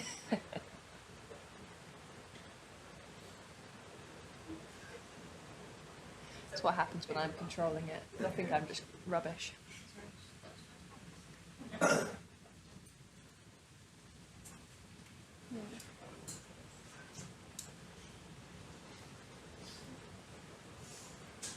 Another ophiuroid brittle star there.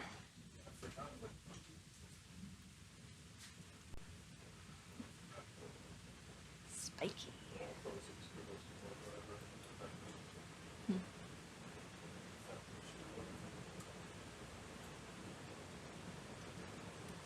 Then you want to do rotation like this. You. You.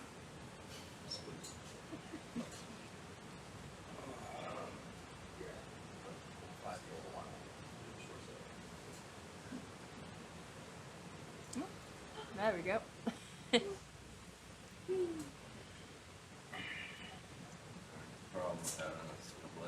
So you want to look more at this rock. So you probably have to like skip a little bit more because we can't look up any higher.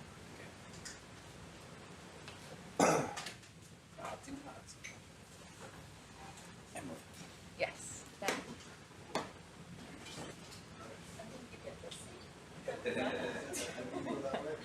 Everyone's doing a swap around.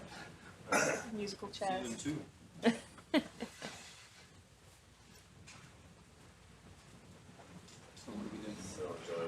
We were going to see if we could do a zoom on this coral here. Have a look at the polyps.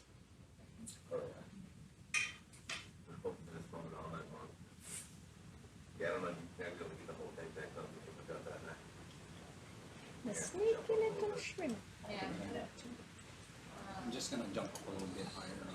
Sounds good. Yeah, thank you. What are you seeing? Sort of perched on the edge here. So I can't help myself. I'm definitely a crazy shrimp lady. I'm excited anytime there's a crustacean.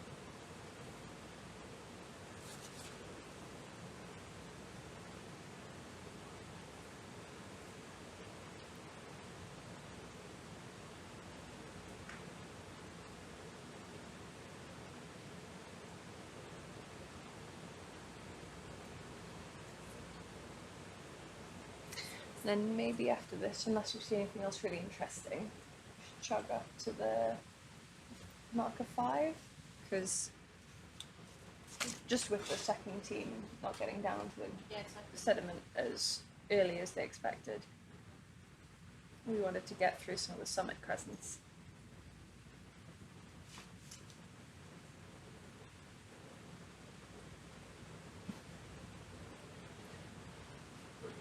So unless we see anything momentous, we can. You're far away from point 5. Yeah.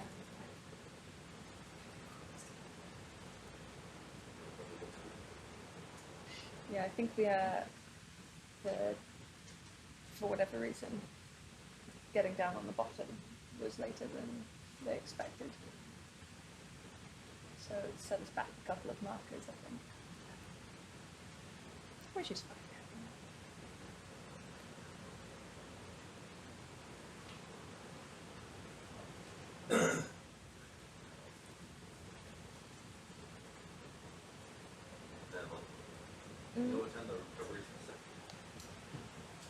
Do you know the recovery time? Do you have a picture or 6-ish. AM? Yeah, I think it's a long dive. No, it's like a 32 hour It's like dive. a 32 hours dive. Yeah, it's not going to be 32. tomorrow. I think it said 52. No, I was like, 32. no. 32. All right. Yeah. 10-year dive. We recover on the 21st of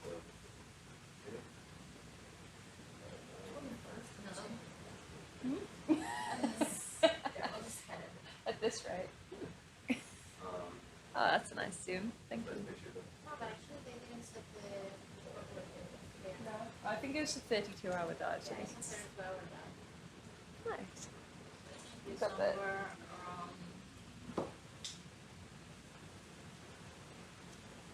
screenshot.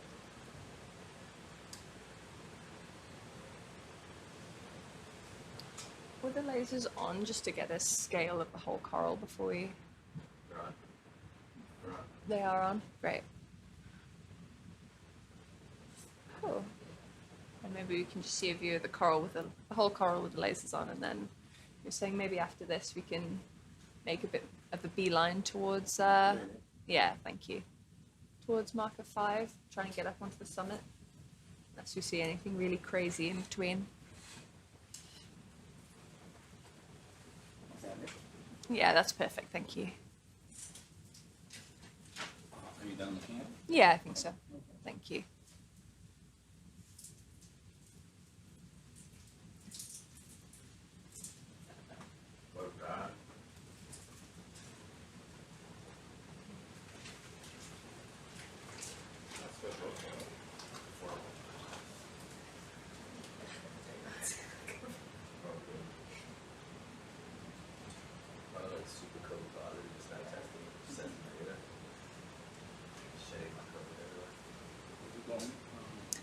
Heading up towards waypoint 5. Thank you.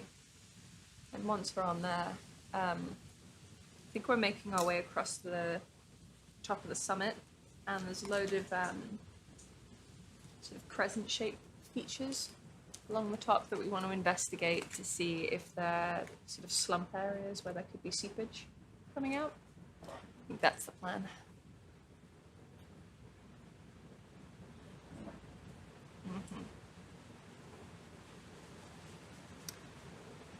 So from previous heat flow from ship measurements that have been taken at this Fuente Seamount, there's areas that indicate higher than normal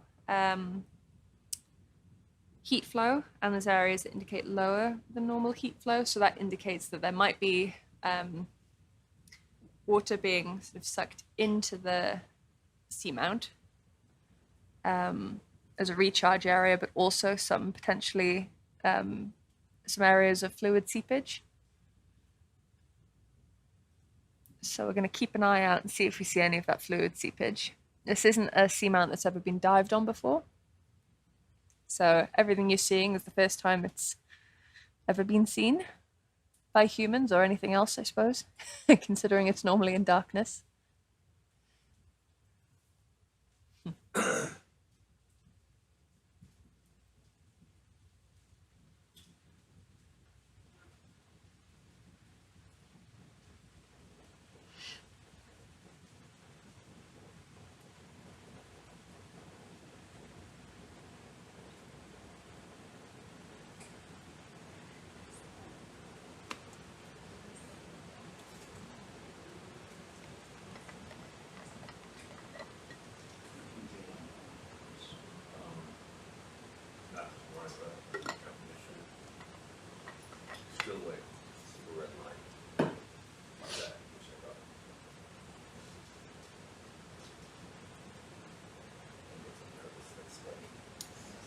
Yeah, the question in the chat, yes, it's basically a very long heat flow probe, similar to the one that we use from the ROV, but much longer.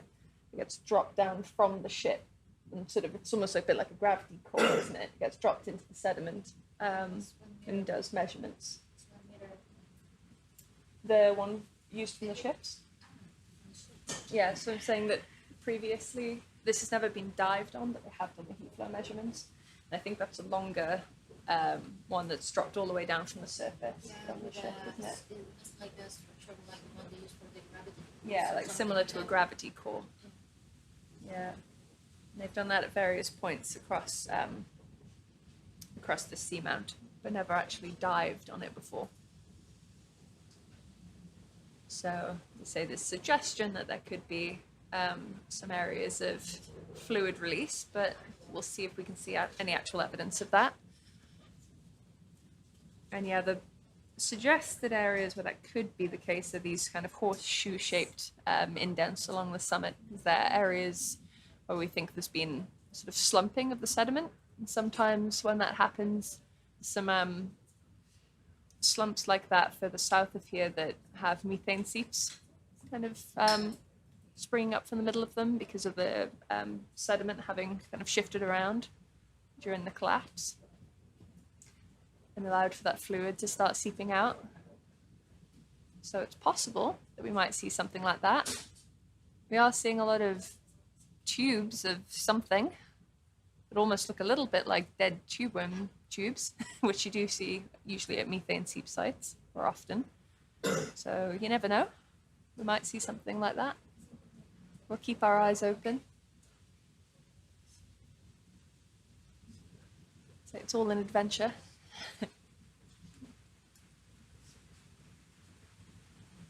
Oh. Little eel here is coming to investigate, I think.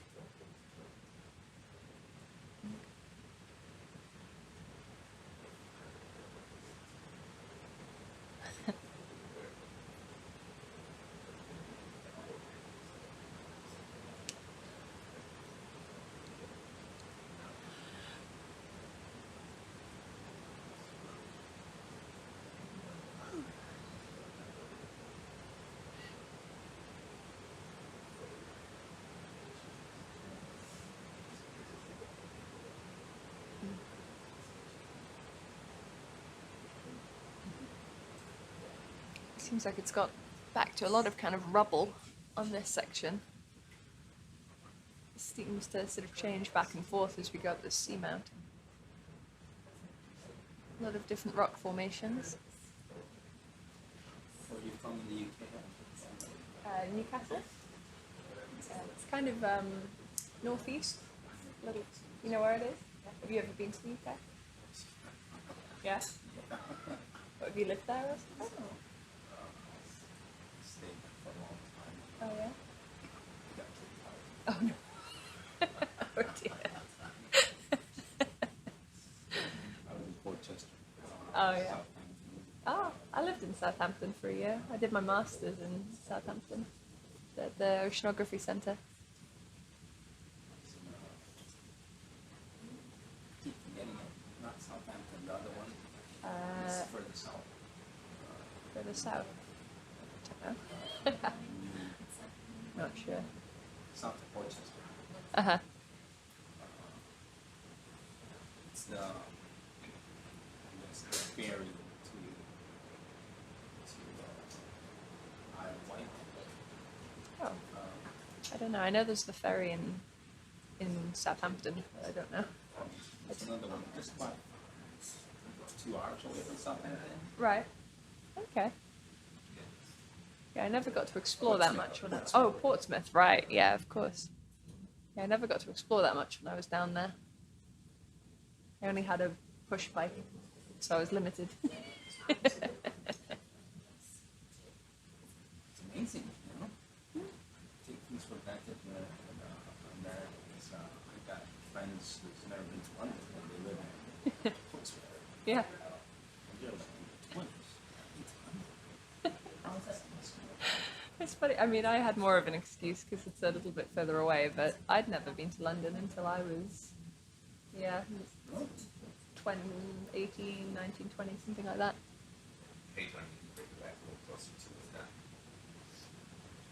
Yeah, copy on, man. Heading over to the waypoint now. That's the train. Well, it's the Great North-South Divide, you Hi, know. Charles.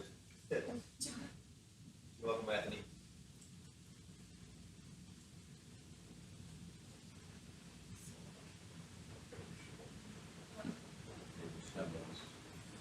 Some train system. Yeah. Yeah. The tube's great in London. Get out anywhere. Where are you living now? I live in Florida. In where, sorry? Florida. Oh, Florida. Nice. Do you like it? I've been here too long now. It's just kind of long. It's highest number of seniors True. A lot of seniors, a lot of alligators.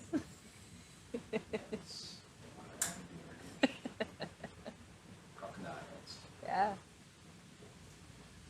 It's the only place in the world where we find alligators that are in a crocodile. Oh, really? Oh, wow, I didn't know that. Cool fact. Yeah, it's like all over. Yeah. I was doing a project on it. Mm-hmm. I spent the whole year just about the year between Norway and the UK, finding immigration. I spent more time in the UK back home. I know. They're trying to come on. Yeah. She wouldn't have to, you overstay, but you need to get a business in this. Oh, man. I'm not taking jobs here. We're investing. Yeah. We're investing $100 million, £100 million to bring to the country. Mhm. I understand. That's right. I'm not back. 2 weeks later, it's going to be back. Oh, man. Now I have a crew of 15 Americans. And then I need the same immigration officer. I don't know nothing about you.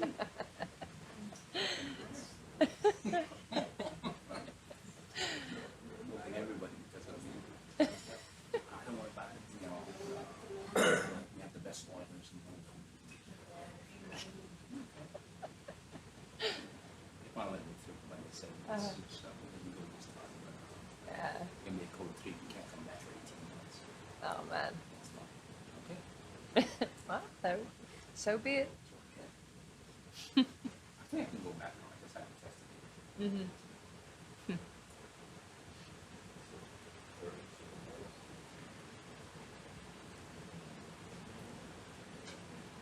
I like that. Yeah. I like It's an interesting place. Yeah. Went to Bath. Oh, Bath's lovely. Yeah. That's close to Mm-hmm. Stonehenge. There's a lot of variety considering it's a very small place. Yeah. What's the name of King Arthur's village over I don't know. I'm not sure. See, I'm terrible. I'm a terrible tour guide.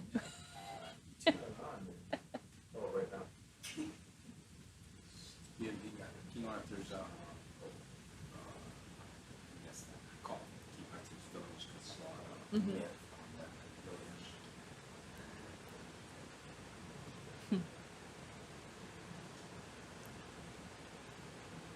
We used to have really nice skink festivals. Yeah.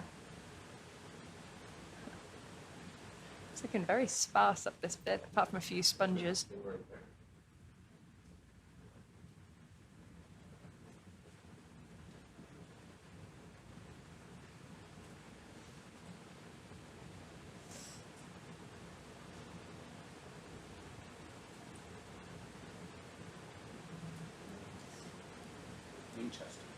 Winchester. Winchester.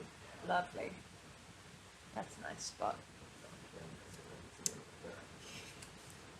Oh. Can we have a quick look at what this is down the bottom here?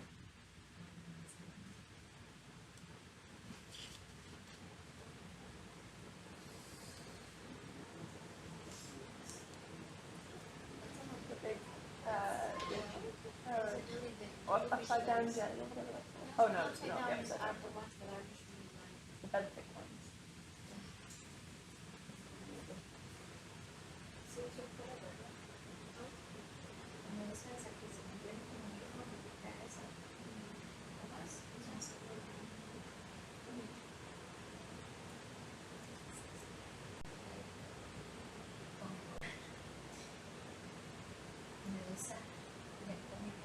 Jelly.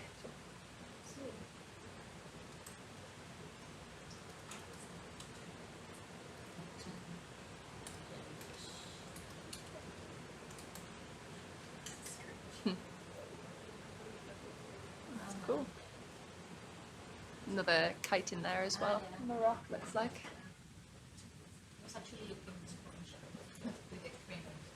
Oh yeah, the sponge with the crinoid. There's a few things. Cool.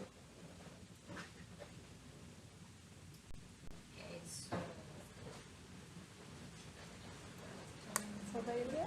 That would be that's one cent for the jelly maybe.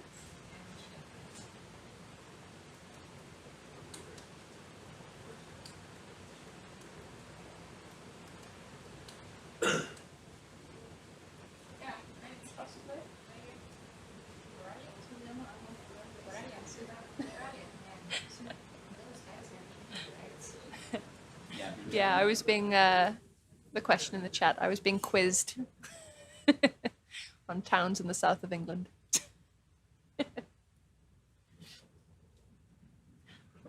Yeah, we can carry on. Thank you.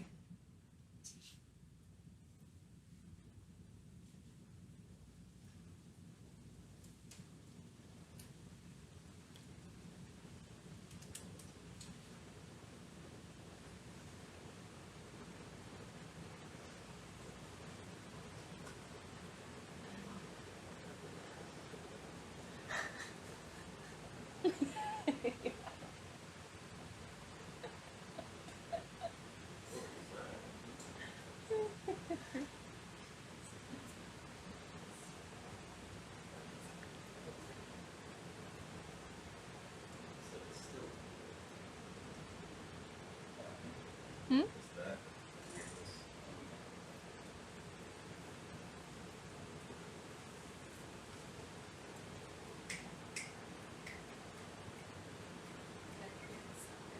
Very proud of you. She's being serious.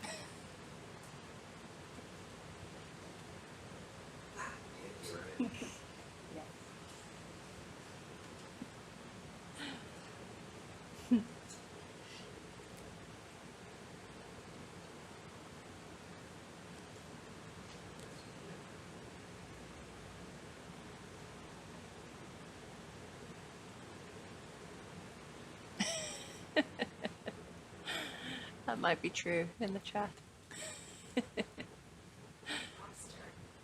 Yeah, another squat lobster that.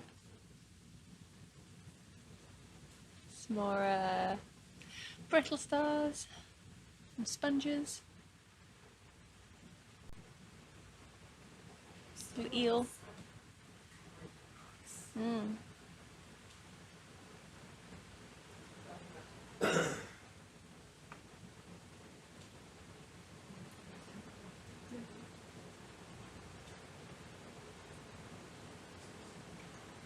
So you do it now? Philadelphia? Yeah. Stayed in London.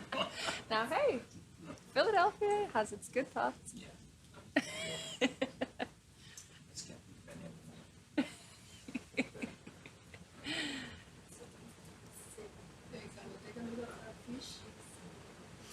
Hmm? Oh, can we have a quick look at this fish that just went out through there? Thank you.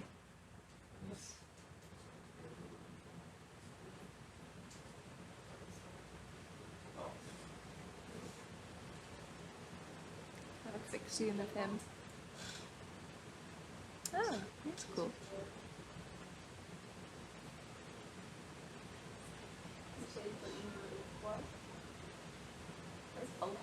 Yeah. It's just like a.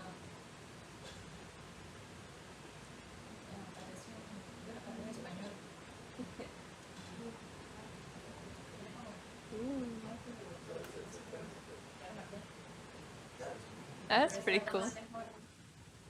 Look at all those kind of barbels. Really cool.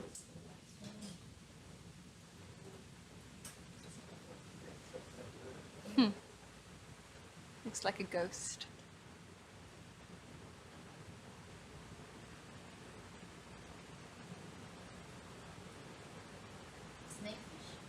Oh, could be. Yeah. Wrinkly. I was thinking it looked familiar. Yeah.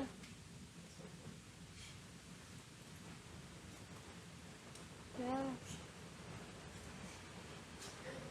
Snailfish are the ones, I mean, different species, but the ones that you find the deepest living fish, aren't they? They have the, yeah, I think they, oh yeah, look, you can see what a good view there. View. Yeah, you can let him swim around in view for a minute. Oh! He's coming to investigate. Oh, hi!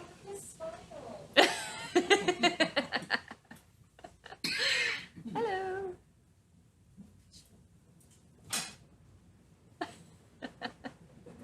Very interested.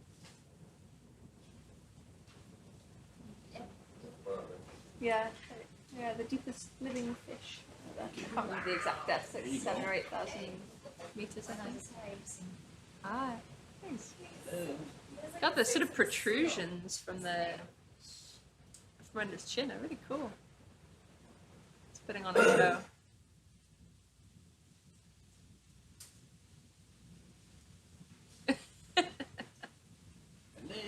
Hi.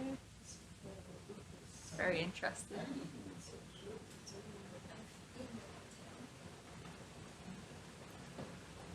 He wants to be famous. He's got quite a cute face, actually.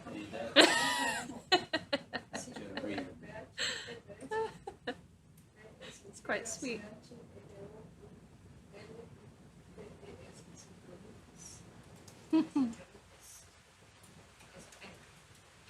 That's great footage.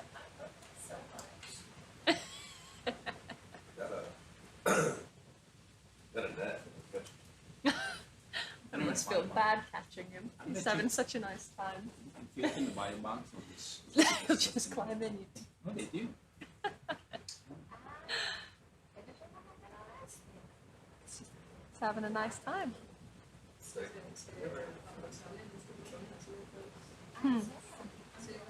Just chasing us away. Maybe that's his plan. Oh god, as long as he doesn't swim into the into the rotors or something, that'd be terrible. Hi! Oh, he's so cute.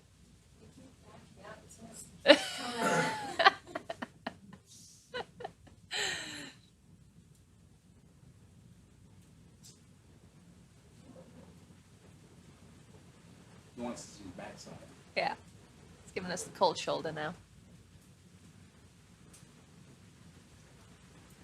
Maybe he's going to take us somewhere interesting. He's going to be the tour guide. Follow you. It does kind of look like he's like, come follow me.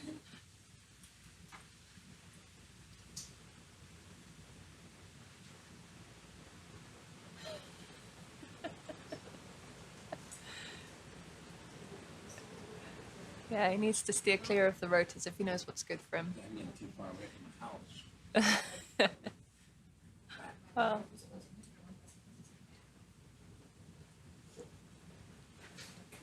well, that was fun. Yeah, maybe we can keep heading up. Yeah, I think we can probably move on now. It's great, great footage.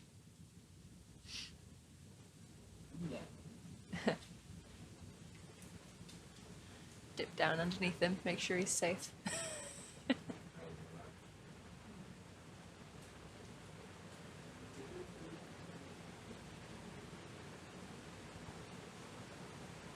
Oh, then we can keep going up towards waypoint 5. I'm impatient to get onto the summit now and see if there's anything interesting up there. Although this has all been interesting too. I really want to see if we see any more of those tubes. I'm going to get you ahead of the vessel.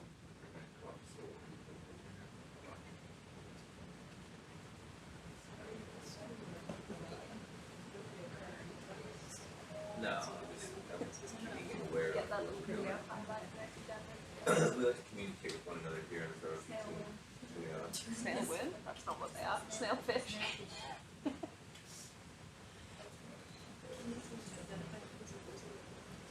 communications is the sign about the relationship. Lots of dialogue.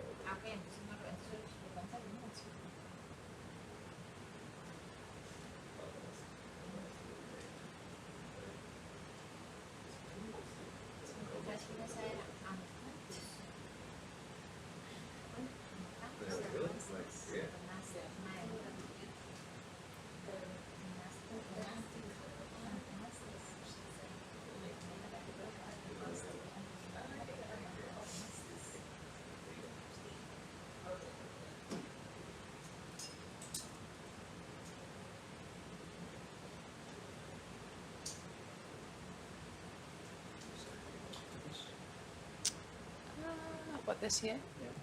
I think we've been seeing a few of those. I think they're kind of sponges covered in sediment.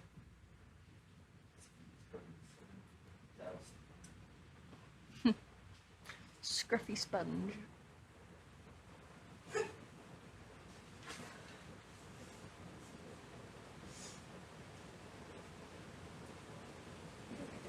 That's cool. I don't know what that is behind the. We've seen a lot of these corals, but I don't know what that is behind there.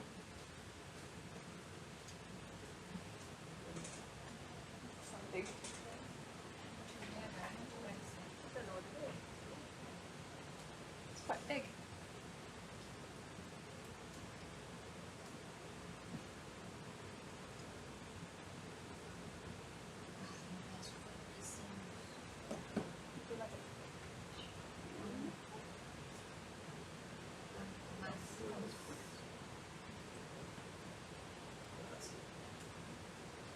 The masses, coral.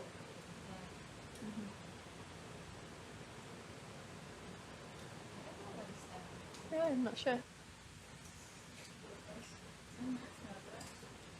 Stay for a few minutes. We could probably just keep moving on.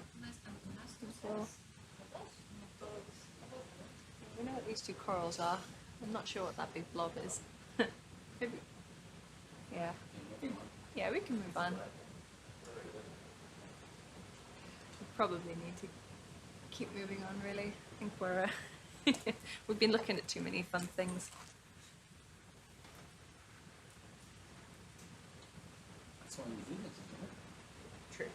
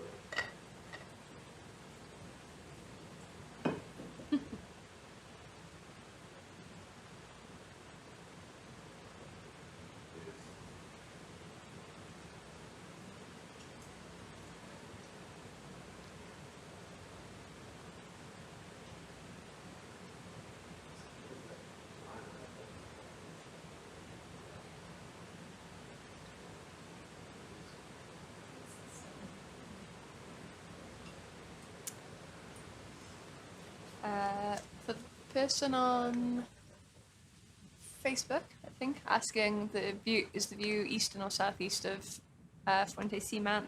We're on the southwestern flank right now. We're moving up onto the summit, and we're going to investigate some sort of crescent shapes that we can see in the bathymetry map on the summit, which might be areas of sort of slippage of sediment, which could potentially mean that there's some venting, some seepage up there. And then we're going to summit the southern ridge, move along the southern ridge, and down the southeastern flank of the seamount. That's the plan. We'll see how far we get. This is quite a long dive, so hopefully we'll manage a lot of those waypoints.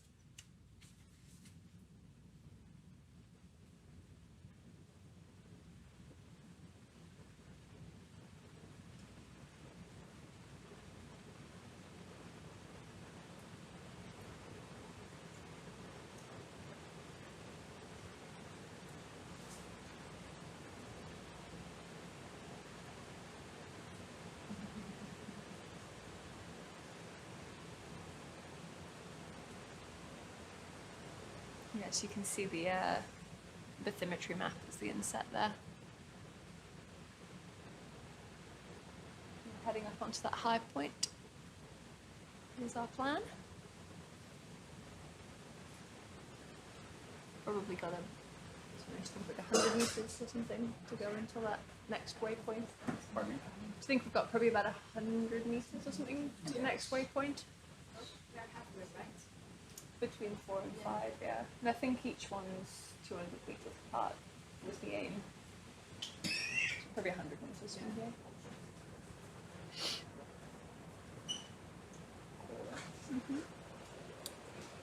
Let me know if you want to stop and look at any of the corals. If not, then we can just keep heading up unless you see anything particularly exciting. I'm just trying to keep heading Unless we see something increase. Yeah. There's the same corals. Yeah. Or you guys will know better than me if it's a really exciting coral, so you can let me know.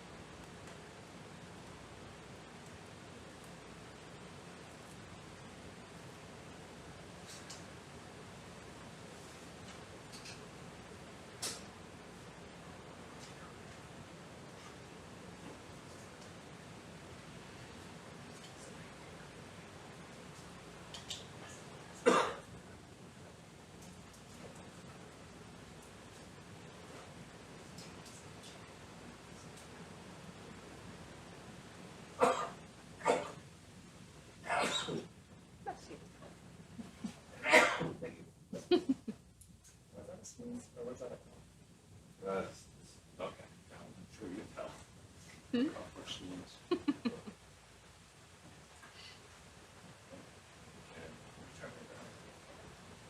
How long have you been in Philadelphia for?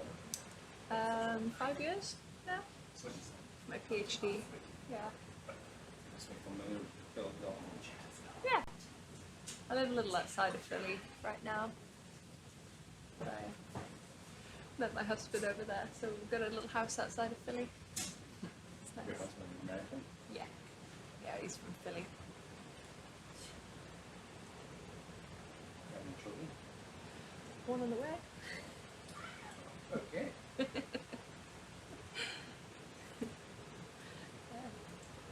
So I think I've been keeping Eric, the medical officer on his toes this cruise. He's probably lost years of his life from stress. Hopefully, you're not too stressed out. Hopefully not. Try to keep you happy. Yeah, it's been a nice cruise so far. It's been a nice vibe. Lots of fun people.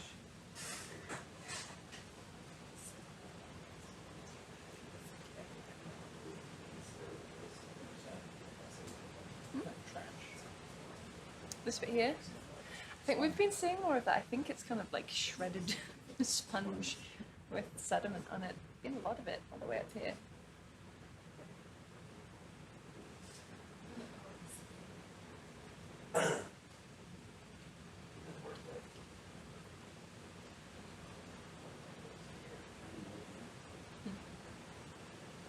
Another one of those corals. We've seen quite a few of those all the way up here.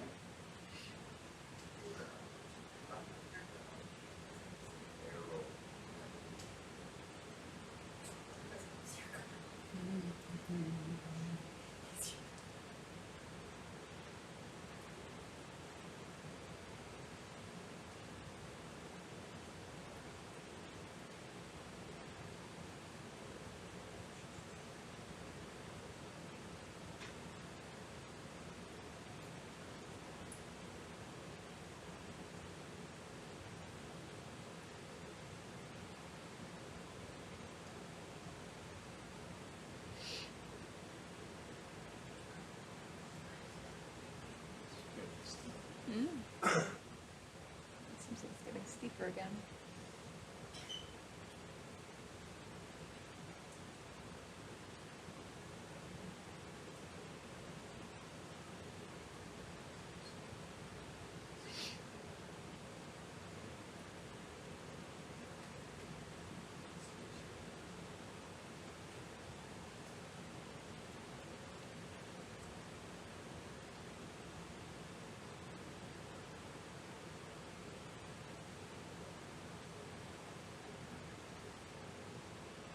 Yeah, I think pretty much all of the seamount is different kind of volcanic deposits.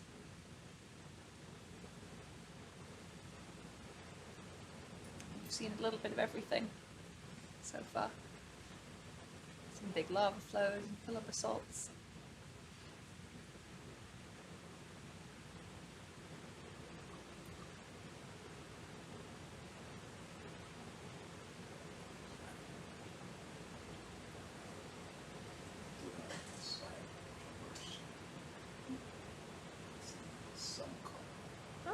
Yeah, go towards the colourful things.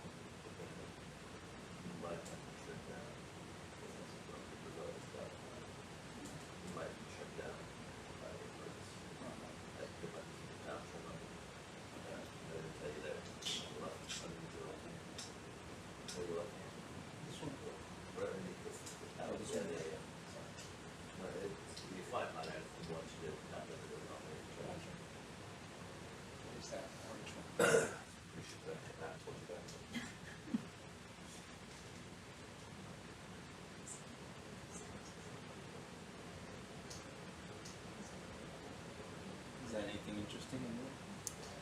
Is there something you guys want to stop and have a look at? I don't know what that orange thing is.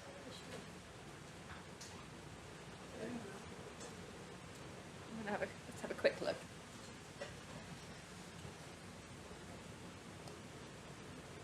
Yeah, strange. I don't think we've seen that.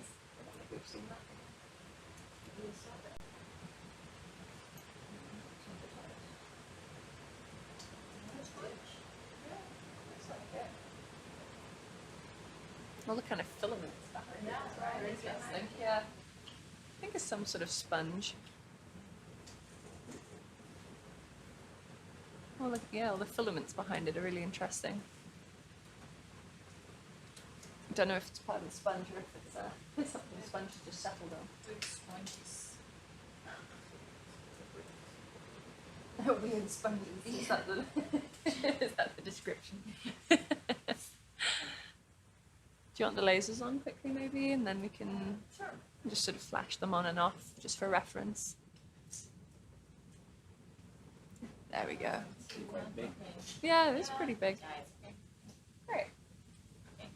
Yeah, okay. It's a cool little view, thank you.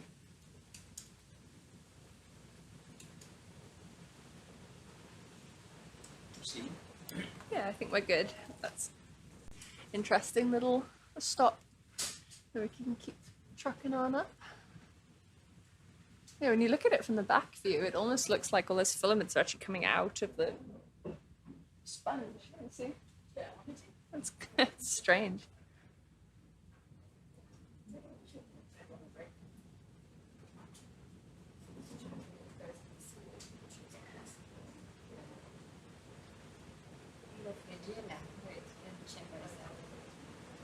Maybe it's not a sponge. Possibly not.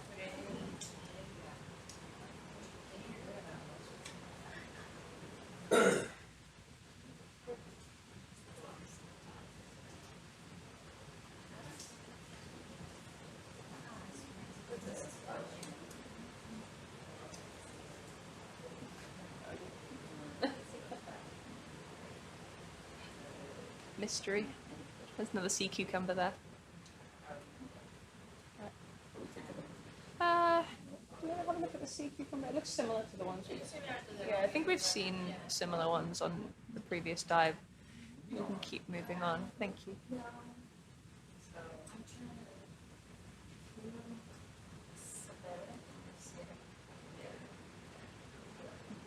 I think we can probably just make a fairly direct beeline, I think, at this point. It's a mosquito and you see just Yeah, I think the waypoints we have, the previous when we took over the previous shift, they'd only gotten to like the first or second of their waypoints because it took longer than expected. I think down onto the look at all those filaments there. All these kind of filaments here as well. Yeah. Just like Stop and take a quick look. Yeah, maybe. Yeah, thank you. Just interesting. It looks similar to what was behind that orange thing, whatever that was. It's a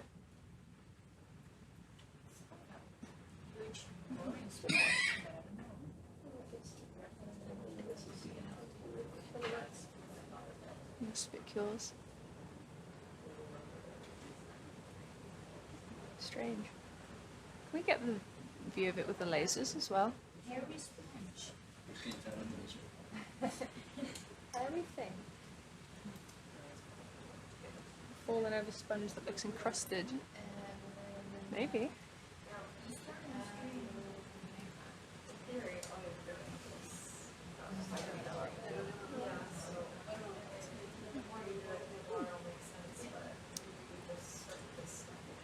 Interesting. Don't know.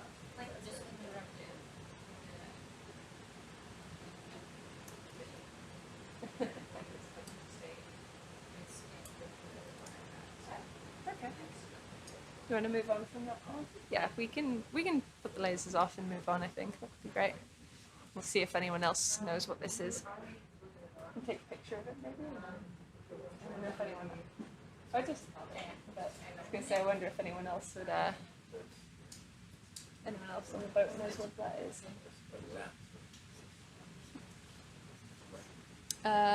So another one of the fan corals that we saw. It might look similar to what we've seen already, I think.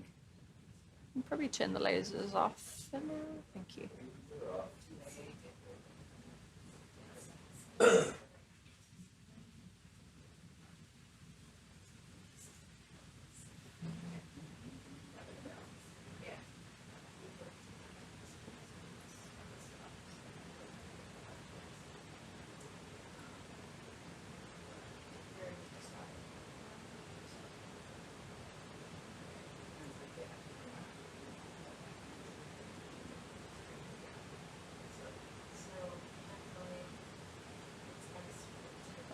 Big sea star. Oh, look, that's a nice. Yeah.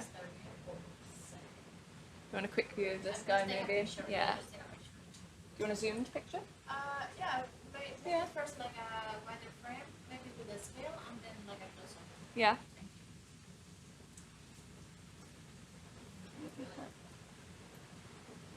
It's cool. Pretty. Yeah. You can have a close up and then with the lasers on as well afterwards.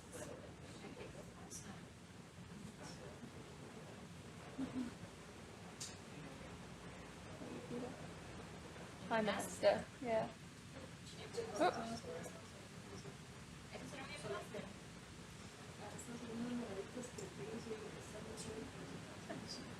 You get your screen grab with the lasers on? Okay, now I got it. Yeah, you got it. Great. Yeah, it's nice. That's cool. Looks like Patrick.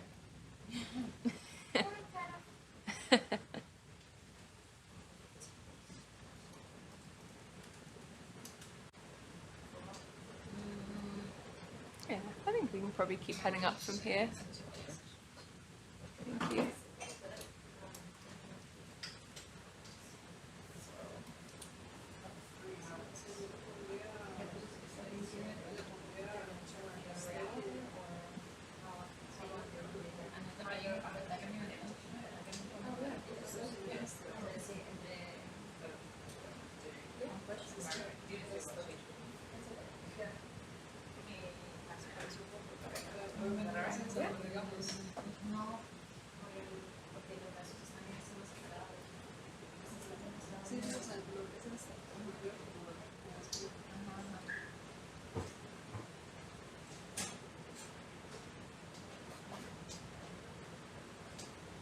Yeah, I think maybe now, unless we see anything really cool, I think we'll just keep going straight up to waypoint 5 and try and get a view up over the summit, see what we see. Oh wait, hold the phone, what's that?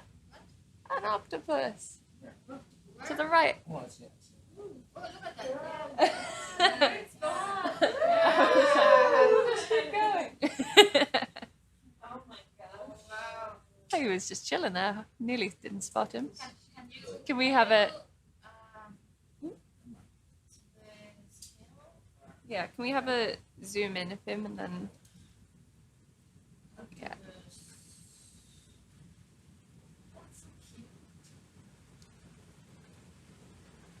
Octopus.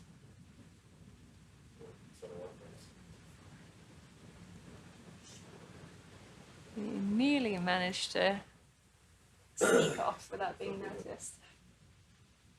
There's the view of the scale. Yeah, you got it. Maybe can we try and zoom in, see if we can... Ooh, spotty. See, look, that looks kind of like the one from the... Yeah. Looks like certainly a similar species. Mm-hmm. I don't know. On the move. Maybe we can take the lasers off now and have just a view.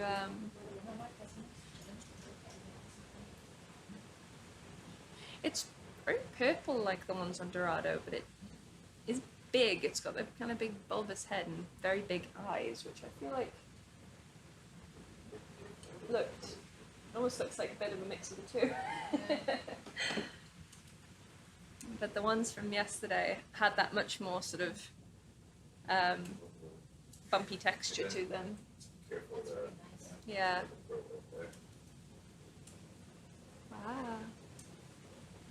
What should we have in the description? It's like yeah. Yeah. I mean, it's definitely not brooding or anything. It looks like it's just moseying. Yeah. Yeah, the ones on Dorado were a lot smoother, I would say, than this. It's more similar to the one from yesterday. It is a bit of a different colour, but then I mean, colour isn't a good indication in octopus, since they can change colour sometimes. It does look like a cartoon. Big eyes as well. Similar to the... It doesn't look like it's got the one from yesterday almost had like a bump in the middle of its mantle.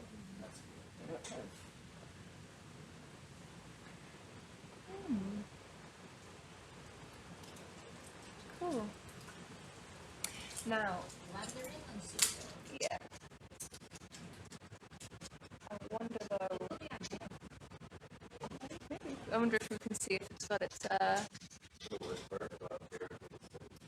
interesting little tentacle. Oh, it's doing it. We should keep the camera still a second, just see what it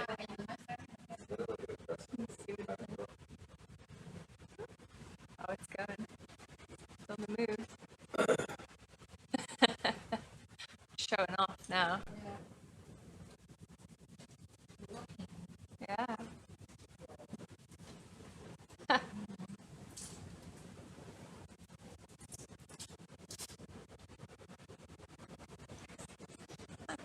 Beautiful. Yeah, it doesn't look exactly the same as either, really.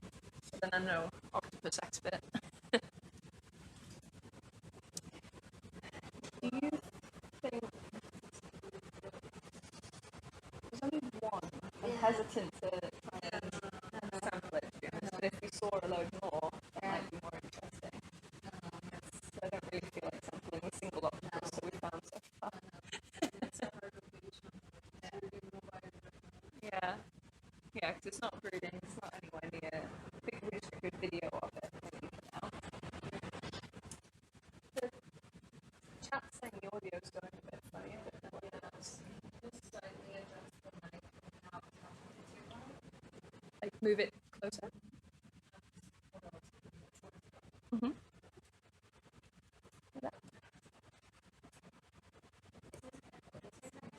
Something like that.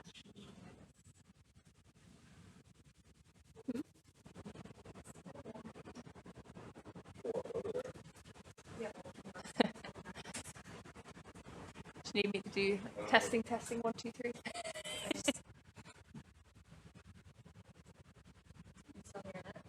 Any luck? Oh dear. Sorry guys. It sounds like you guys are in a helicopter. Sorry, we're just trying to sort out the audio.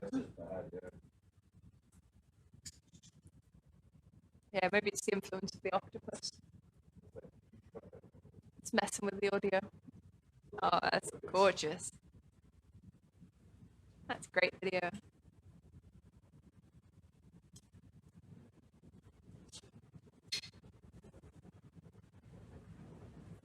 Well, hopefully we see some more of these guys.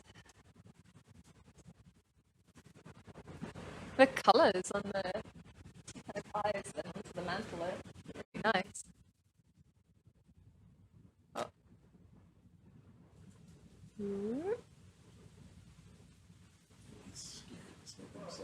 Yeah.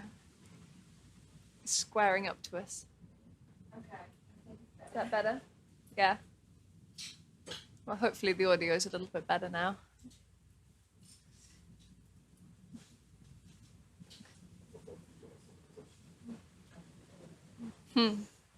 Wow. He's cool.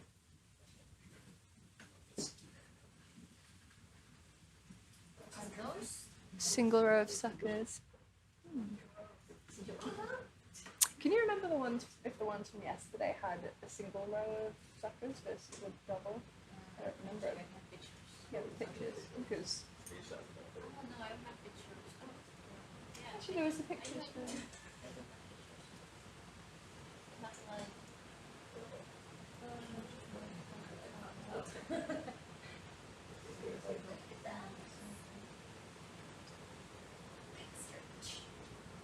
Oh, he's great. I don't...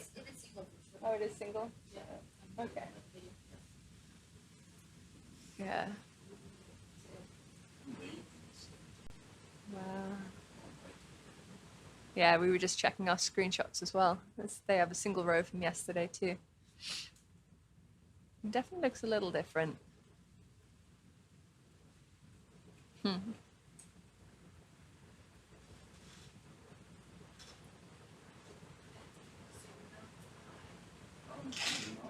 Zoom on its eye. See if we can get it.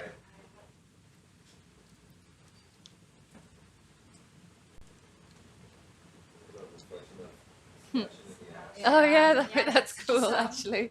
You can see the lights reflected in its eye. Hi.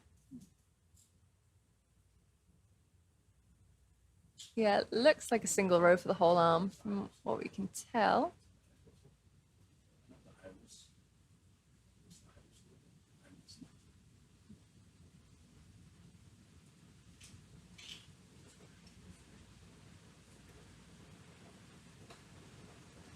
Oh, it's caught on something. It's crashed. There we go. Look at him go. It's fabulous. Whee! Let's maybe just let him go out of frame for a second, if you don't mind. See if we can go. See, I've said that, now he's just going to chill here forever. Yeah, he's like, no, I'm not playing your games.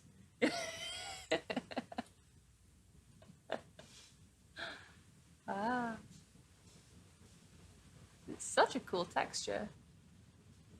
I don't think the ones from yesterday were quite as bumpy as that. No.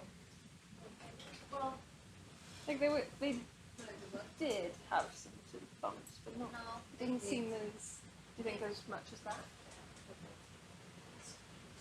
Yeah. Seems like very pretty on this guy.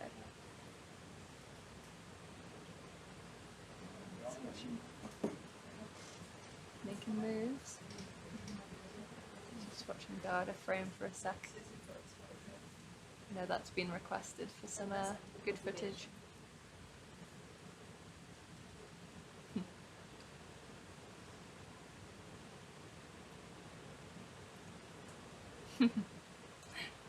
Cool.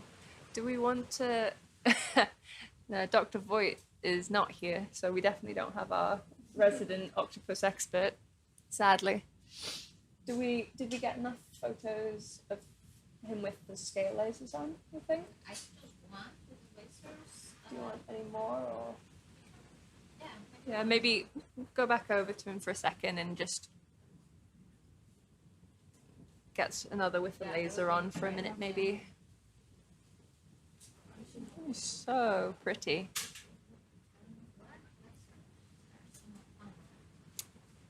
I think they might just be out of frame right now. Hold on. Oh, there they are, right at the bottom. Oh yeah. Get a few shots. Okay. Right. You got. Okay.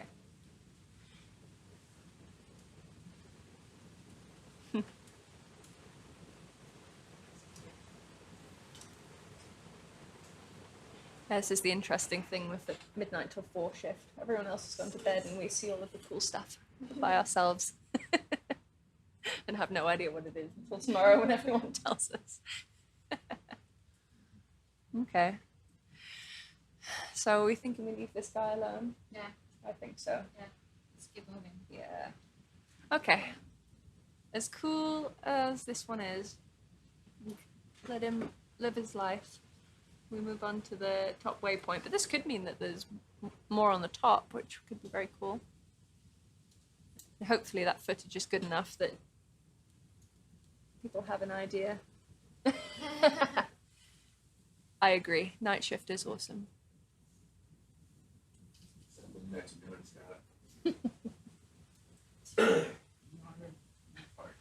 Cool. Well, bye, friend.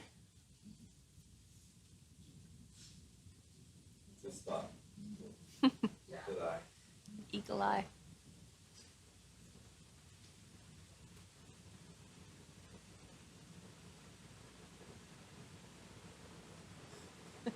That would have been one of those annoying ones when you're watching the footage back after. You just completely fly over the top of it. Oh, we missed it.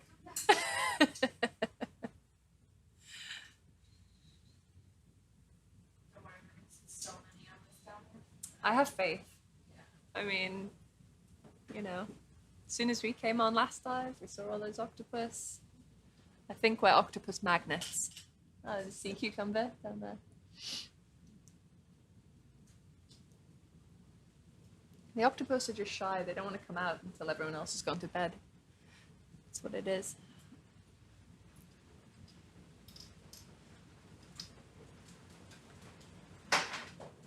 Cool. Okay. Yeah, unless we see anything else of interest, we'll just keep on trucking up to the waypoint 5.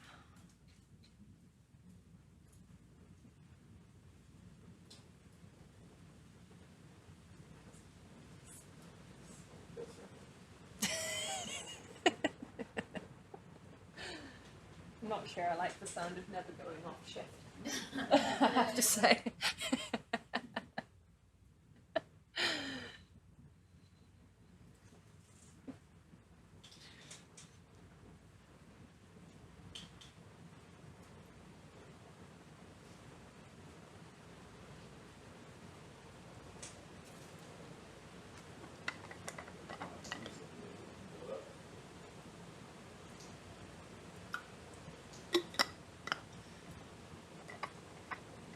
Yeah, there's not too many of us in the control room right now. There's 3 on science and 4 in the ROV team.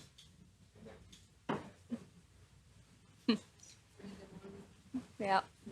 Yeah, 3 a.m., so definitely gets a bit quieter around here at this time. Oh, you're not invited into the ROV team? Okay. No. 2 marine techs, 2 ROV team. Yes, we're having okay.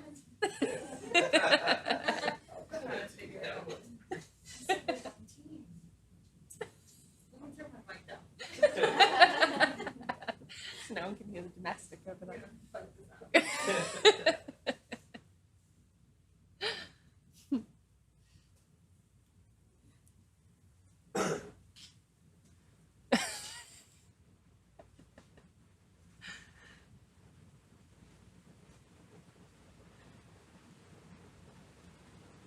I think 3 a.m. is definitely where it all starts going a bit silly.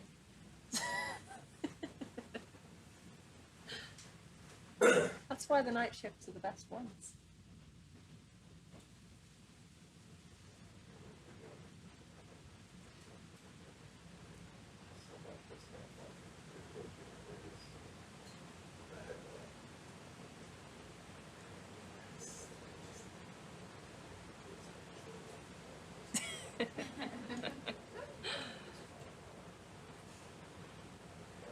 Yeah, we're the 12 till 4 shift. So we were the ones that found the octopus, sampled the octopus yesterday, so we have good octopus vibes so far.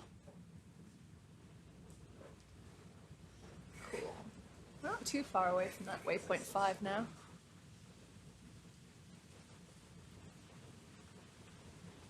Maybe another 50 or so meters.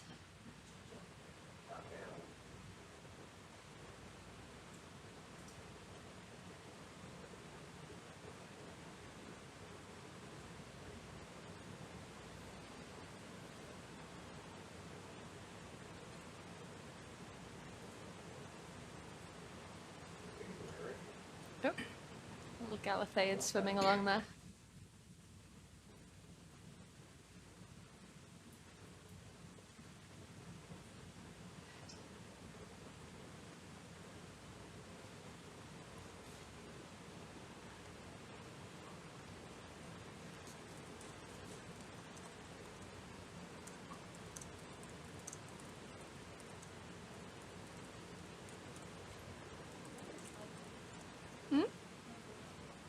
On the right, like the anemone. Is that an anemone or something? You want to go and have a look at it?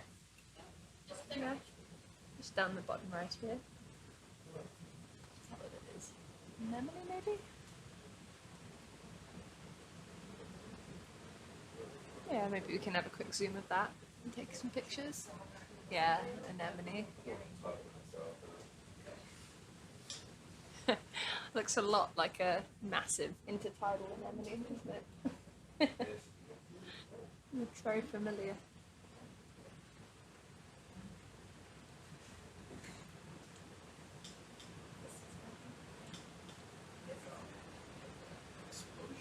Ooh.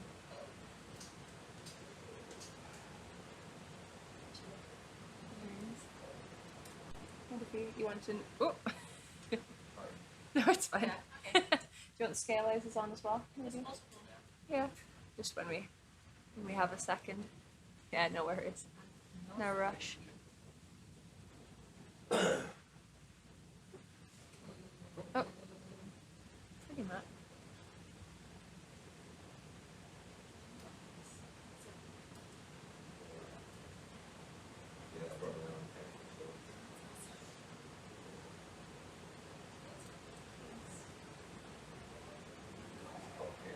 There we go. Nice. Yeah, that's great. Yeah, that's great. Get a nice close up. Get its good side. Cool. Okay. Yeah, that's great. We can keep heading on up, I think. We can probably stick the lasers off now.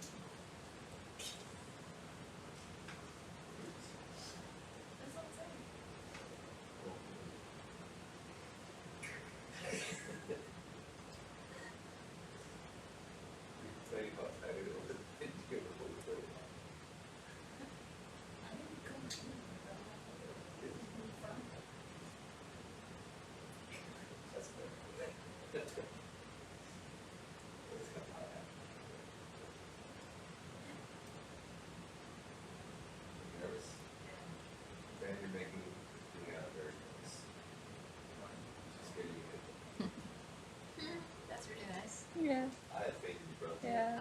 Alright, no, I have faith too. Can't come back now, so look at it. Yeah. I think You just have to Do shoot you want that. to say anything? like, yeah, we can Yeah, both say you that. should. Yeah. Oh, sorry. Sorry. Hey Gisela, pura vida. Thank you for staying with us and making us company at 3 a.m. It's really nice.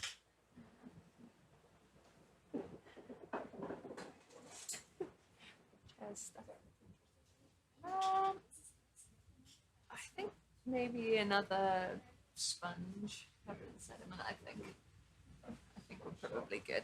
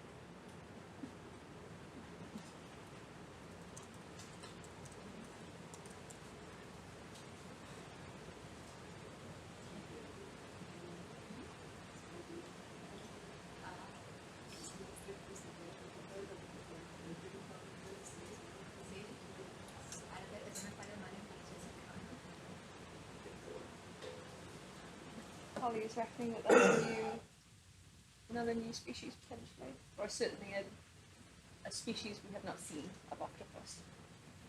Not the same as the other two that we've seen. Sorry, what's at the beginning of the question?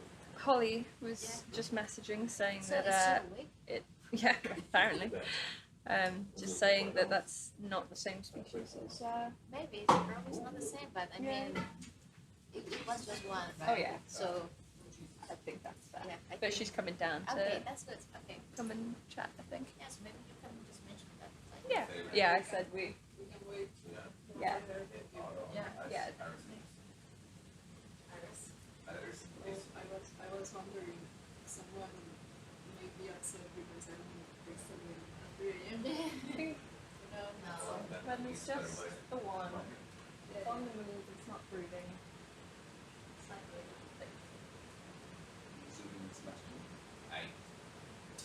Whoa, that's bright.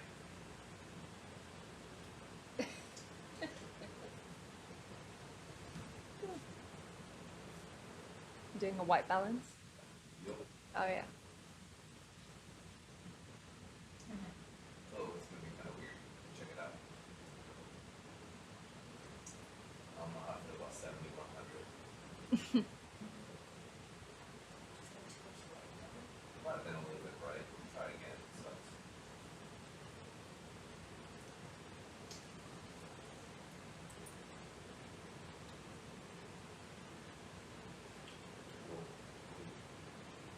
Good consensus.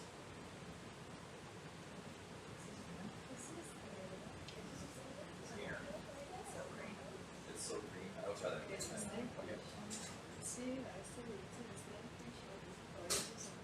Hey. I know, I'm sorry, I'm supposed to be asleep. We were just wondering, like, is she still awake? No, I've been talking about like mechanics and engine stuff about the ship that's Okay. that was very interesting. Yeah. Cool, we got loads of footage.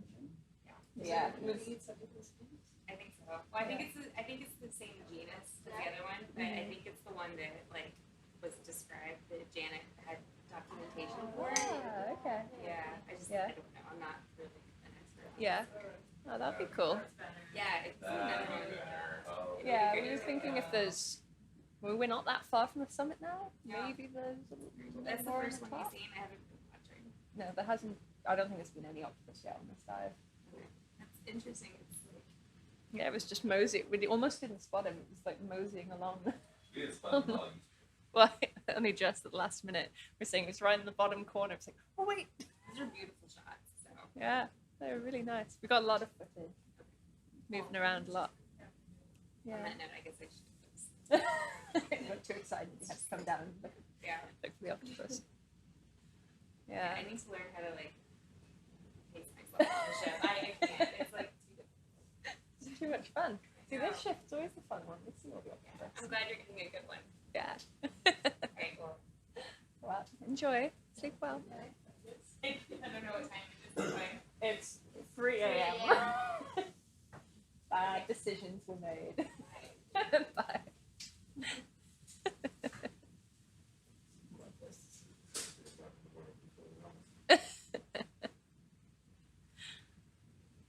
We're almost at that waypoint.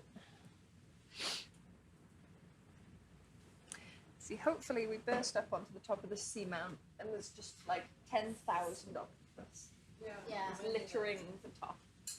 That'd be good. Happens, I'm not going to bed. You're not going to go to bed if that happens.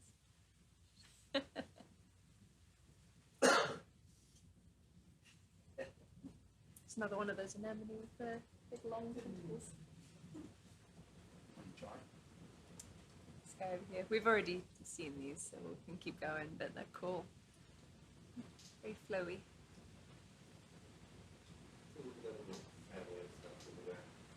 Yeah, little group of coral.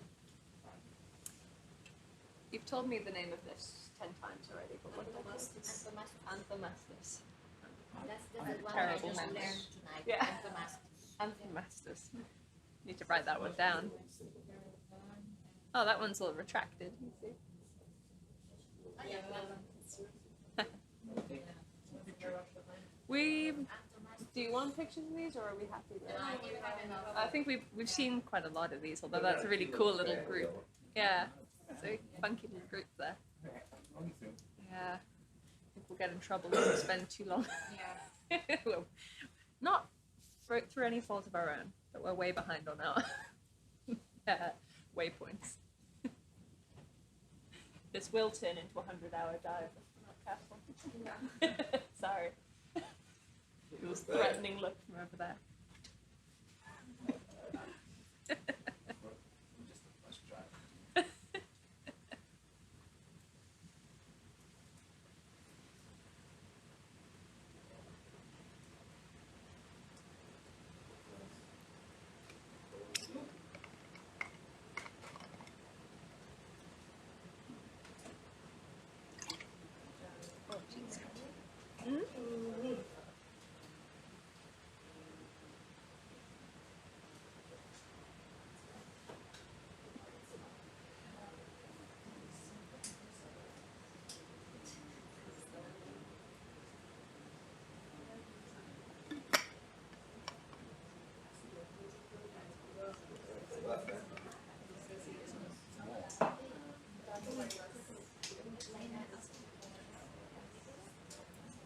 that's quite cool. So, let me see. You need to get a picture of. You see this guy? Almost looks like a Venus flytrap. Do you want a picture? Interesting. Do you want a close up at this guy? Yeah. Zoom at that. He does look like a Venus flytrap. Have we seen like a scale? Oh yeah? Yeah, can we have the scale lasers on for a second, please? There we go. There we go.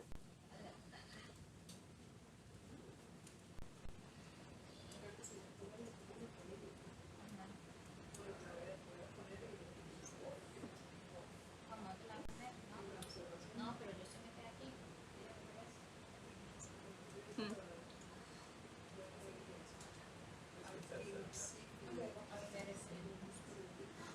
Yeah, it's big.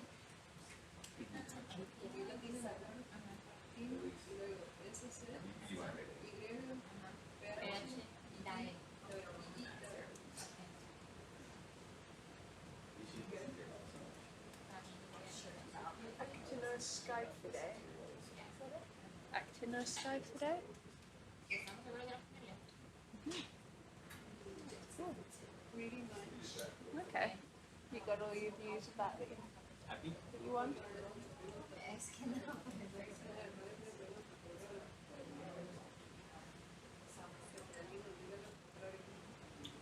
You happy with the views of that? Yeah. Cool. Yeah, we can. Yeah, we can keep heading up, I think. Thank you.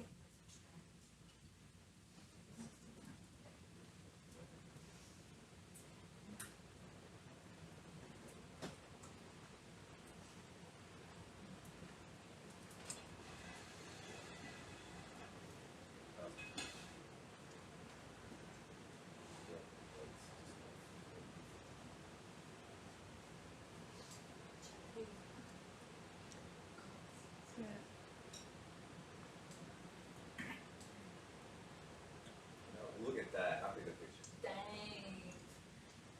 That's the most beautiful thing I've ever seen.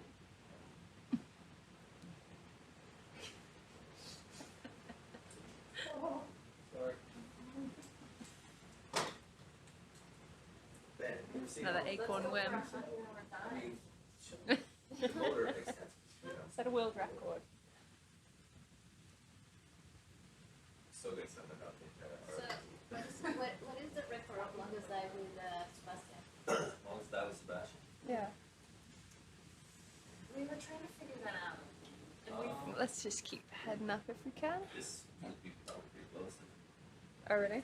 32 hours. Jimbo thought we had a 36-hour dive, Yeah. but that's definitely not like I don't remember. that. Jimbo. Yeah. It's fact in his mind, at least. Yeah. So that means that you go for a 40 hours dive. For sure, that will break We'll the record. definitely break the record. Probably. Okay. Look at those comps. You can go 40 hours, no problem. Hey, it's nice and easy for us because we only do 4 hours at a time. Yeah. 40 hours is great for us. I'm worried about the collections. You know, we need the animal stuff. True, yeah, you know. We just look at everything. We don't have to collect things. And what has been like the deepest dive? 4,499 meters. Very Our specific. depth limit is 4,500. Yeah. Well, Lisa's pretty deep then. This one's at 65. Get one had about that at first, and then we slowly add. Exactly. What, like the rating for how deep it can go? No, it's talking about the length of Oh, I see.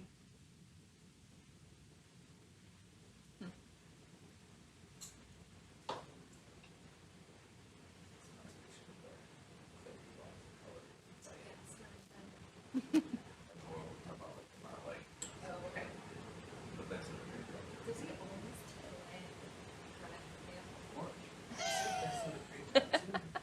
Because I look at a crow over there, over there.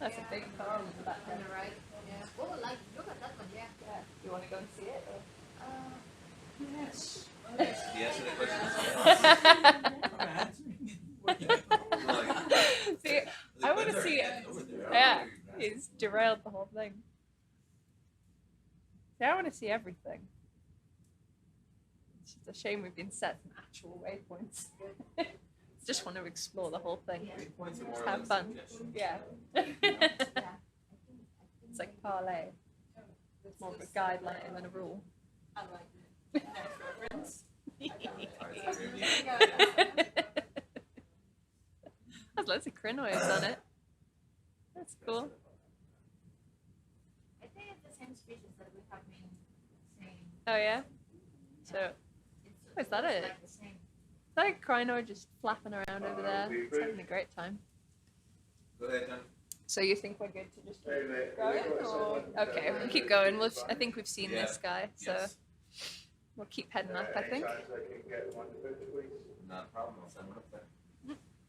Someone who speaks Spanish, will do the bridge. Sure. Yeah.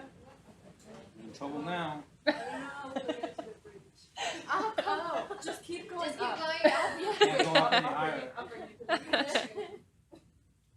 Okay, I think we can just keep heading up now. I think we've seen this species already. You sure? Yeah, as fabulous as it is. One bladder shot on it first. But they are a little bit delayed in terms of waypoints, so Yeah.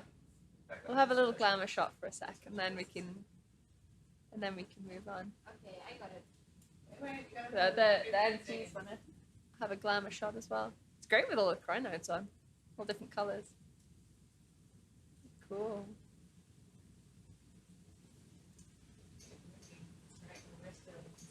Yeah. Alex is asleep right now. He's smiling. Heading out. Try not to move the camera for at least 10 seconds. Yeah.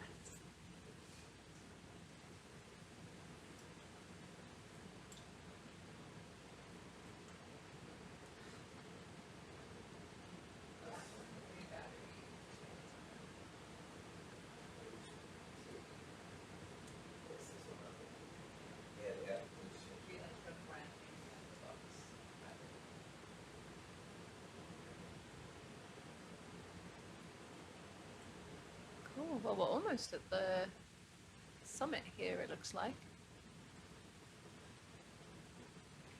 Should be seeing that in a minute. So that's exciting.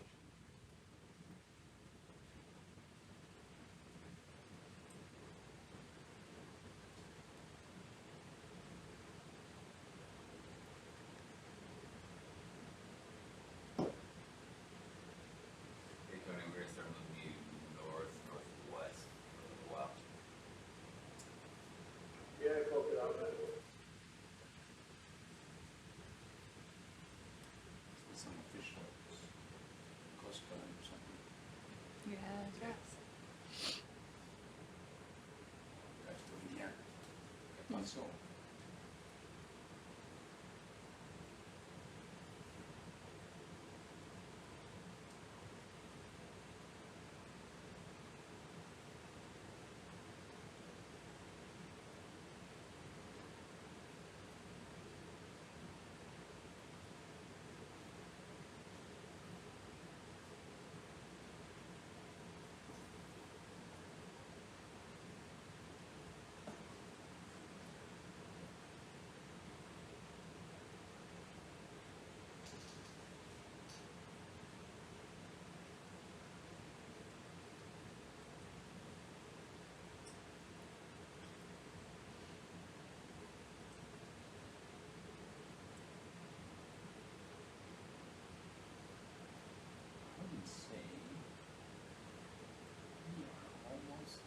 Yeah.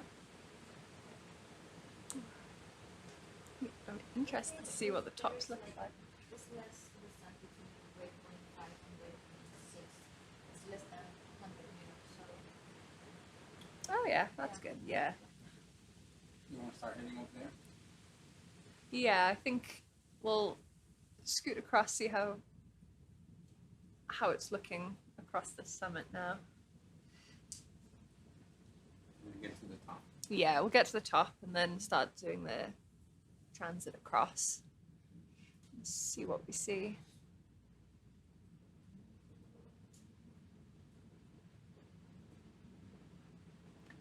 a lot of variety. It's an interesting dive, very different to the previous sites. Interesting. Yeah. A big sponge.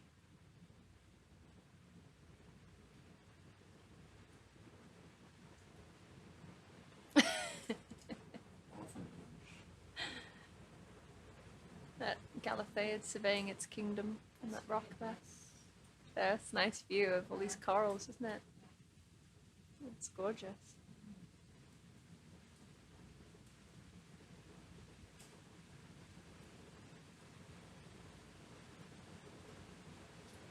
Yeah, we'll have to keep our eyes peeled for octopus up here as well. Lots of hiding spaces.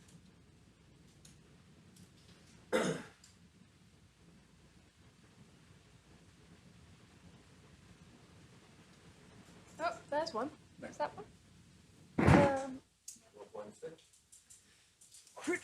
There. Oh, look at that, yeah.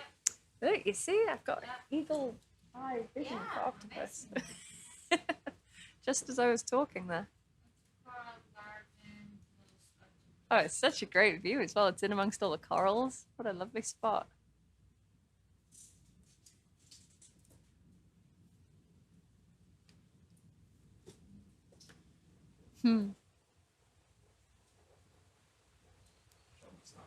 Yeah, let's have a stop and see what this guy's doing.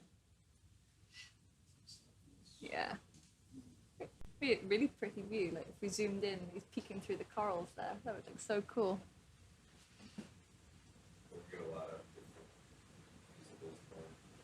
Yeah.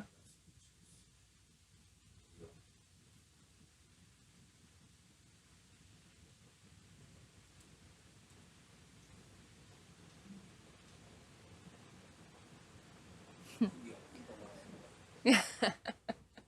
I've got my eye in for them now, you see. I missed the scale. Okay. Yeah, there's the scale there. A little shrimp to set it all off nicely. Yeah, we can turn the scale off as well now, maybe, so we can get a nice picture. I think it's... Can we turn the scale lasers off as well, please? Oh, yeah. Cool. Yeah. Yeah, if we can try and focus on the octopus and see how that looks. This looks different to the last one as well. This looks a bit more like the Dorado one. Yeah, kind of. At least the color. Yeah. Oh. Ta-da!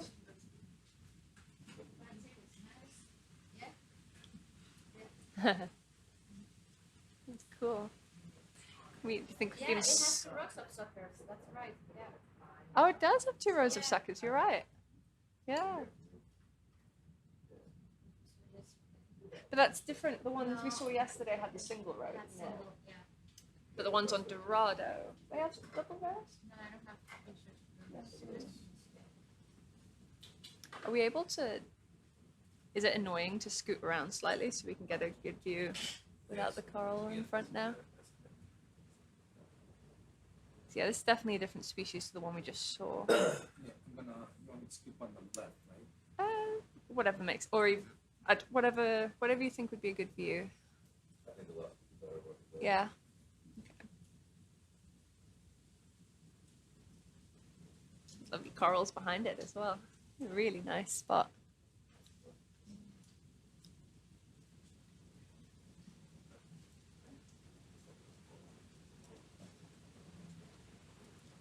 It's waving at us.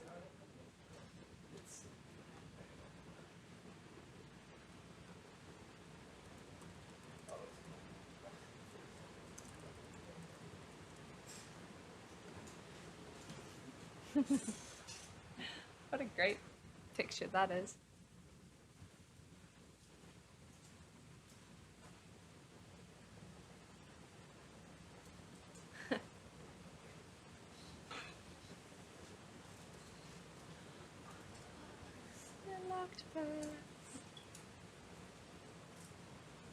Such a great picture. Whoop. Hi. Is it focused? Yeah, it looks like it, yeah. I think so.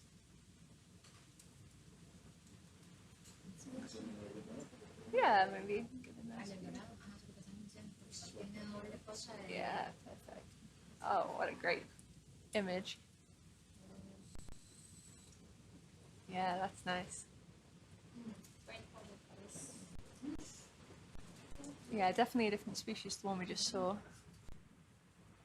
Moose octopus. It looks much more like the ones on Dorado. I don't know if it's exactly the same, but it looks. Yeah, it looks similar. I'm gonna guess it's probably not brooding by the fact of how it's sitting.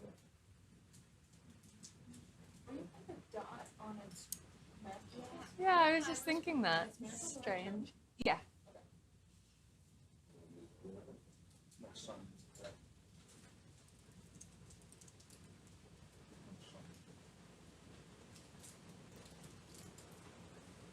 Yeah, I don't know. It's unless it's like an injury or something. I don't know. It looks like an anomalous growth of tissue. Yeah, like an injury or a, I don't know, sort of something. Tumor or stuff or something. Yeah, maybe. Because I don't think I've seen them with that on before.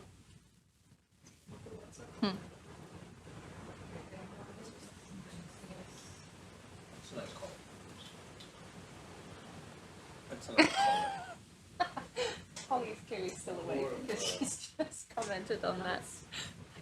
She's like,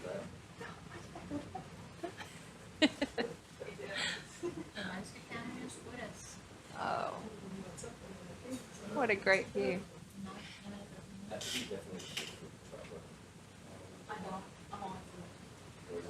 Just for a little bit of everything. Can we pan down slightly and get this little shrimp in the view as well? There's a little funky little shrimp sitting in there. Or maybe get sort of both in the frame could be nice. Just as a little bit of colour variety as well. It's kind of fun. Yeah, I like that. Make it like a nice composition. Yeah, it is, isn't it? With the corals going across the front. Any picture is made better by a shrimp. Octopus with friends. Octopus and friends. Yeah. Oh, some little shrimp on the coral as well. Do you want to put a marker here? I don't know if this is. I mean, it's not exactly a brooding spot or anything, but it might be a tone to. Just why not? I suppose. It doesn't hurt. Can we put a marker down here just so we remember where we found him? Octopus. With friend. With friend. Yeah, Octopus and friends. Yeah, or I've been like looking this as octoporal garden as well. So. Yeah.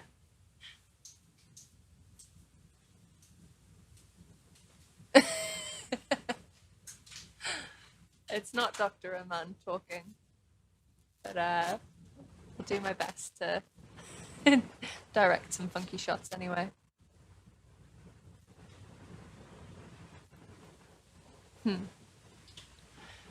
Maybe before we go, we can get some like really, really close in ones as well.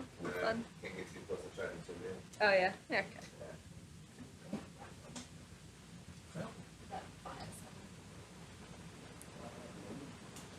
I'm gonna try and bring it closer. Yeah. Yeah. If you're up for it.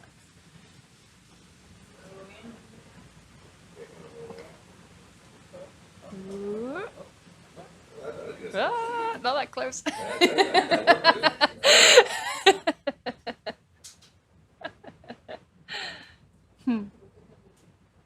was like, wow, dude, that was a lot of close.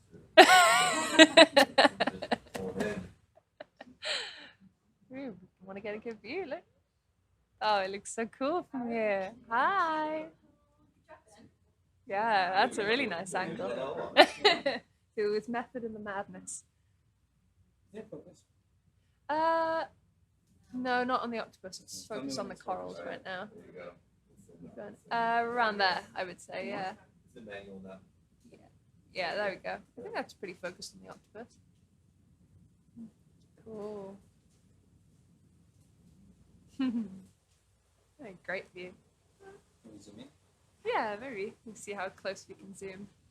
Get some really good details.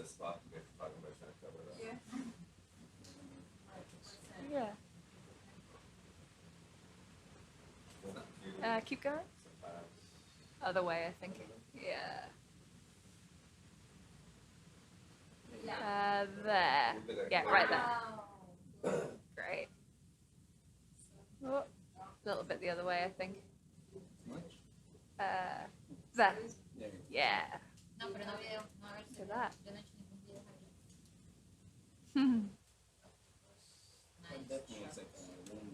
Yeah, look at wound or like parasite almost or something. I'm not sure. Does it look like an indent on the other side? Yeah, it does a bit. Oh, there we go. Oh, what a great shot. Yeah.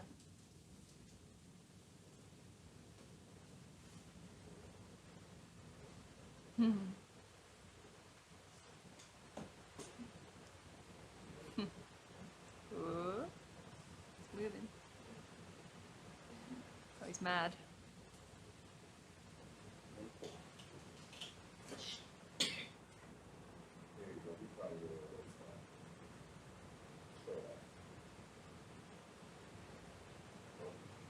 putting on a show.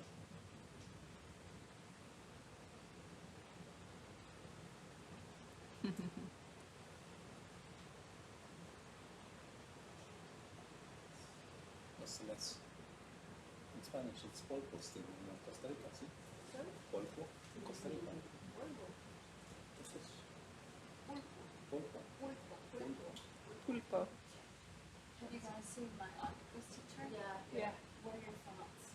Do we like it? Do we not like it? I mean, I like it. I think it's like, it's very emotional, right? Yeah. It tries to actually establish like an emotional connection with people that I think totally accomplished that. Yeah, he did its job. So, yeah. Yeah. I like that, yeah. Yeah. Beautiful. Beautiful photography. Yeah, definitely. Yeah. Okay. Should we keep going, do we think? As fabulous as he is. Oh, we've got a hitchhiker. That shrimp's coming for a ride. Oh, yeah, look at that. Yeah, Trying to he's get on coming. the- He's coming with us. Yeah. Take Getting voluntarily into one of the Yeah. square figures, maybe. No, it's not quite. Oh, he's not. No, he's just posing behind. Okay, should we? Do you think we should keep going? As fabulous as that is. So I don't think. I mean, that doesn't look like breeding spot. I mean, unless we think we need to. We don't need to like keep probing anything. Do we? Do you think? I didn't see any shimmering. It doesn't look like it's brooding. It's not got eggs. It's probably just chilling there, I think. Keep going? Okay. Let's keep going. As fabulous as he is, leave him be. We're gonna keep climbing up. Yeah, please. Bless you.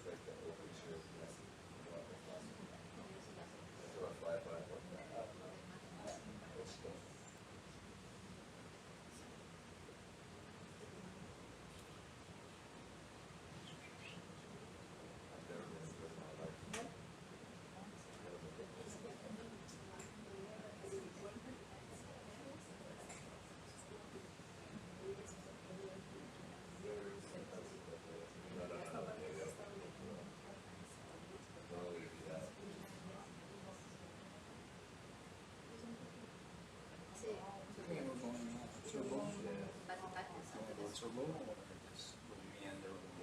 Yeah, I think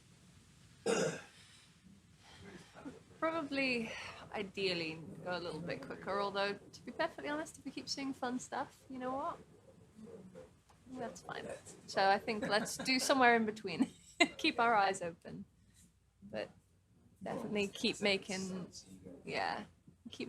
progress, but keep our eyes peeled for anything cool.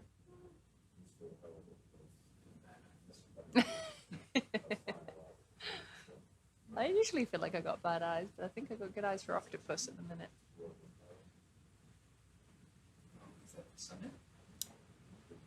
Oh, look. Ta-da! We found the top.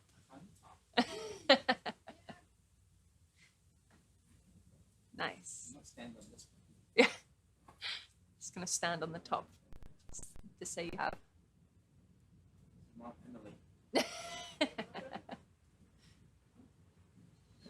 Cool. Okay, if we can start going towards in the direction of waypoint 6, then that would be great.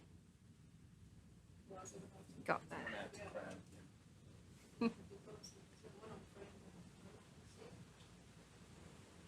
Another picnic going in there, it looks like. These nice. These are big pillar lavas as well.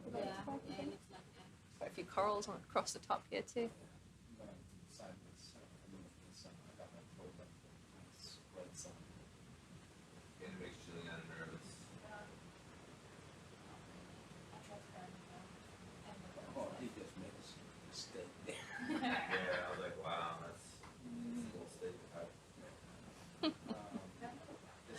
Just keep an eye on it, Janetta. I'll look after you. Who's around best interest? We're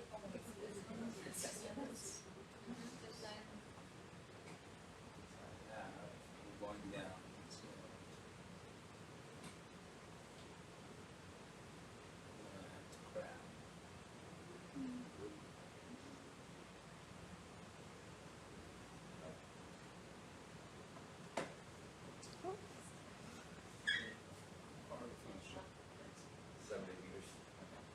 What is that under the rock on the right? Is that not another Sorry, Where? on the right? Wait, hold on a sec. What? Out of view? Or? It's in the spot. It's just right there. Oh, wait. Moving its 10. Oh, yeah. Oh, good eye. There we go. All the octopus. Didn't even see that guy. Oh, you get the full credit for that one. I was going to go straight past that one.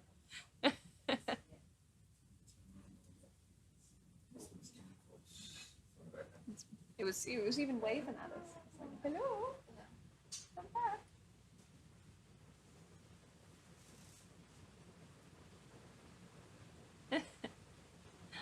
Looks like a little alien in there. Yeah. It's got a nice little crevice to sit in. Yeah. Doesn't get the sun.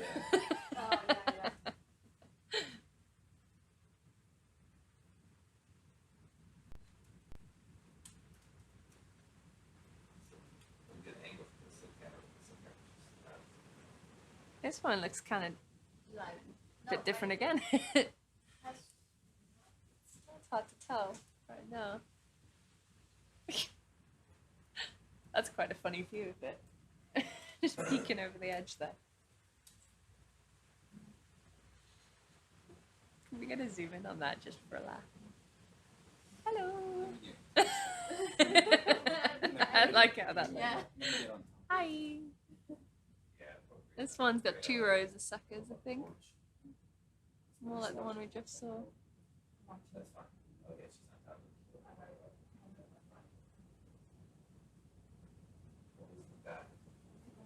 This one seems to have 2 rows, but we'll soon see.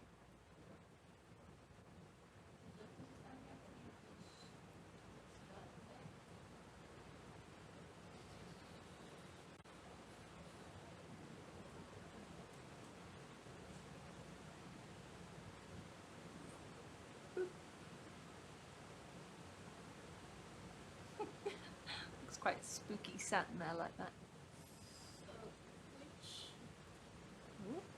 This almost looks like, it reminds me of the one that we sampled the other day where it was quite sort of degraded. Yeah, it does. But it, like the way that the other one sort of looked like it was towards the end of its life. You know. Oh, that was a cool view. I felt bad for a second. What? It's like a little too much. Hi. We decreased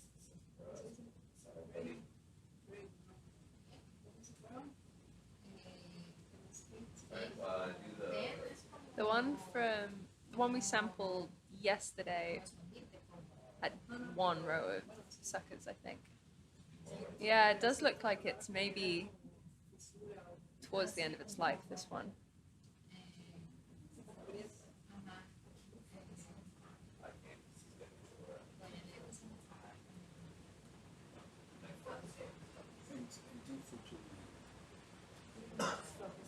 Can you focus on the, yeah?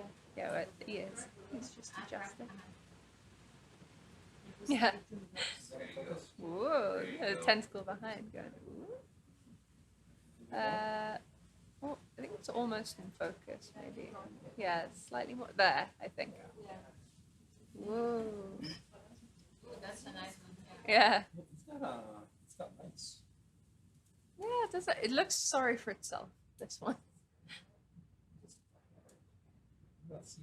Yeah. It's not looking as healthy as the others. It could be that it's entered. Well, it does make you wonder. I mean, what has it entered? Like, is it brooding? Has it entered senescence, or is it just old? Yeah, I don't know. Do you have eggs? What do you reckon? I know. It's definitely looking old, this one, or sick. It doesn't really look like eggs on a sick cat. You can kind of see. Yeah.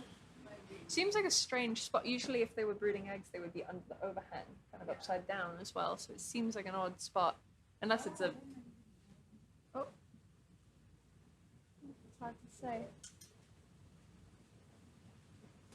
Yeah, it could be that it's a male and it's old. Maybe. Yeah.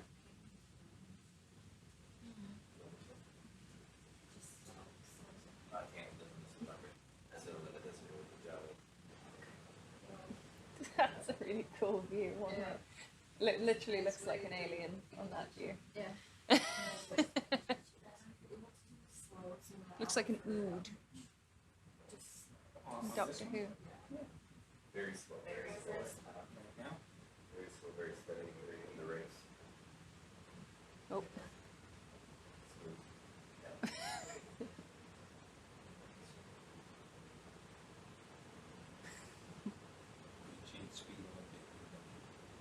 if you stop there, then you can slow zoom in.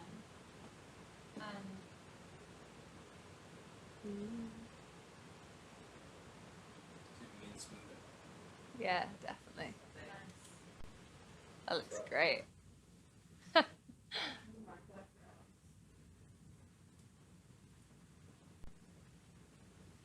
sit down then. Nat Geo will be calling.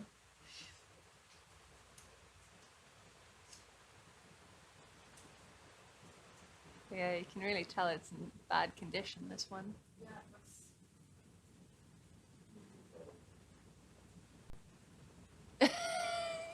At least someone got my ood reference.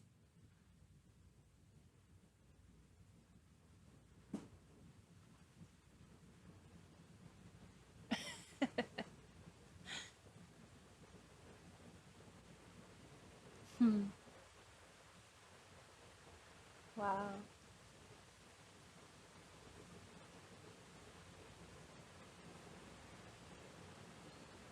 Cool footage. Looks so spooky.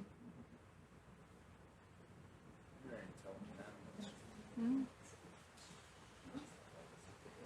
There's been sort of theories as to whether the deep sea ones have the same levels of intelligence as the shallow water ones. No. Just, I think purely because they don't have the kind of same predators, and they don't have all the visual cues that they would need. Like the shallow water ones kind of need for, you know, make some good problem solvers. It would be interesting to know whether they do or not.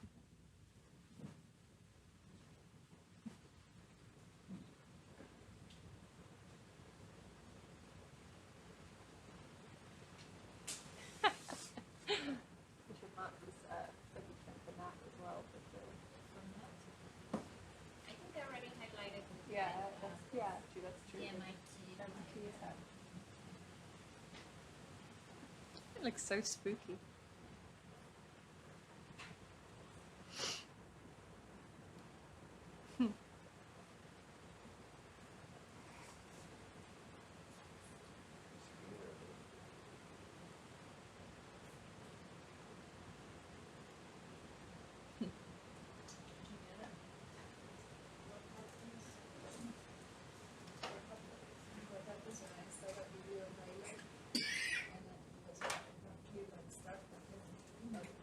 Yeah, I would guess, judging by the level of activity and the fact that it's not upside down in the overhang, that it's not brooding.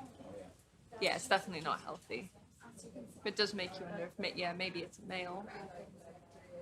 Can't see I think the male sort of tentacle would be one of the ones at the back though, so I can't see. Yeah, someone in the chat might know the name, but I can't remember the name of this particular tentacle, but they've got this kind of shorter tentacle that's almost got like a hand bit on it, because they reproduce by passing spermatophores. So they have like a little sperm packet that they just pass to the female with this funny little tentacle.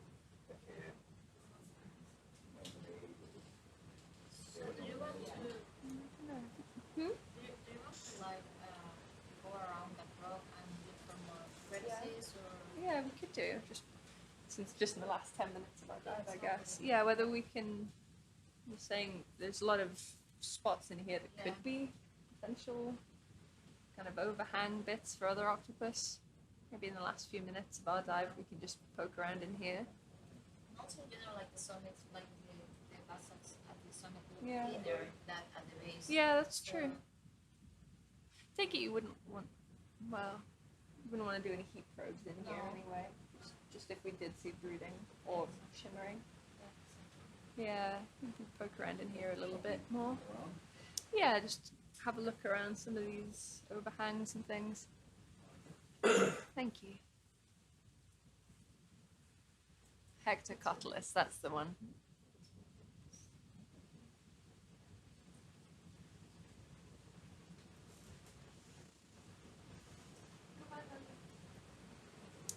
See you later.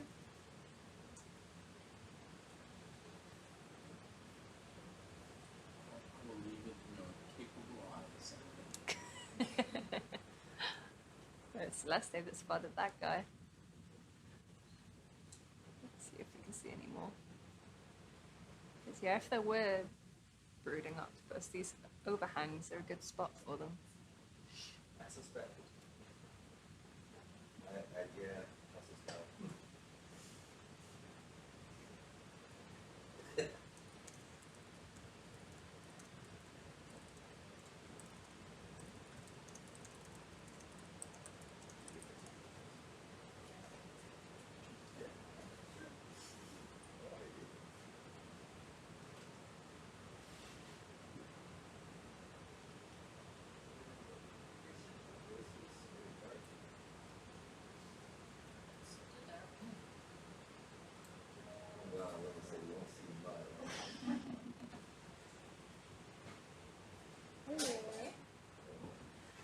We've been spotting octopus. We're just gonna, we're way behind on the waypoints. But the team before us was as well. I think the first team didn't get down onto the sediment for longer than they expected, I think. Something like that.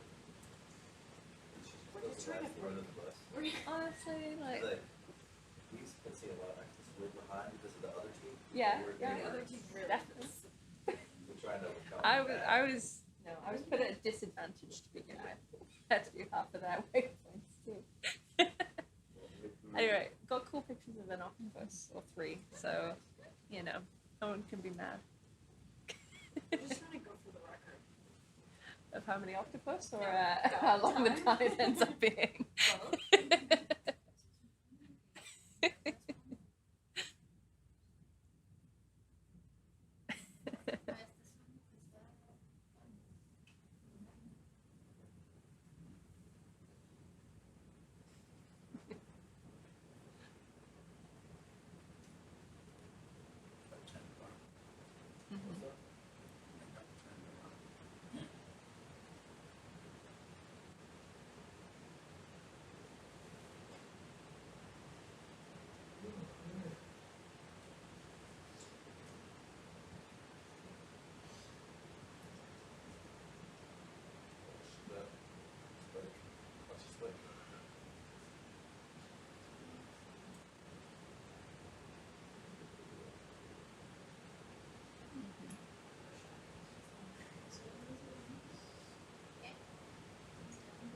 If we've gotten totally turned around, then we can always head off towards the 6th waypoint as well. Whatever's easier. It seems like there's quite a lot of octopus and different species up here, so I'm sure we'll see more.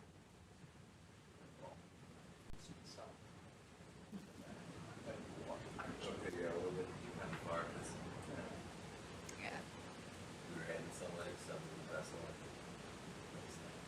Mhm.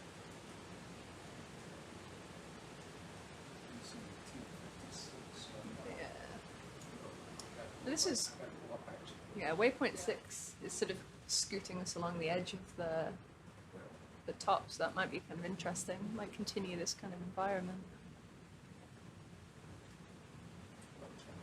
Yeah.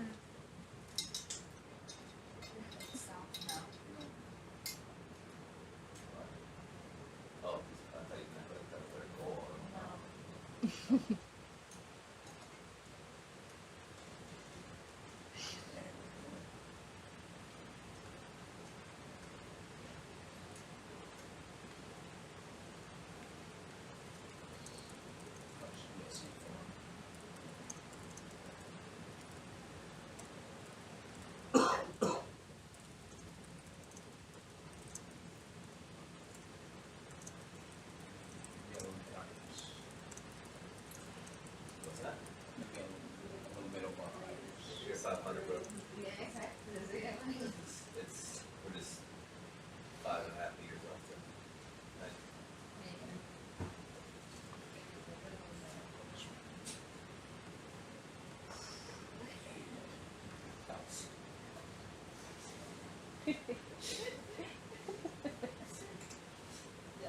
Good octopus dives every time. We've started seeing them all on the top though, so I think you guys might see a little more. And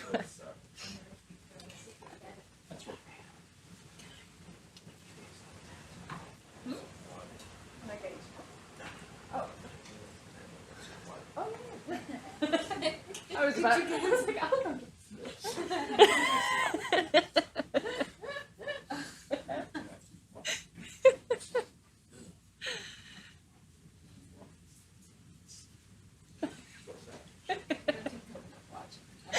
like, can you go get me some water?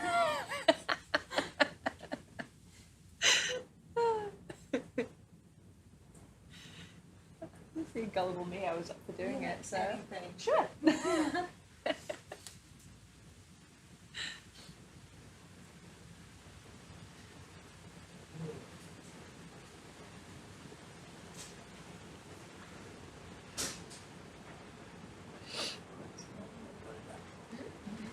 Oh, you can see that crinoid swimming.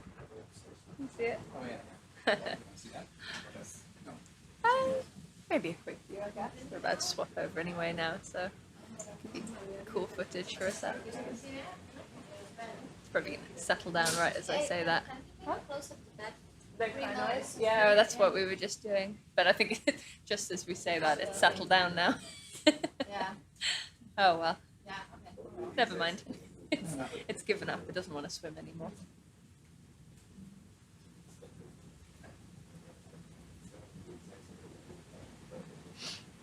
Actually, waypoint 6 isn't very far away. I think they get closer together on the top.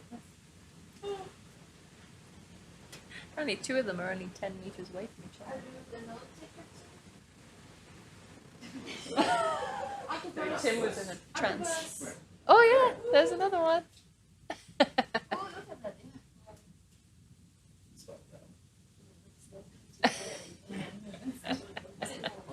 Yeah, right in the middle there.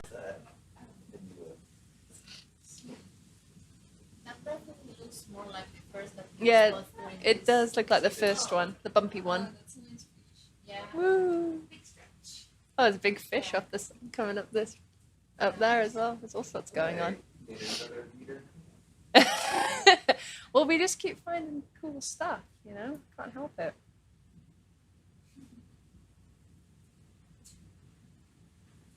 Hi, dude.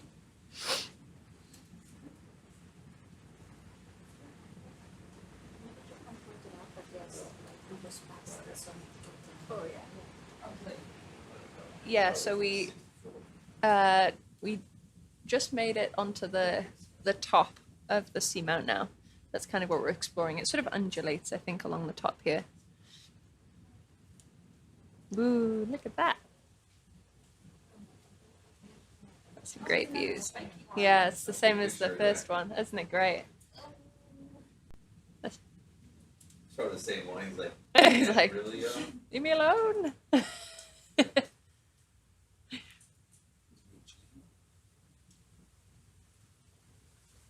Yeah, he's definitely the same as the one we saw earlier. Yeah. Can we let him go across frame for a minute? So we let him just go across frame at some point as well.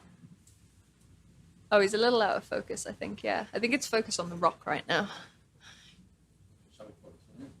Yeah. Oh, he's hiding. Oh, there we go. He's gonna go and hide now. What? So what, you guys were at waypoint. Yeah.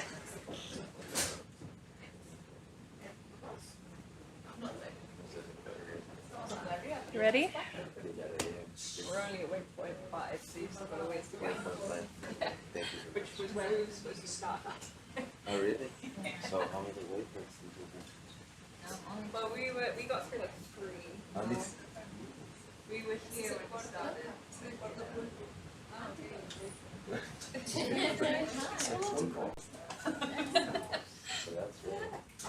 That's a different species, right? Yeah, we've seen one of these. I think we've seen 3 different species. This the second one of these we've seen. So 2 others. No, one that looked like it was on its deathbed, but I think it was maybe a male. Didn't look like it had eggs. Okay, so I'm logging out. Okay.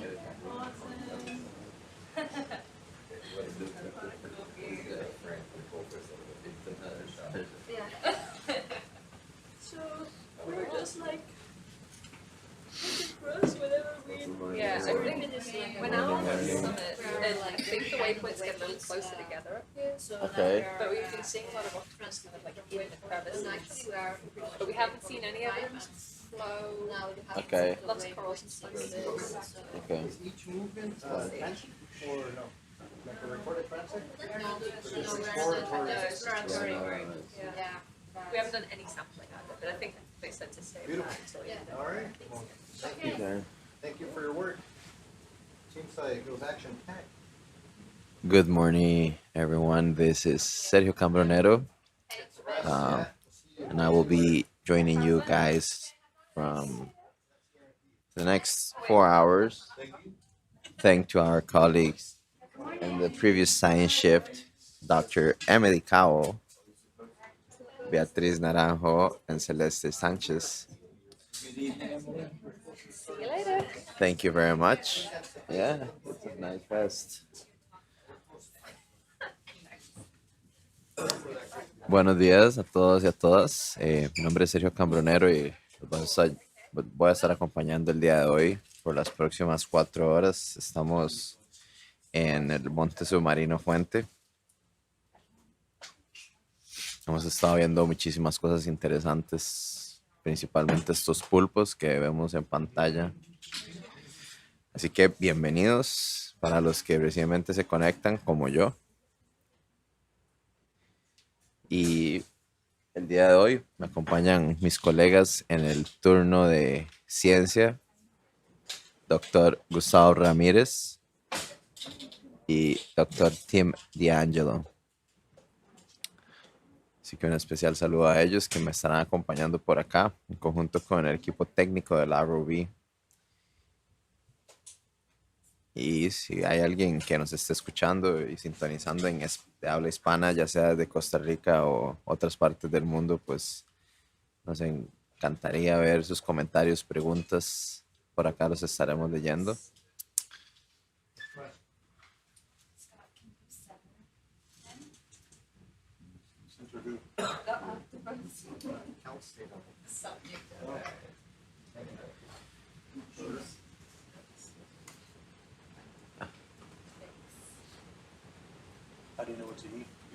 joining me in this shift for the next 4 hours is Dr. Gustavo Ramirez from Cal State University and Dr. Tim D'Angelo from the Bigelow Ocean Science Laboratory.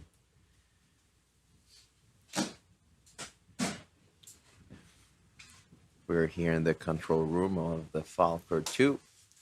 Also thanks to our special team, the ROV that make everything possible, to the all manipulation and navigation of the SuBastian ROV. Please tell us where you're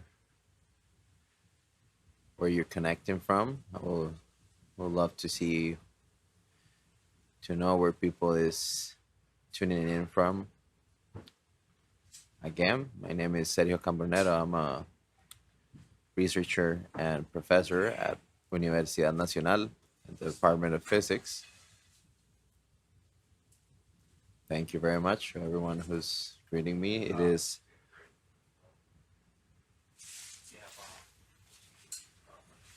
almost, well, no. It's 8 a.m. in the morning, Costa Rica time, so kind of early for us, but it is a great way to wake up and seeing this beautiful octopus that we see on screen. Just to remind you, we're on top of Fuente Seamount.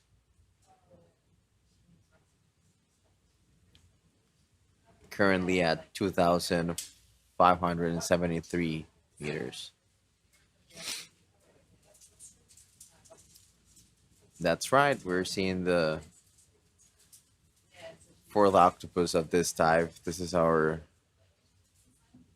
fourth dive of this Octopus Odyssey Expedition. We're live from offshore Costa Rica.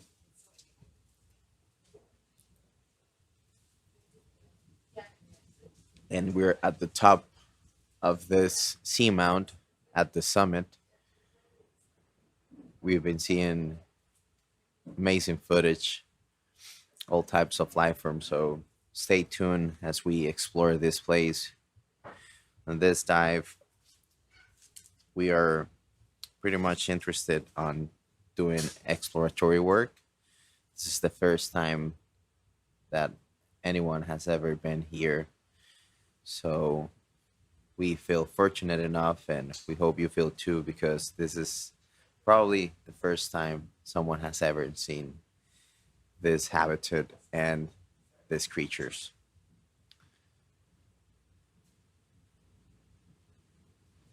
So we're seeing people connecting from all around the world.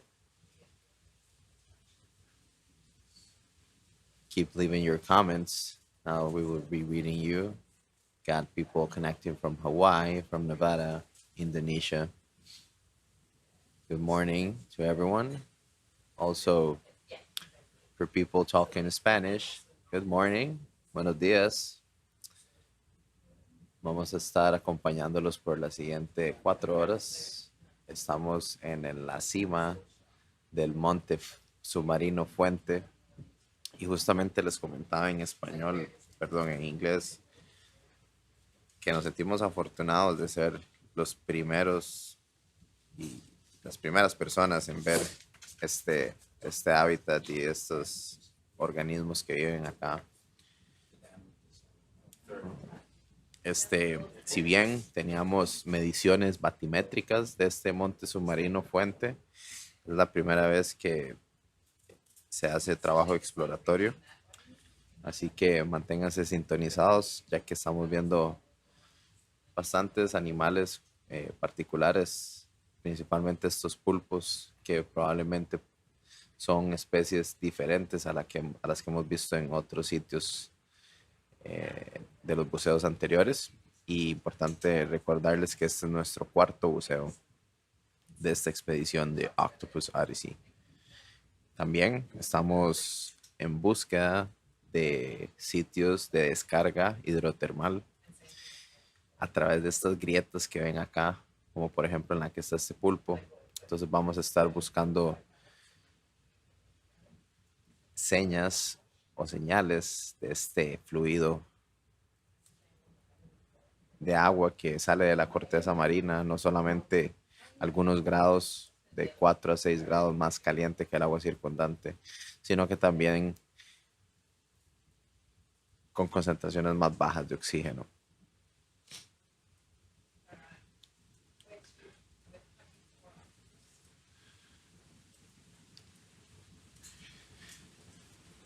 Keep on this guy, or what do you think?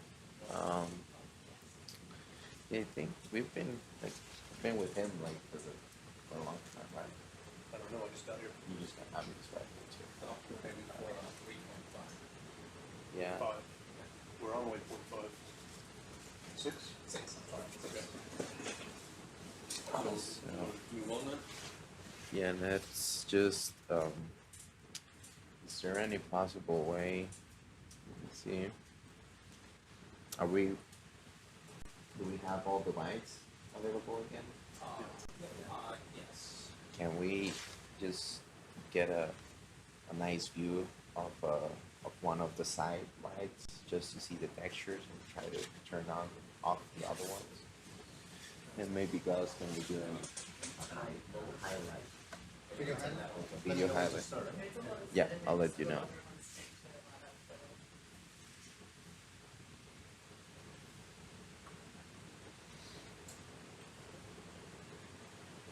Is that better? Yeah, actually, we can turn off another one. We would just like to get like the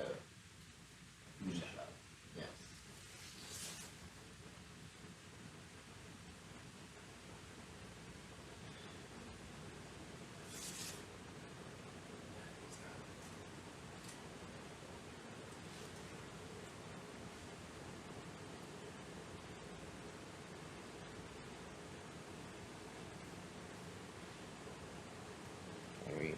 Can I take? Can you? Go for it. Just. Thank you so much.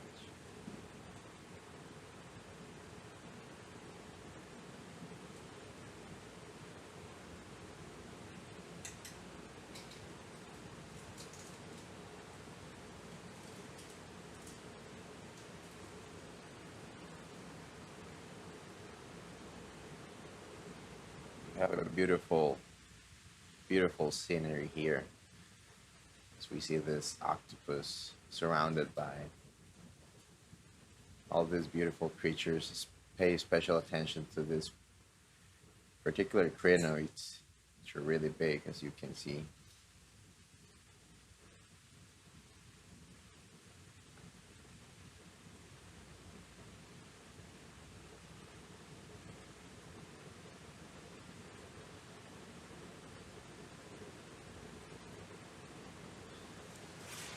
So I see that part of the frame is like, is it possible that we can take the lighting off of the background just to have like this foreground?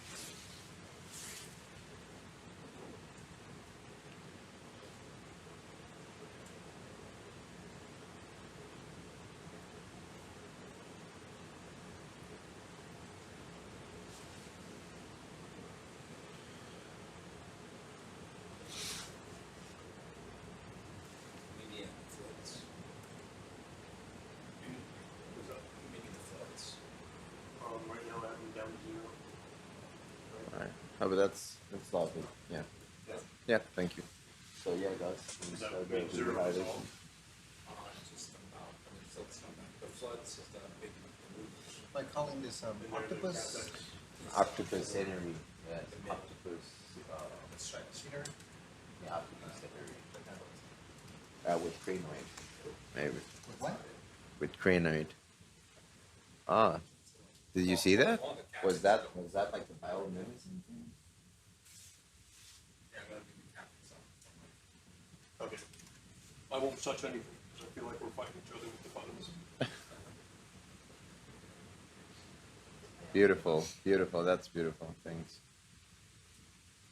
So part of our objectives in this cruise too is to get particular footage that will help us to transmit what we're seeing here.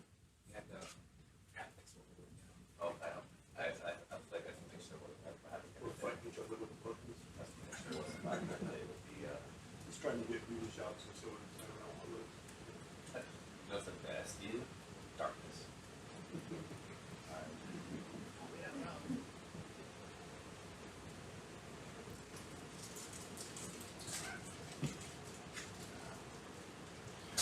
We see some beautiful corals here,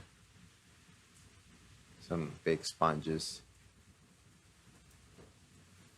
and big crinoids here on top of the corals. These are related to sea stars and hydrothermal sea cucumbers. These are more ancient.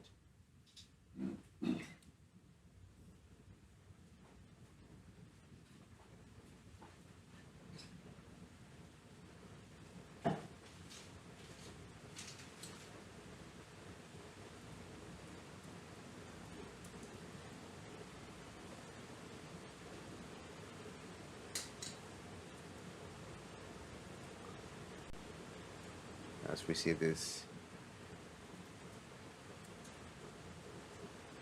really nice octopus sitting here.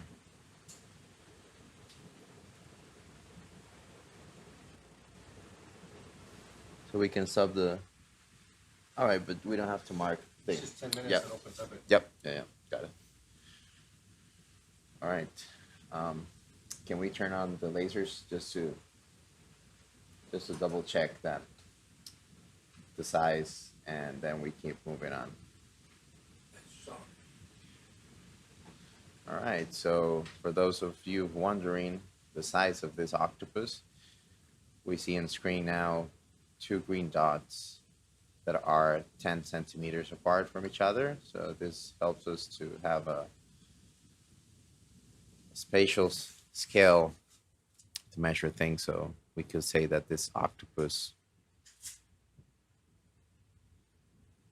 could be usually, around 10 to 15 with extended arms, maybe 20 total diameter. So thanks to our ROV pilots and the team behind the scenes, we're being joined by Scott, Ben, and Steph in the control room. So I think we're good to go. Yeah, thank you so much. So yeah, take care of it. Onward to waypoint 6. Onward to waypoint 6. Yes, please. And right now, so we have the port van. We're currently on the summit of this seamount called Fuente. We're doing exploratory work, looking for evidence of venting, and particularly paying attention to any sign of brooding octopus. So bear with us as we explore this seamount that was previously mapped. So we did have the bathymetry, but this is the first time that we're actually exploring and getting footage. So I hope that all of you joining in from shore, that you feel fortunate like I do of being able to witness and seeing all this amazing footage as we lift off from the seafloor and keep exploring the top of this seamount called Fuente. Thanks to everyone who's joining in, and it is almost 4:30 a.m. Costa Rica time. So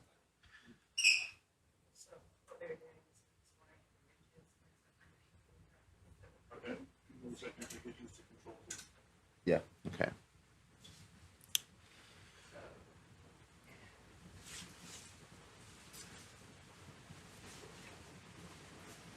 of zigzagging around, but maintaining the direction 4 to 6.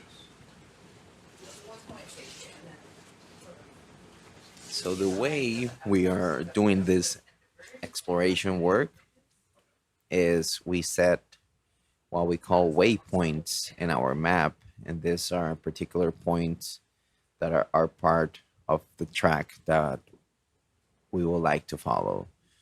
So while we transition from one waypoint to another, we're able to deviate and focus on particular places. This type, we will be paying a special attention to octopuses, brooding octopuses, any sign of that, and also venting.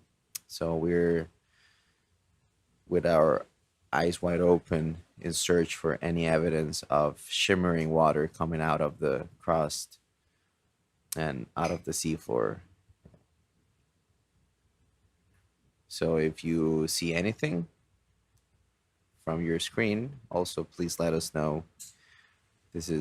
All your comments here in the Facebook and YouTube channel chats are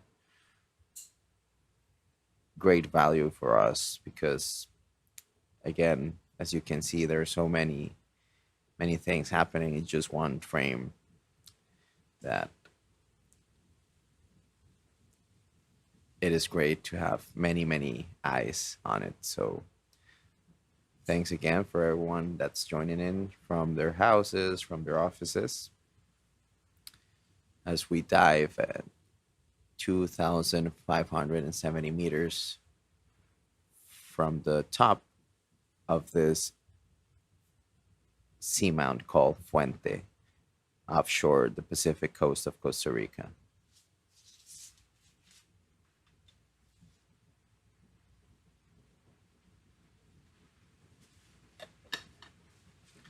More than welcome to look around.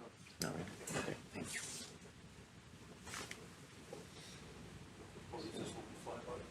Okay.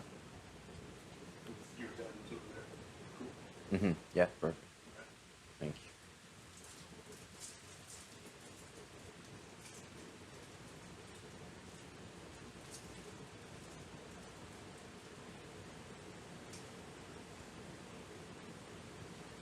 I think. Yeah, sure. Yeah, okay.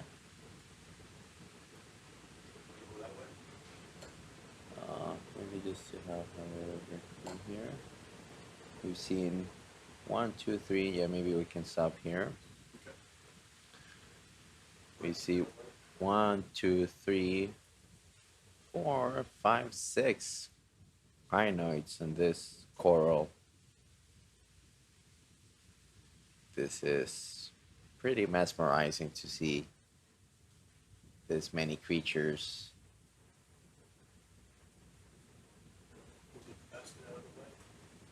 Okay, thanks. Yeah, let's just get a nice shot. I think it's a great contrast.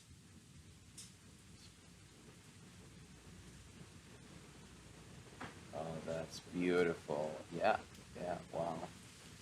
Guys, get please a cool button. Biology observation? Or Yeah. do you want a video highlight? No, just a video highlight. Video highlight. Yeah. So can we turn off the lasers just for a moment?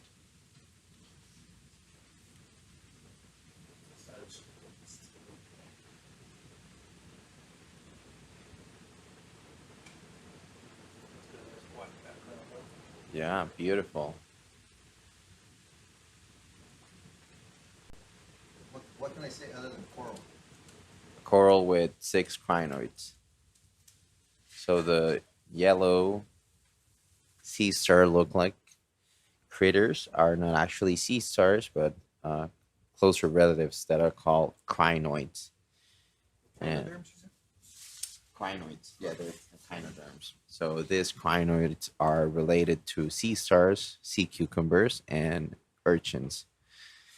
And we usually see them at these steps associated with corals.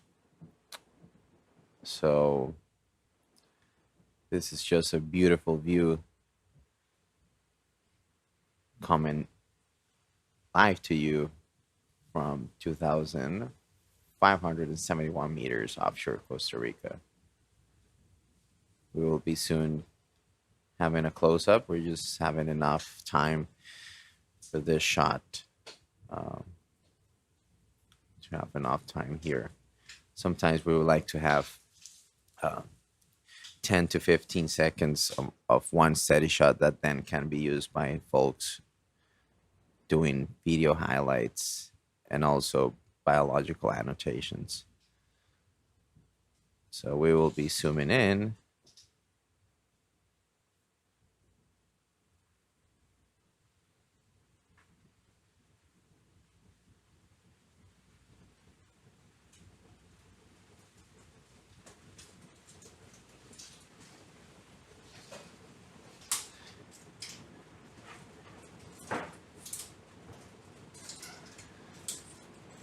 You can see this beautiful coral, probably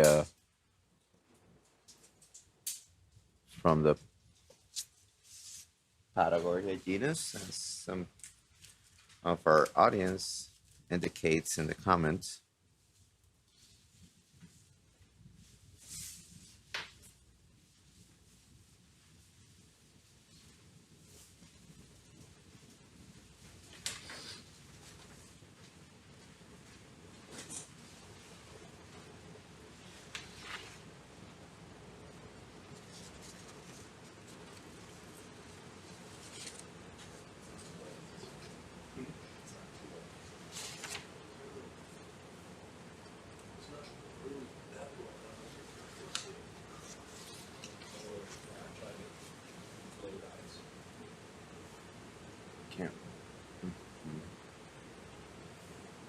Can we turn the lights on like a little bit just to have more light on this foreground?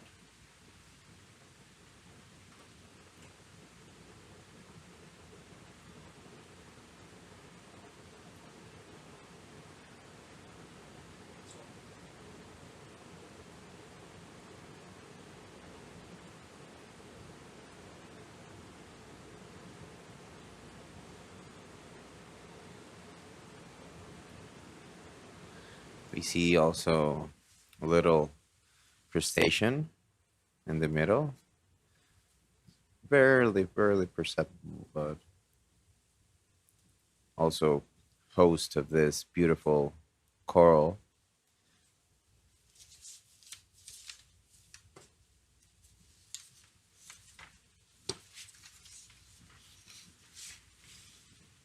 So as people mentioned in the comments, this is most likely Paragoria genus, also similar to some of the Calogoria genus.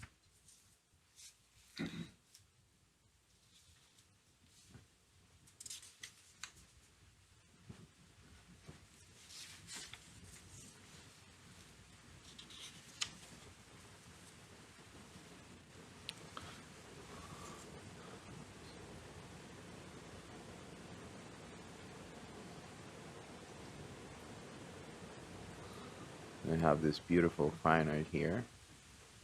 As we see the little crustacean red color in the upper left corner. Just beautiful. Can we just have a little bit more light? Yeah, please. Is it possible?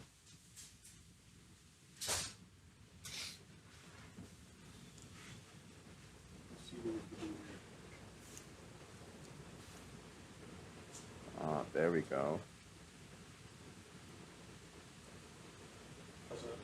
Yeah, that's perfect.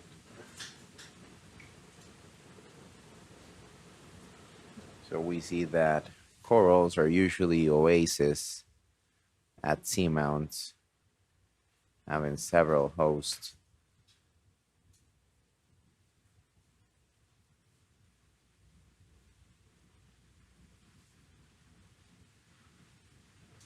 Beautiful imagery coming out of Fuente Seamount. we will be soon heading out. I just want to have a closer look at this here. Is this at the bottom?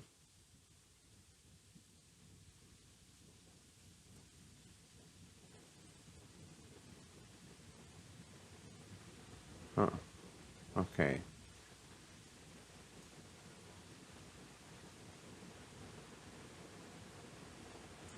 All right. So I think we're good to keep moving. Thank you. So sometimes these images are great for us to put in slides of presentations to highlight the wonders that we can find at this depth. Particularly the sceneries are also of great help because it helps us to show the importance of animal associations at this depth.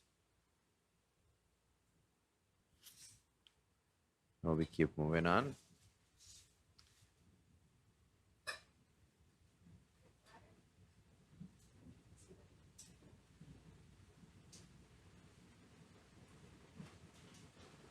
So thanks for everyone who's joining in our Facebook and YouTube channel chats.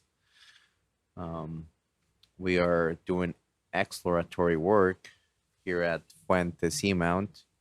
As we see, is that an octopus over there? No. We see some beautiful corals. A lot of crinoids here. All right, let's just keep it going to the next waypoint. Yeah.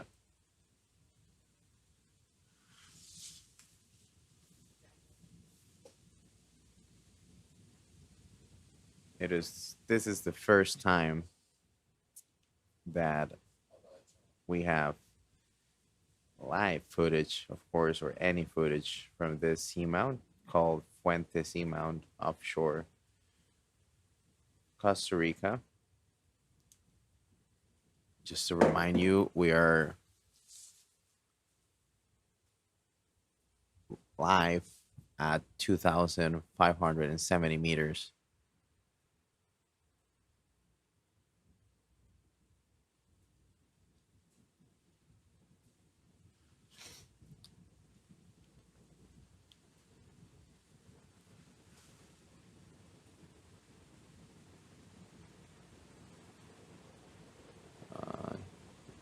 Have a jellyfish in our frame. Beautiful. We've been seeing a lot of these crinoids as hosts of corals here. We got a lot of this too in the previous expedition of Schmidt Ocean Institute Falker, the previous Falker vessel at Cocos Ridge down in 2019. And yeah, we're happy to see more of this in this, our fourth dive of this Octopus Odyssey Expedition. Usually these seamounts are dense with corals. The majority are octocorals. And these are more common here rather than in the abyssal plain. And this is why it is important for us to understand the difference between the different habitat types.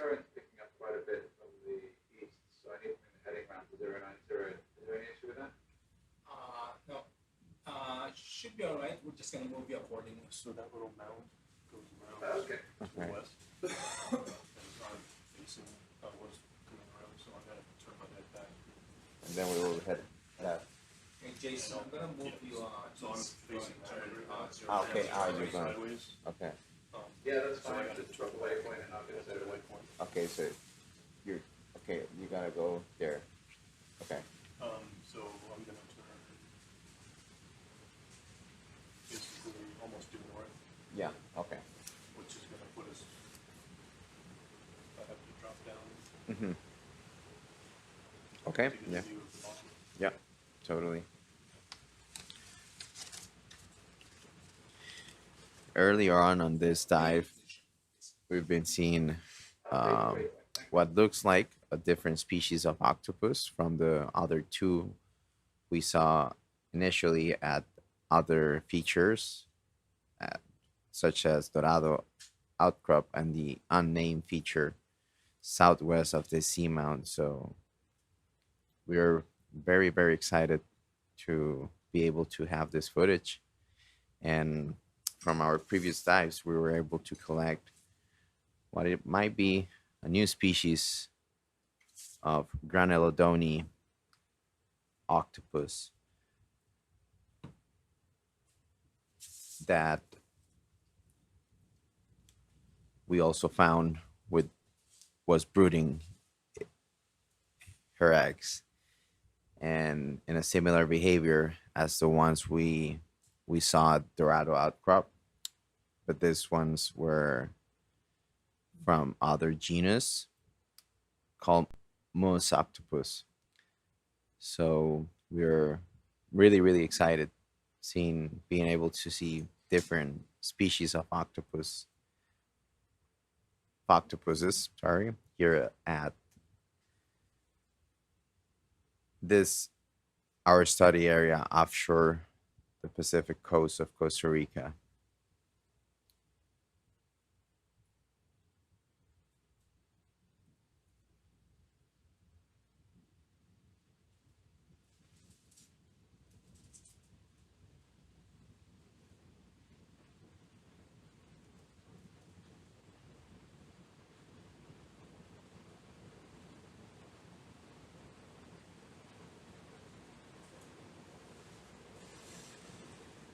Bridge, move you a little bit more north. We're heading north. Okay, yeah, I'll pick up the speed a little bit. Heading more north, yeah.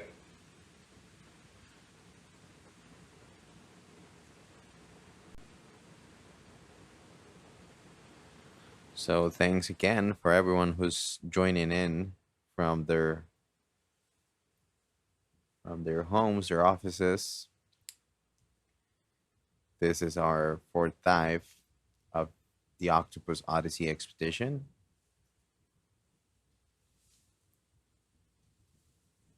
And we are doing exploratory work at the summit of Fuente Seamount, which is a little bit further southwest of Dorado Outcrop.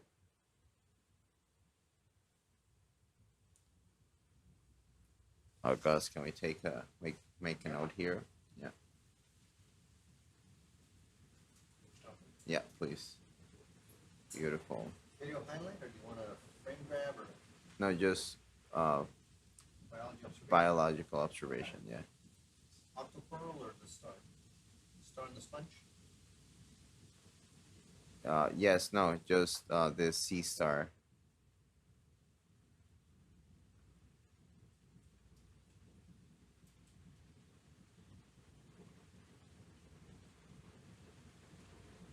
Beautiful sea star here. Wow. Whoa, okay. Never seen these ones. Take a look at that. So we have some comments here that it might be a Hymenaster, a slime star. I do agree that it looks like, although kind of has a different texture. Wow. Take a look at that. And I think it's because it is maybe upside down. Or no, actually, yes. What we see in here is the dorsal view. Okay, thanks for the audience. Was doing a great work, also helping us to identify the species here.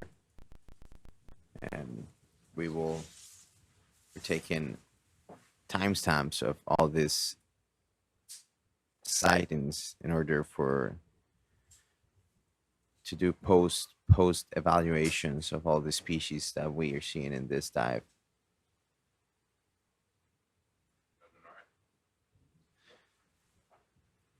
Can we turn?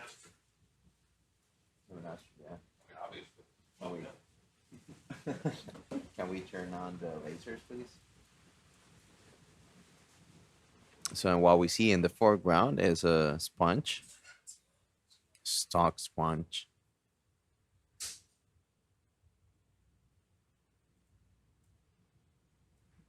And sometimes this pedunculum, or the stalk, the base of the sponge, are fiber optics. So pretty cool.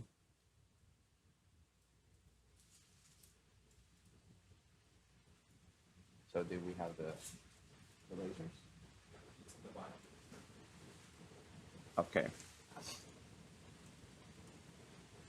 Okay, so we see that this sea star is roughly 10 centimeters.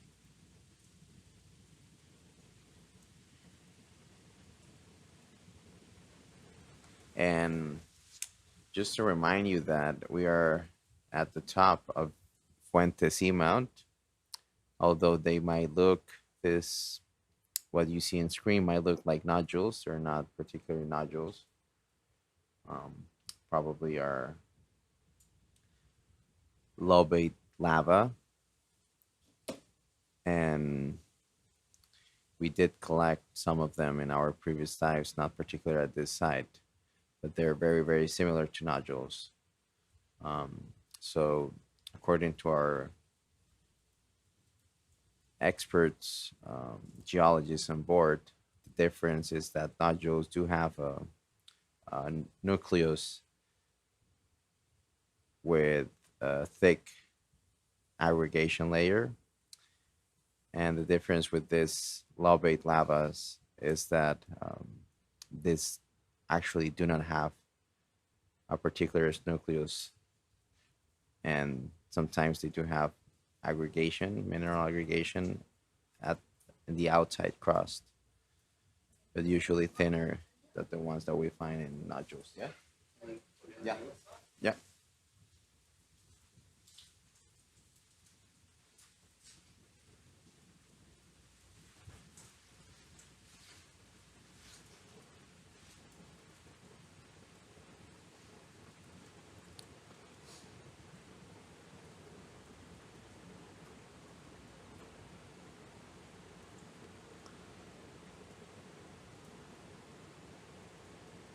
We are on our way to our next waypoint, and this is just part of the exploration work we're doing here at this seamount called Fuente, which is a Spanish name in Spanish that translates to fountain in English.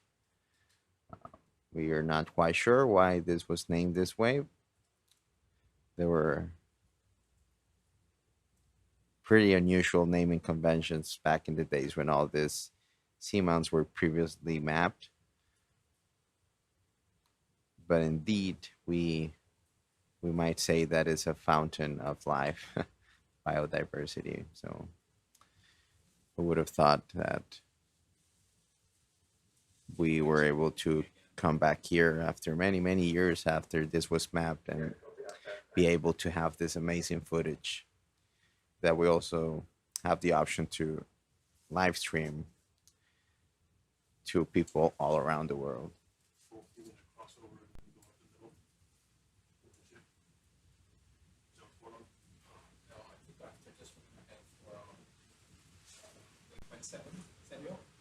What was that? Yes. So you're putting the ship in on the other side of the water? Waypoint 6, actually. Waypoint 6. Yeah. Yeah, I was just asking. So it looks like let's put the ship kind of go up the middle. Okay. Because when we get up here, we're going to come back down, right? The 13. Yes. Exactly. I was just prepared for it. Okay. Cool. Thank you.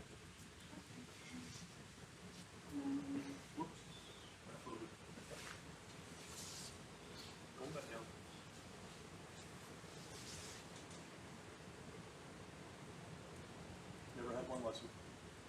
First time pilot.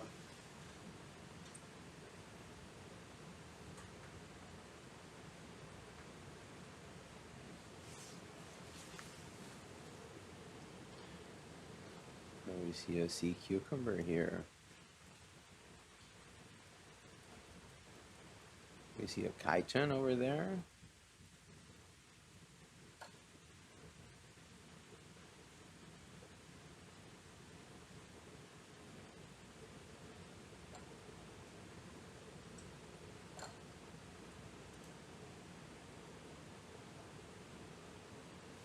Can you make an annotation of this? Just sea cucumber. I don't know. I got a boogie way behind the ship. Okay, yeah, no problem, no problem. Let's just keep going.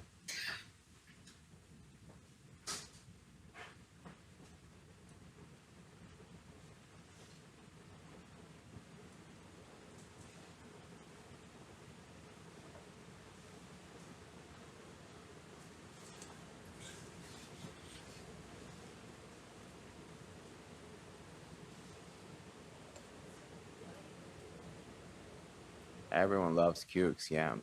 I indeed agree with that. I particularly have an affinity for them. We have been fortunate enough to get great samples back on board. And we're not only taking samples to assess what species and determine taxonomic identification, but also to study the microbiome associated with the gut of the sea cucumbers that are usually feeding at the sediments. Oh, take a look at the pycnogonid. Yeah. Yeah, just a little bit. Can we? That pycnogonid, just. Yeah.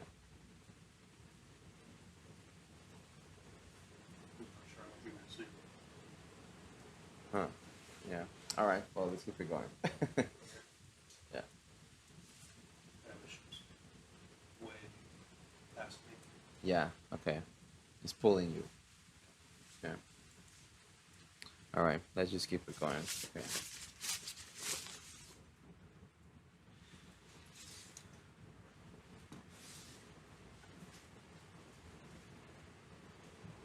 Yeah, there was a pycnogonid, but we're unfortunately gotta catch up with the ship, so we're not able to get a really close look at it. But indeed, there was a pycnogonid.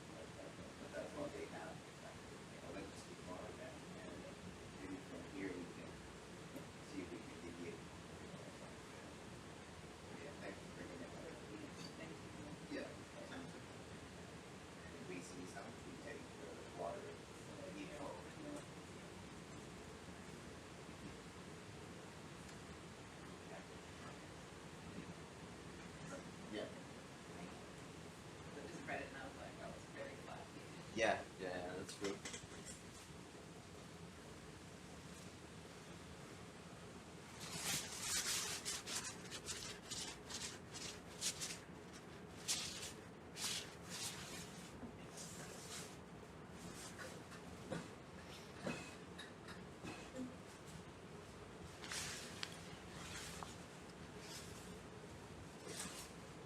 So we're looking, paying special attention for any signs of venting, of hydrothermal venting. Around this area, the temperature is 1.82 degrees Celsius. And if we see any shimmering water coming out of the frost, then we will go ahead and try to have some heat flow measurements with our probe just to get and put a mark on that. We are interested again at looking at venting sites.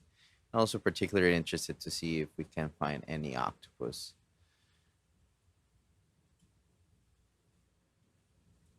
So we see this beautiful sponge here. As we go up, keep going with our waypoints. We're about to reach waypoint 6.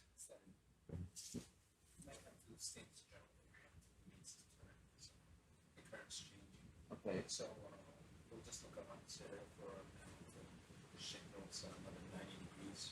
Okay. Okay. All right. Got it. Thanks. Hey, Jason, we're just going to stay here until you get to the new position and you make your turn. Okay, understood. Yeah, I'm on the move now. Interesting to look at. Yeah. All right. So we will stay here for a little while, right? Okay. So we will be roaming around here. Look around to the right. Yeah, I'm just before that. Yeah, just let me see what this is here.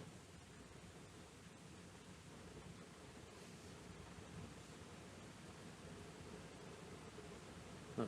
Okay. Well, that was like a encrusting sponge, probably.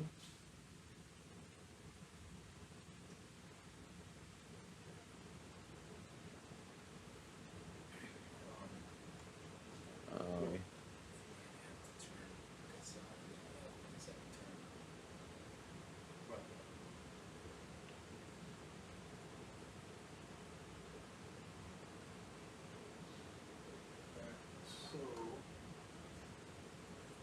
because the ship is done its turn, it's introduced a twist in our cable. Okay, So got it. come up a little bit and Yeah. spin around. Yeah.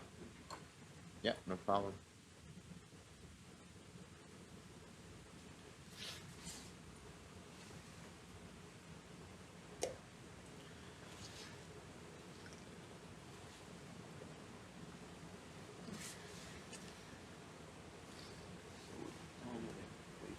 Do you have a hat?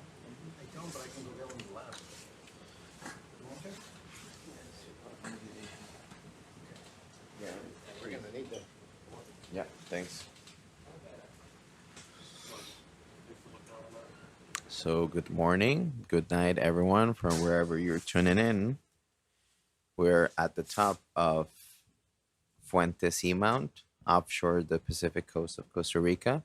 It's almost 5 in the morning here in Costa Rica time as we go and keep exploring this seamount and look for evidence of venting of hydrothermal fluid and any signs of brooding octopus.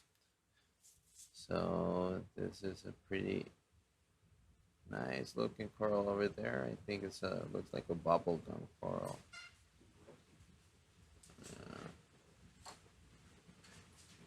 Oh no, it's definitely not. Oops. That's oh, thanks. Let's see what we can find here. No, so definitely it's not a bubblegum. I apologize for that. All right.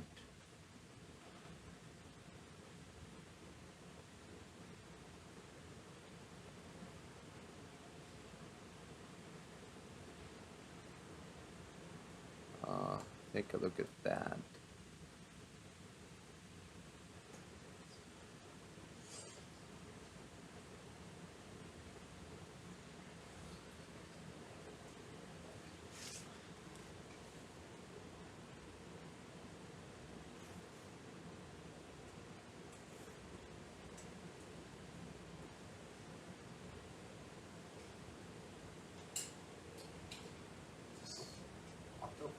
Octocoral, yeah. Yes.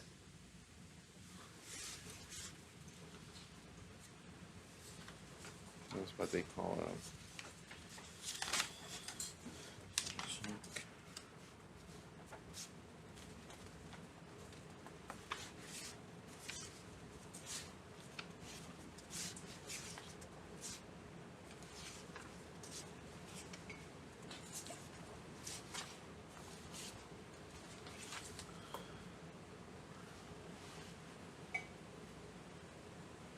Is the ship still catching up? It's moving. turning its head. Okay. The weather. Okay. And then once that's done, we'll get the ship moving. Okay.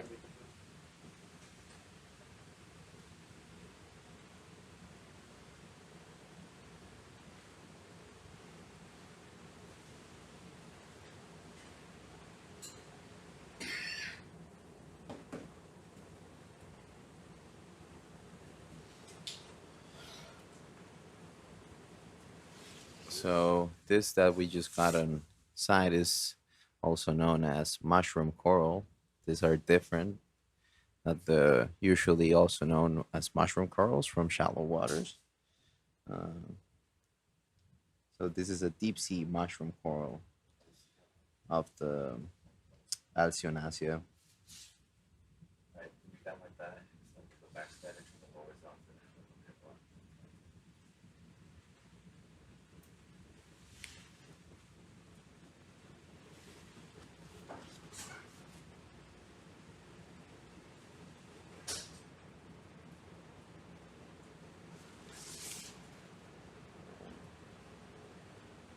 So we're not quite right on waypoint 6. Still have a little bit to go, right? Okay. Yeah. No, just to double check to keep a track in here. Thanks. Buenos días y buenas noches a las personas que se conectan desde Costa Rica y otras partes del mundo de habla hispana. Es un placer para mí estar acompañándolos el día de hoy. Mi nombre es Sergio Cambronero, soy un biólogo marino y trabajo en oceanografía física en la Universidad Nacional en Costa Rica. Son las 5 de la mañana, hora de Costa Rica, y estamos explorando la cima de este monte submarino llamado Fuente. Estamos buscando evidencia de descarga hidrotermal y de pulpos, actividad de pulpos asociada a incubaciones de huevos. Así que, por favor, déjenos saber desde dónde se están conectando, desde dónde nos sintonizan, y por acá los estaremos leyendo. Can I turn? Are you using? Yeah. So we're coming off of the metal. Yeah. We're at waypoint 6. We're at waypoint 6. Okay, perfect. That bounded markers. Yeah, okay. Mm-hmm. Okay.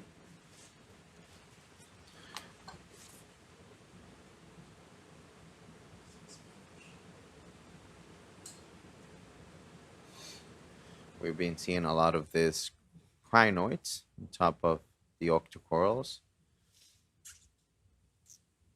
and a lot of also of this deep sea mushroom corals.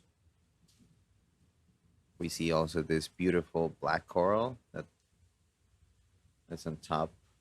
So many different species of corals. And this also notes the importance of seamounts as hotspots of the deep sea, especially for coral biodiversity. As you can see, usually these corals are pretty much like hotels for other species. And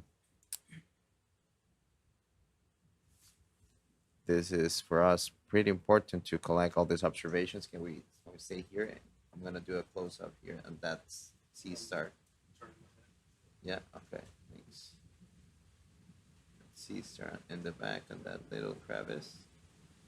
We're gonna take a closer look at this guy. Want an observation or video of that? Yeah, no, just observation. You can put sea star, but let's take a closer look to see what is. Can we go a little bit up? Yep.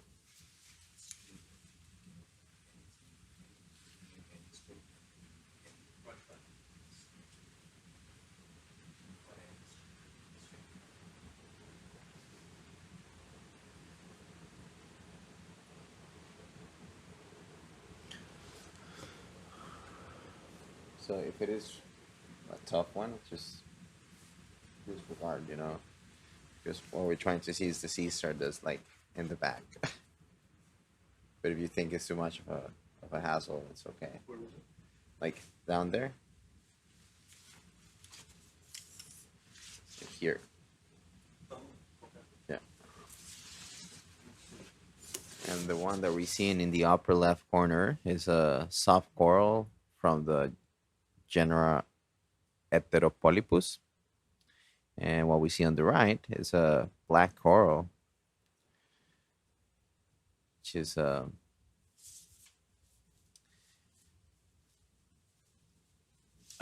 pretty interesting species. This type of corals can live for many, many years. So it's hard to tell their age from just video observations, because most of the time these corals can grow old for centuries, even thousands of years, as we've seen with gold corals in other parts of the world. So, oh yeah, perfect.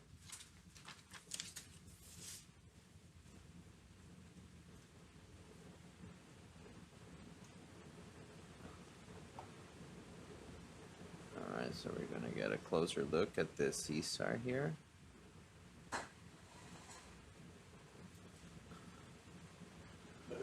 Yeah, perfect. Thank you. Wow, this is beautiful. Sea star observation. Sea star observation.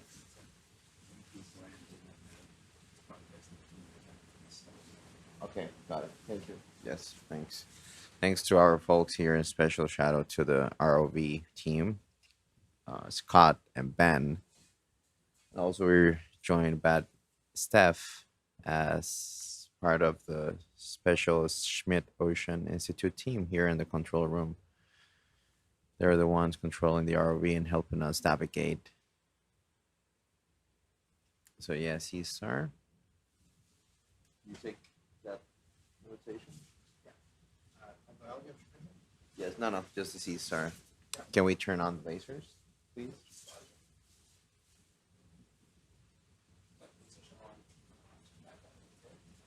Okay, we have to live. Okay.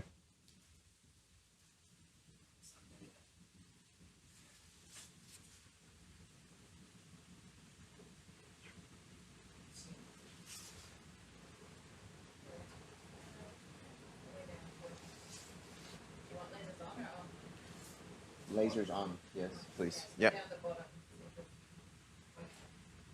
They're at the bottom? Okay. And they're fixed, right? We can open them. Okay.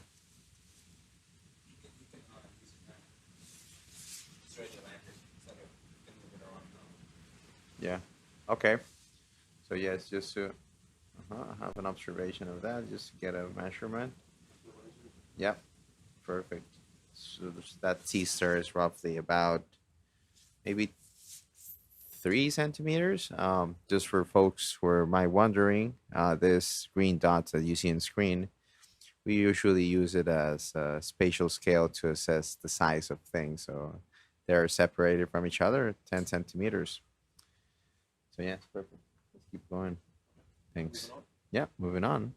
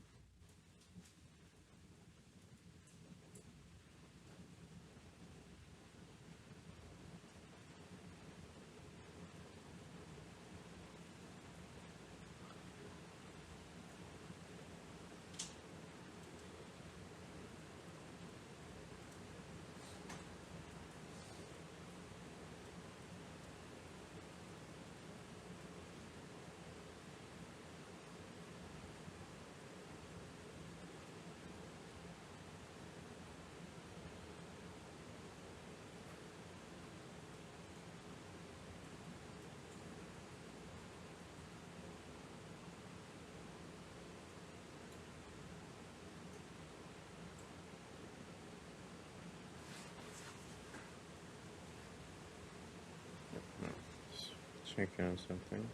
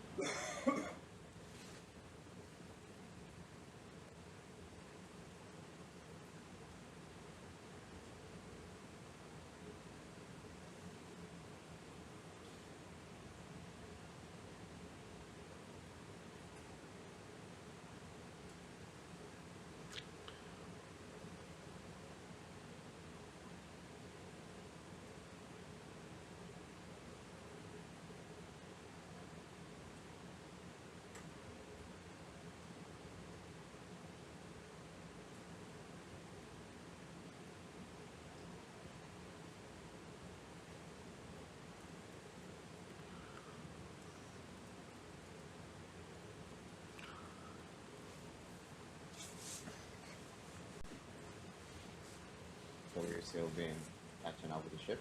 Yeah, we're good. We're good? Okay.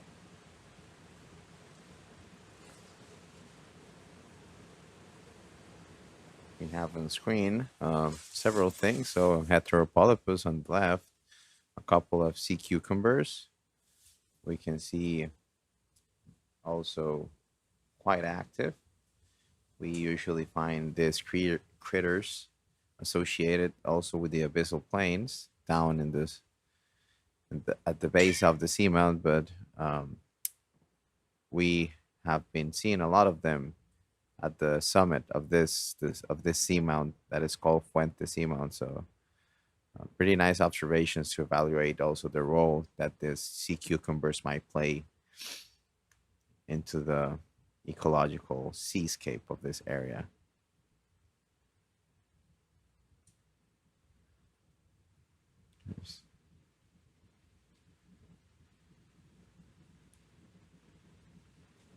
Seeing a cutthroat eel,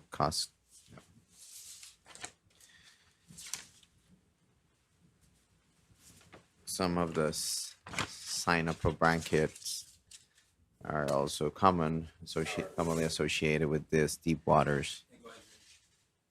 Yeah, Ben, we're looking better on this heading now. So I don't really want to do it. Roger, thank you. We're going to be heading north, Jason. Okay, that's good.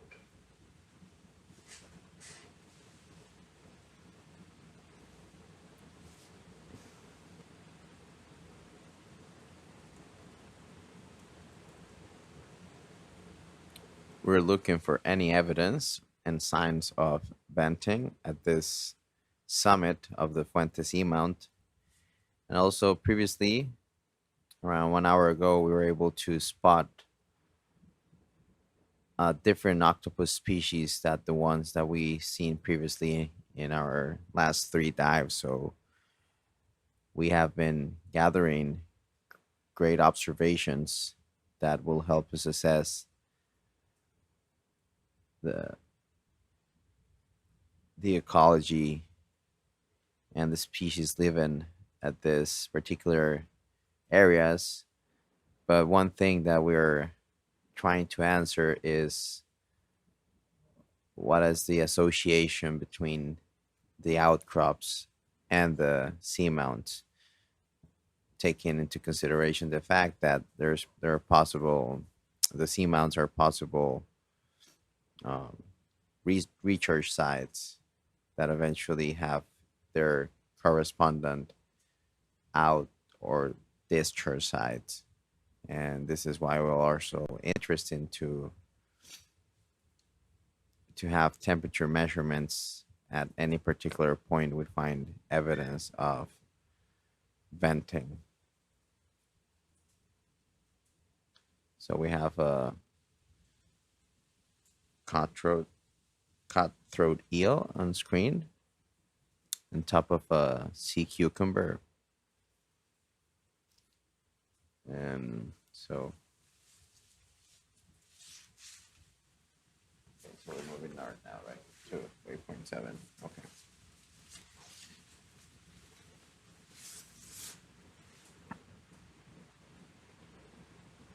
As you see, a lot of corals and echinoderms at the summit of this seamount. These are two major groups that play major ecological roles at this depth. And this is why it's important also for us to assess not only what species live here, but what's the genetic connectivity between the ones that we can find, for example, here, and the ones we can find in other parts and closer features in the Costa Rica region, for example, such as Cocos Ridge, which is further down south.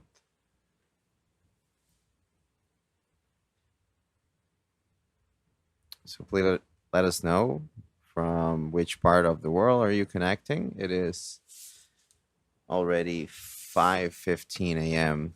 Costa Rica time. We're exploring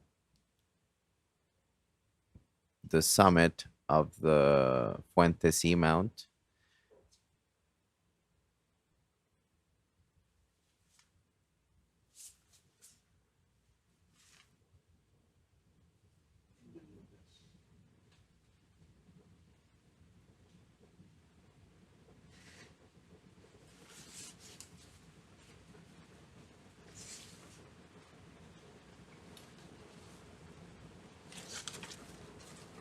Yeah.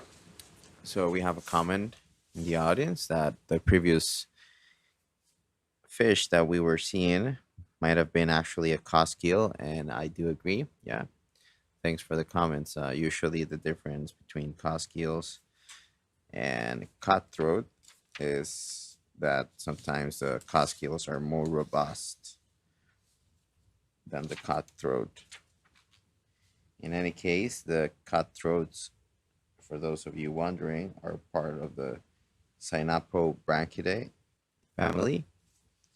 And on the other hand, we have that the cosquils are part of the Ophididae family.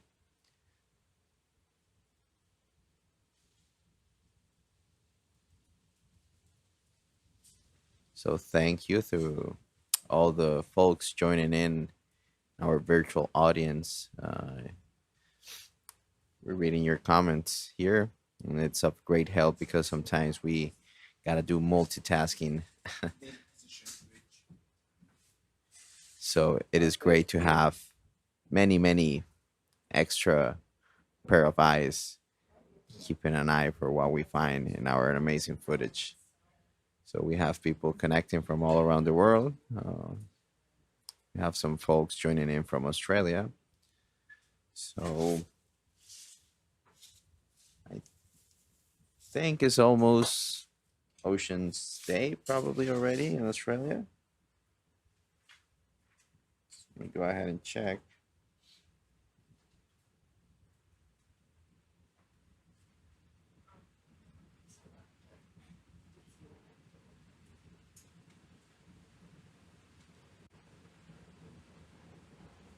So not quite. Not quite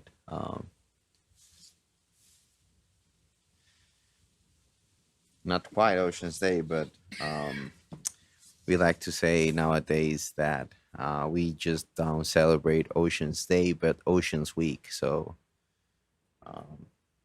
this is a great time, and a special time of the year to remind us the importance of the work, for example, that the Schmidt Ocean Institute has been doing all around the world, and especially now with their new vessel, the Falcor 2, which is going to be traveling around the world for the next 10 years.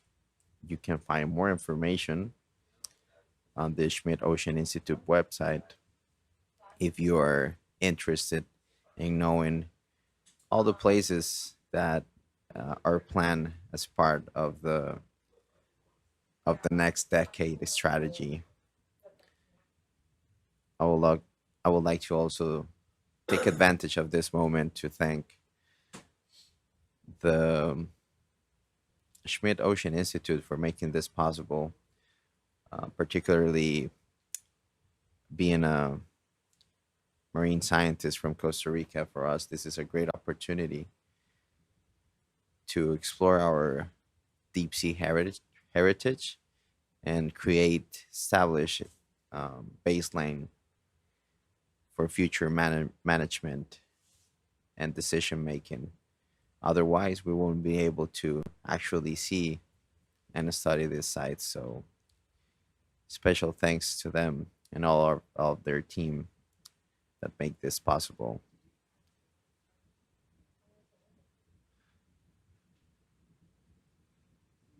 So we're seeing some interesting geological features like scarps and the seafloor. We see a little bit of more of sediment here. Remember that this is the summit of the Fuente Seamount. Can I wait? All right. Just want to take a closer look at this. Oh, yeah, just I think that's wait, oops.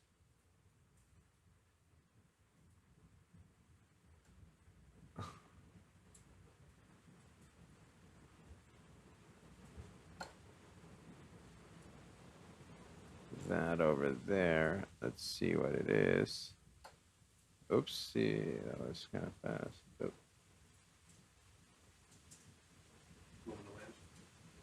No, just it's probably in one of the acorn worms we saw earlier in our dive. So, can we log that, Gus? It's an acorn worm. So we had some folks back, some of our colleagues joining in from the coast and from land interested in this acorn worm. So we're also making note of the timestamp on the video to take a closer look at afterwards. We can keep going, thanks.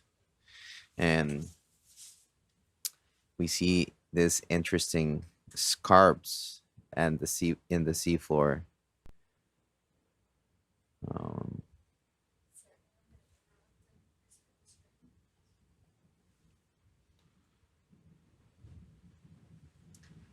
Hello, everybody. Thank you for tuning in. We are reaching the extent of our Facebook stream. So if you can bear with us, we're going to stop this stream and start part 2, and you'll be able to continue watching with part 2. So we'll be back shortly. I just want to have a closer look at that. Yep. All right, like this.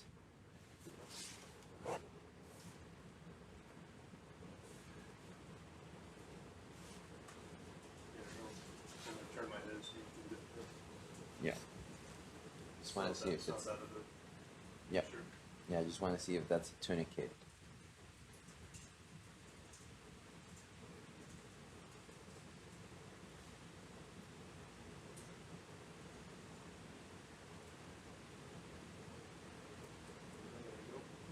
Yeah. Can I have it?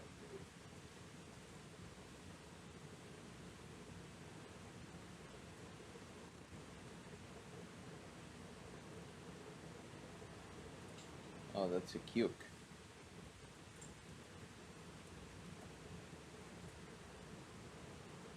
Take a look at that. Who would have thought?